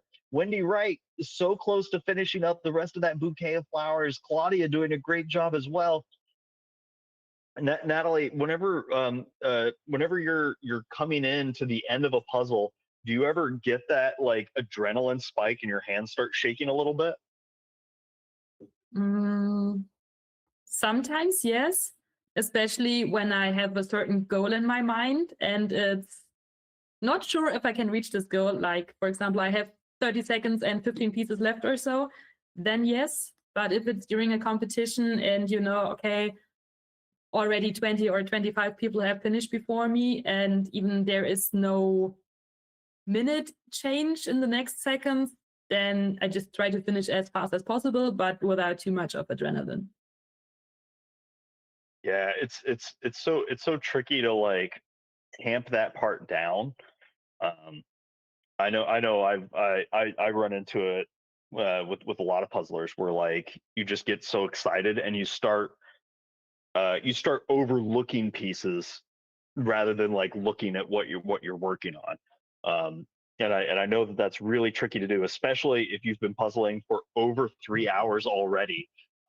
you know, and your eyes are like drying out from not blinking and that kind of thing. Any And advice for we have puzzlers? Michelle. Sorry, we have Michelle joining us just for the last couple of minutes because she has a good eye on the time, and she'll be counting us down when we're like approaching the last minute or so.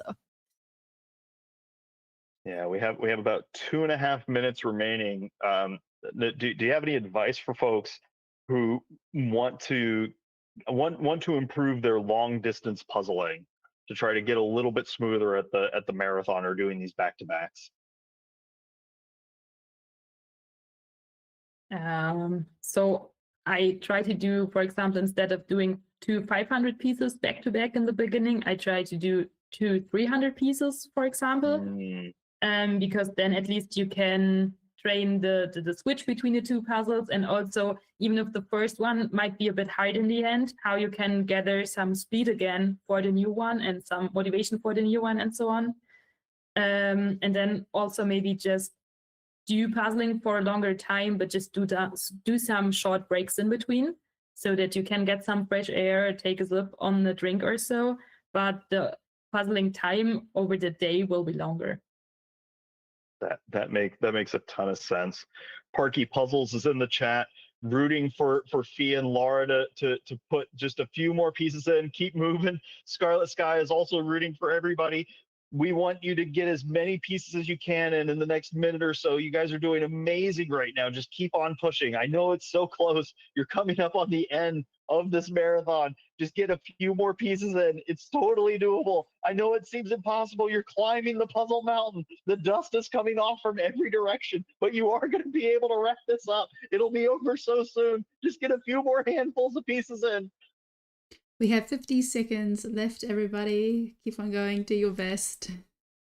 Let's go. Anna, Joanna, they're so close. Laura and Fiona are really close. Jessica and her partner, they're all so close. And Maria and Michelle, they only have like 10 pieces left of the Waikawau puzzle. Just got to finish off those greens. Oh, come on. You can do it. Just focus on the tiny tidbits, either the brightest or the darkest spots. Try to sink that in and then use the shape of it to finish it up. You all are doing so wonderful right now. This is the hardest part, this last little stretch right before the end. Go, Sergio and Johanna. 10, 9, 8, 7, 6, 5, 4, 3, 2, 1. Stop, everybody. That was 4 hours of puzzling. Well done. Congratulations, everyone. You all deserve a good break after that. Yes. Well done. You can breathe. You can breathe. Yes, have a bit of a stretch. I saw some people having to stretch during that.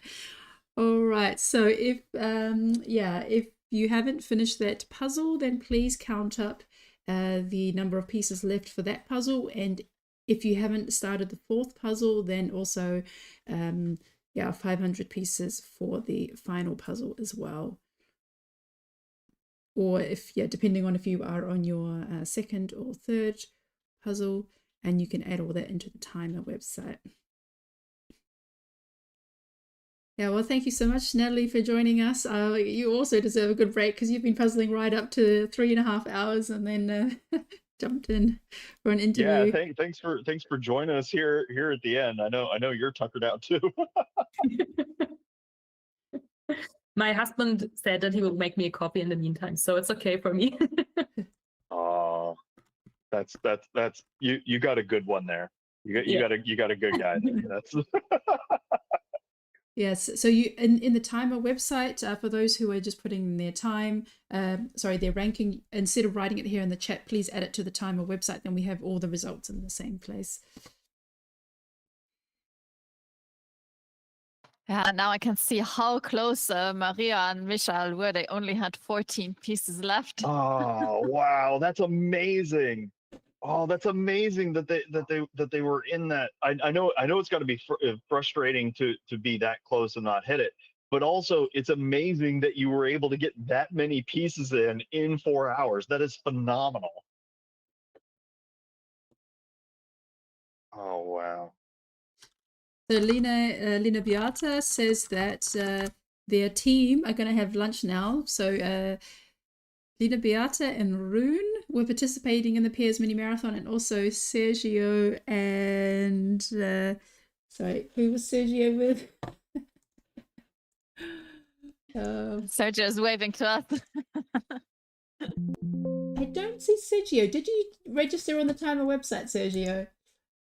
Well, anyway, Sergio and is it Joanne maybe? They're having a team meeting, so they're going to they've done their separate pairs. Oh, they're waving them over, yeah.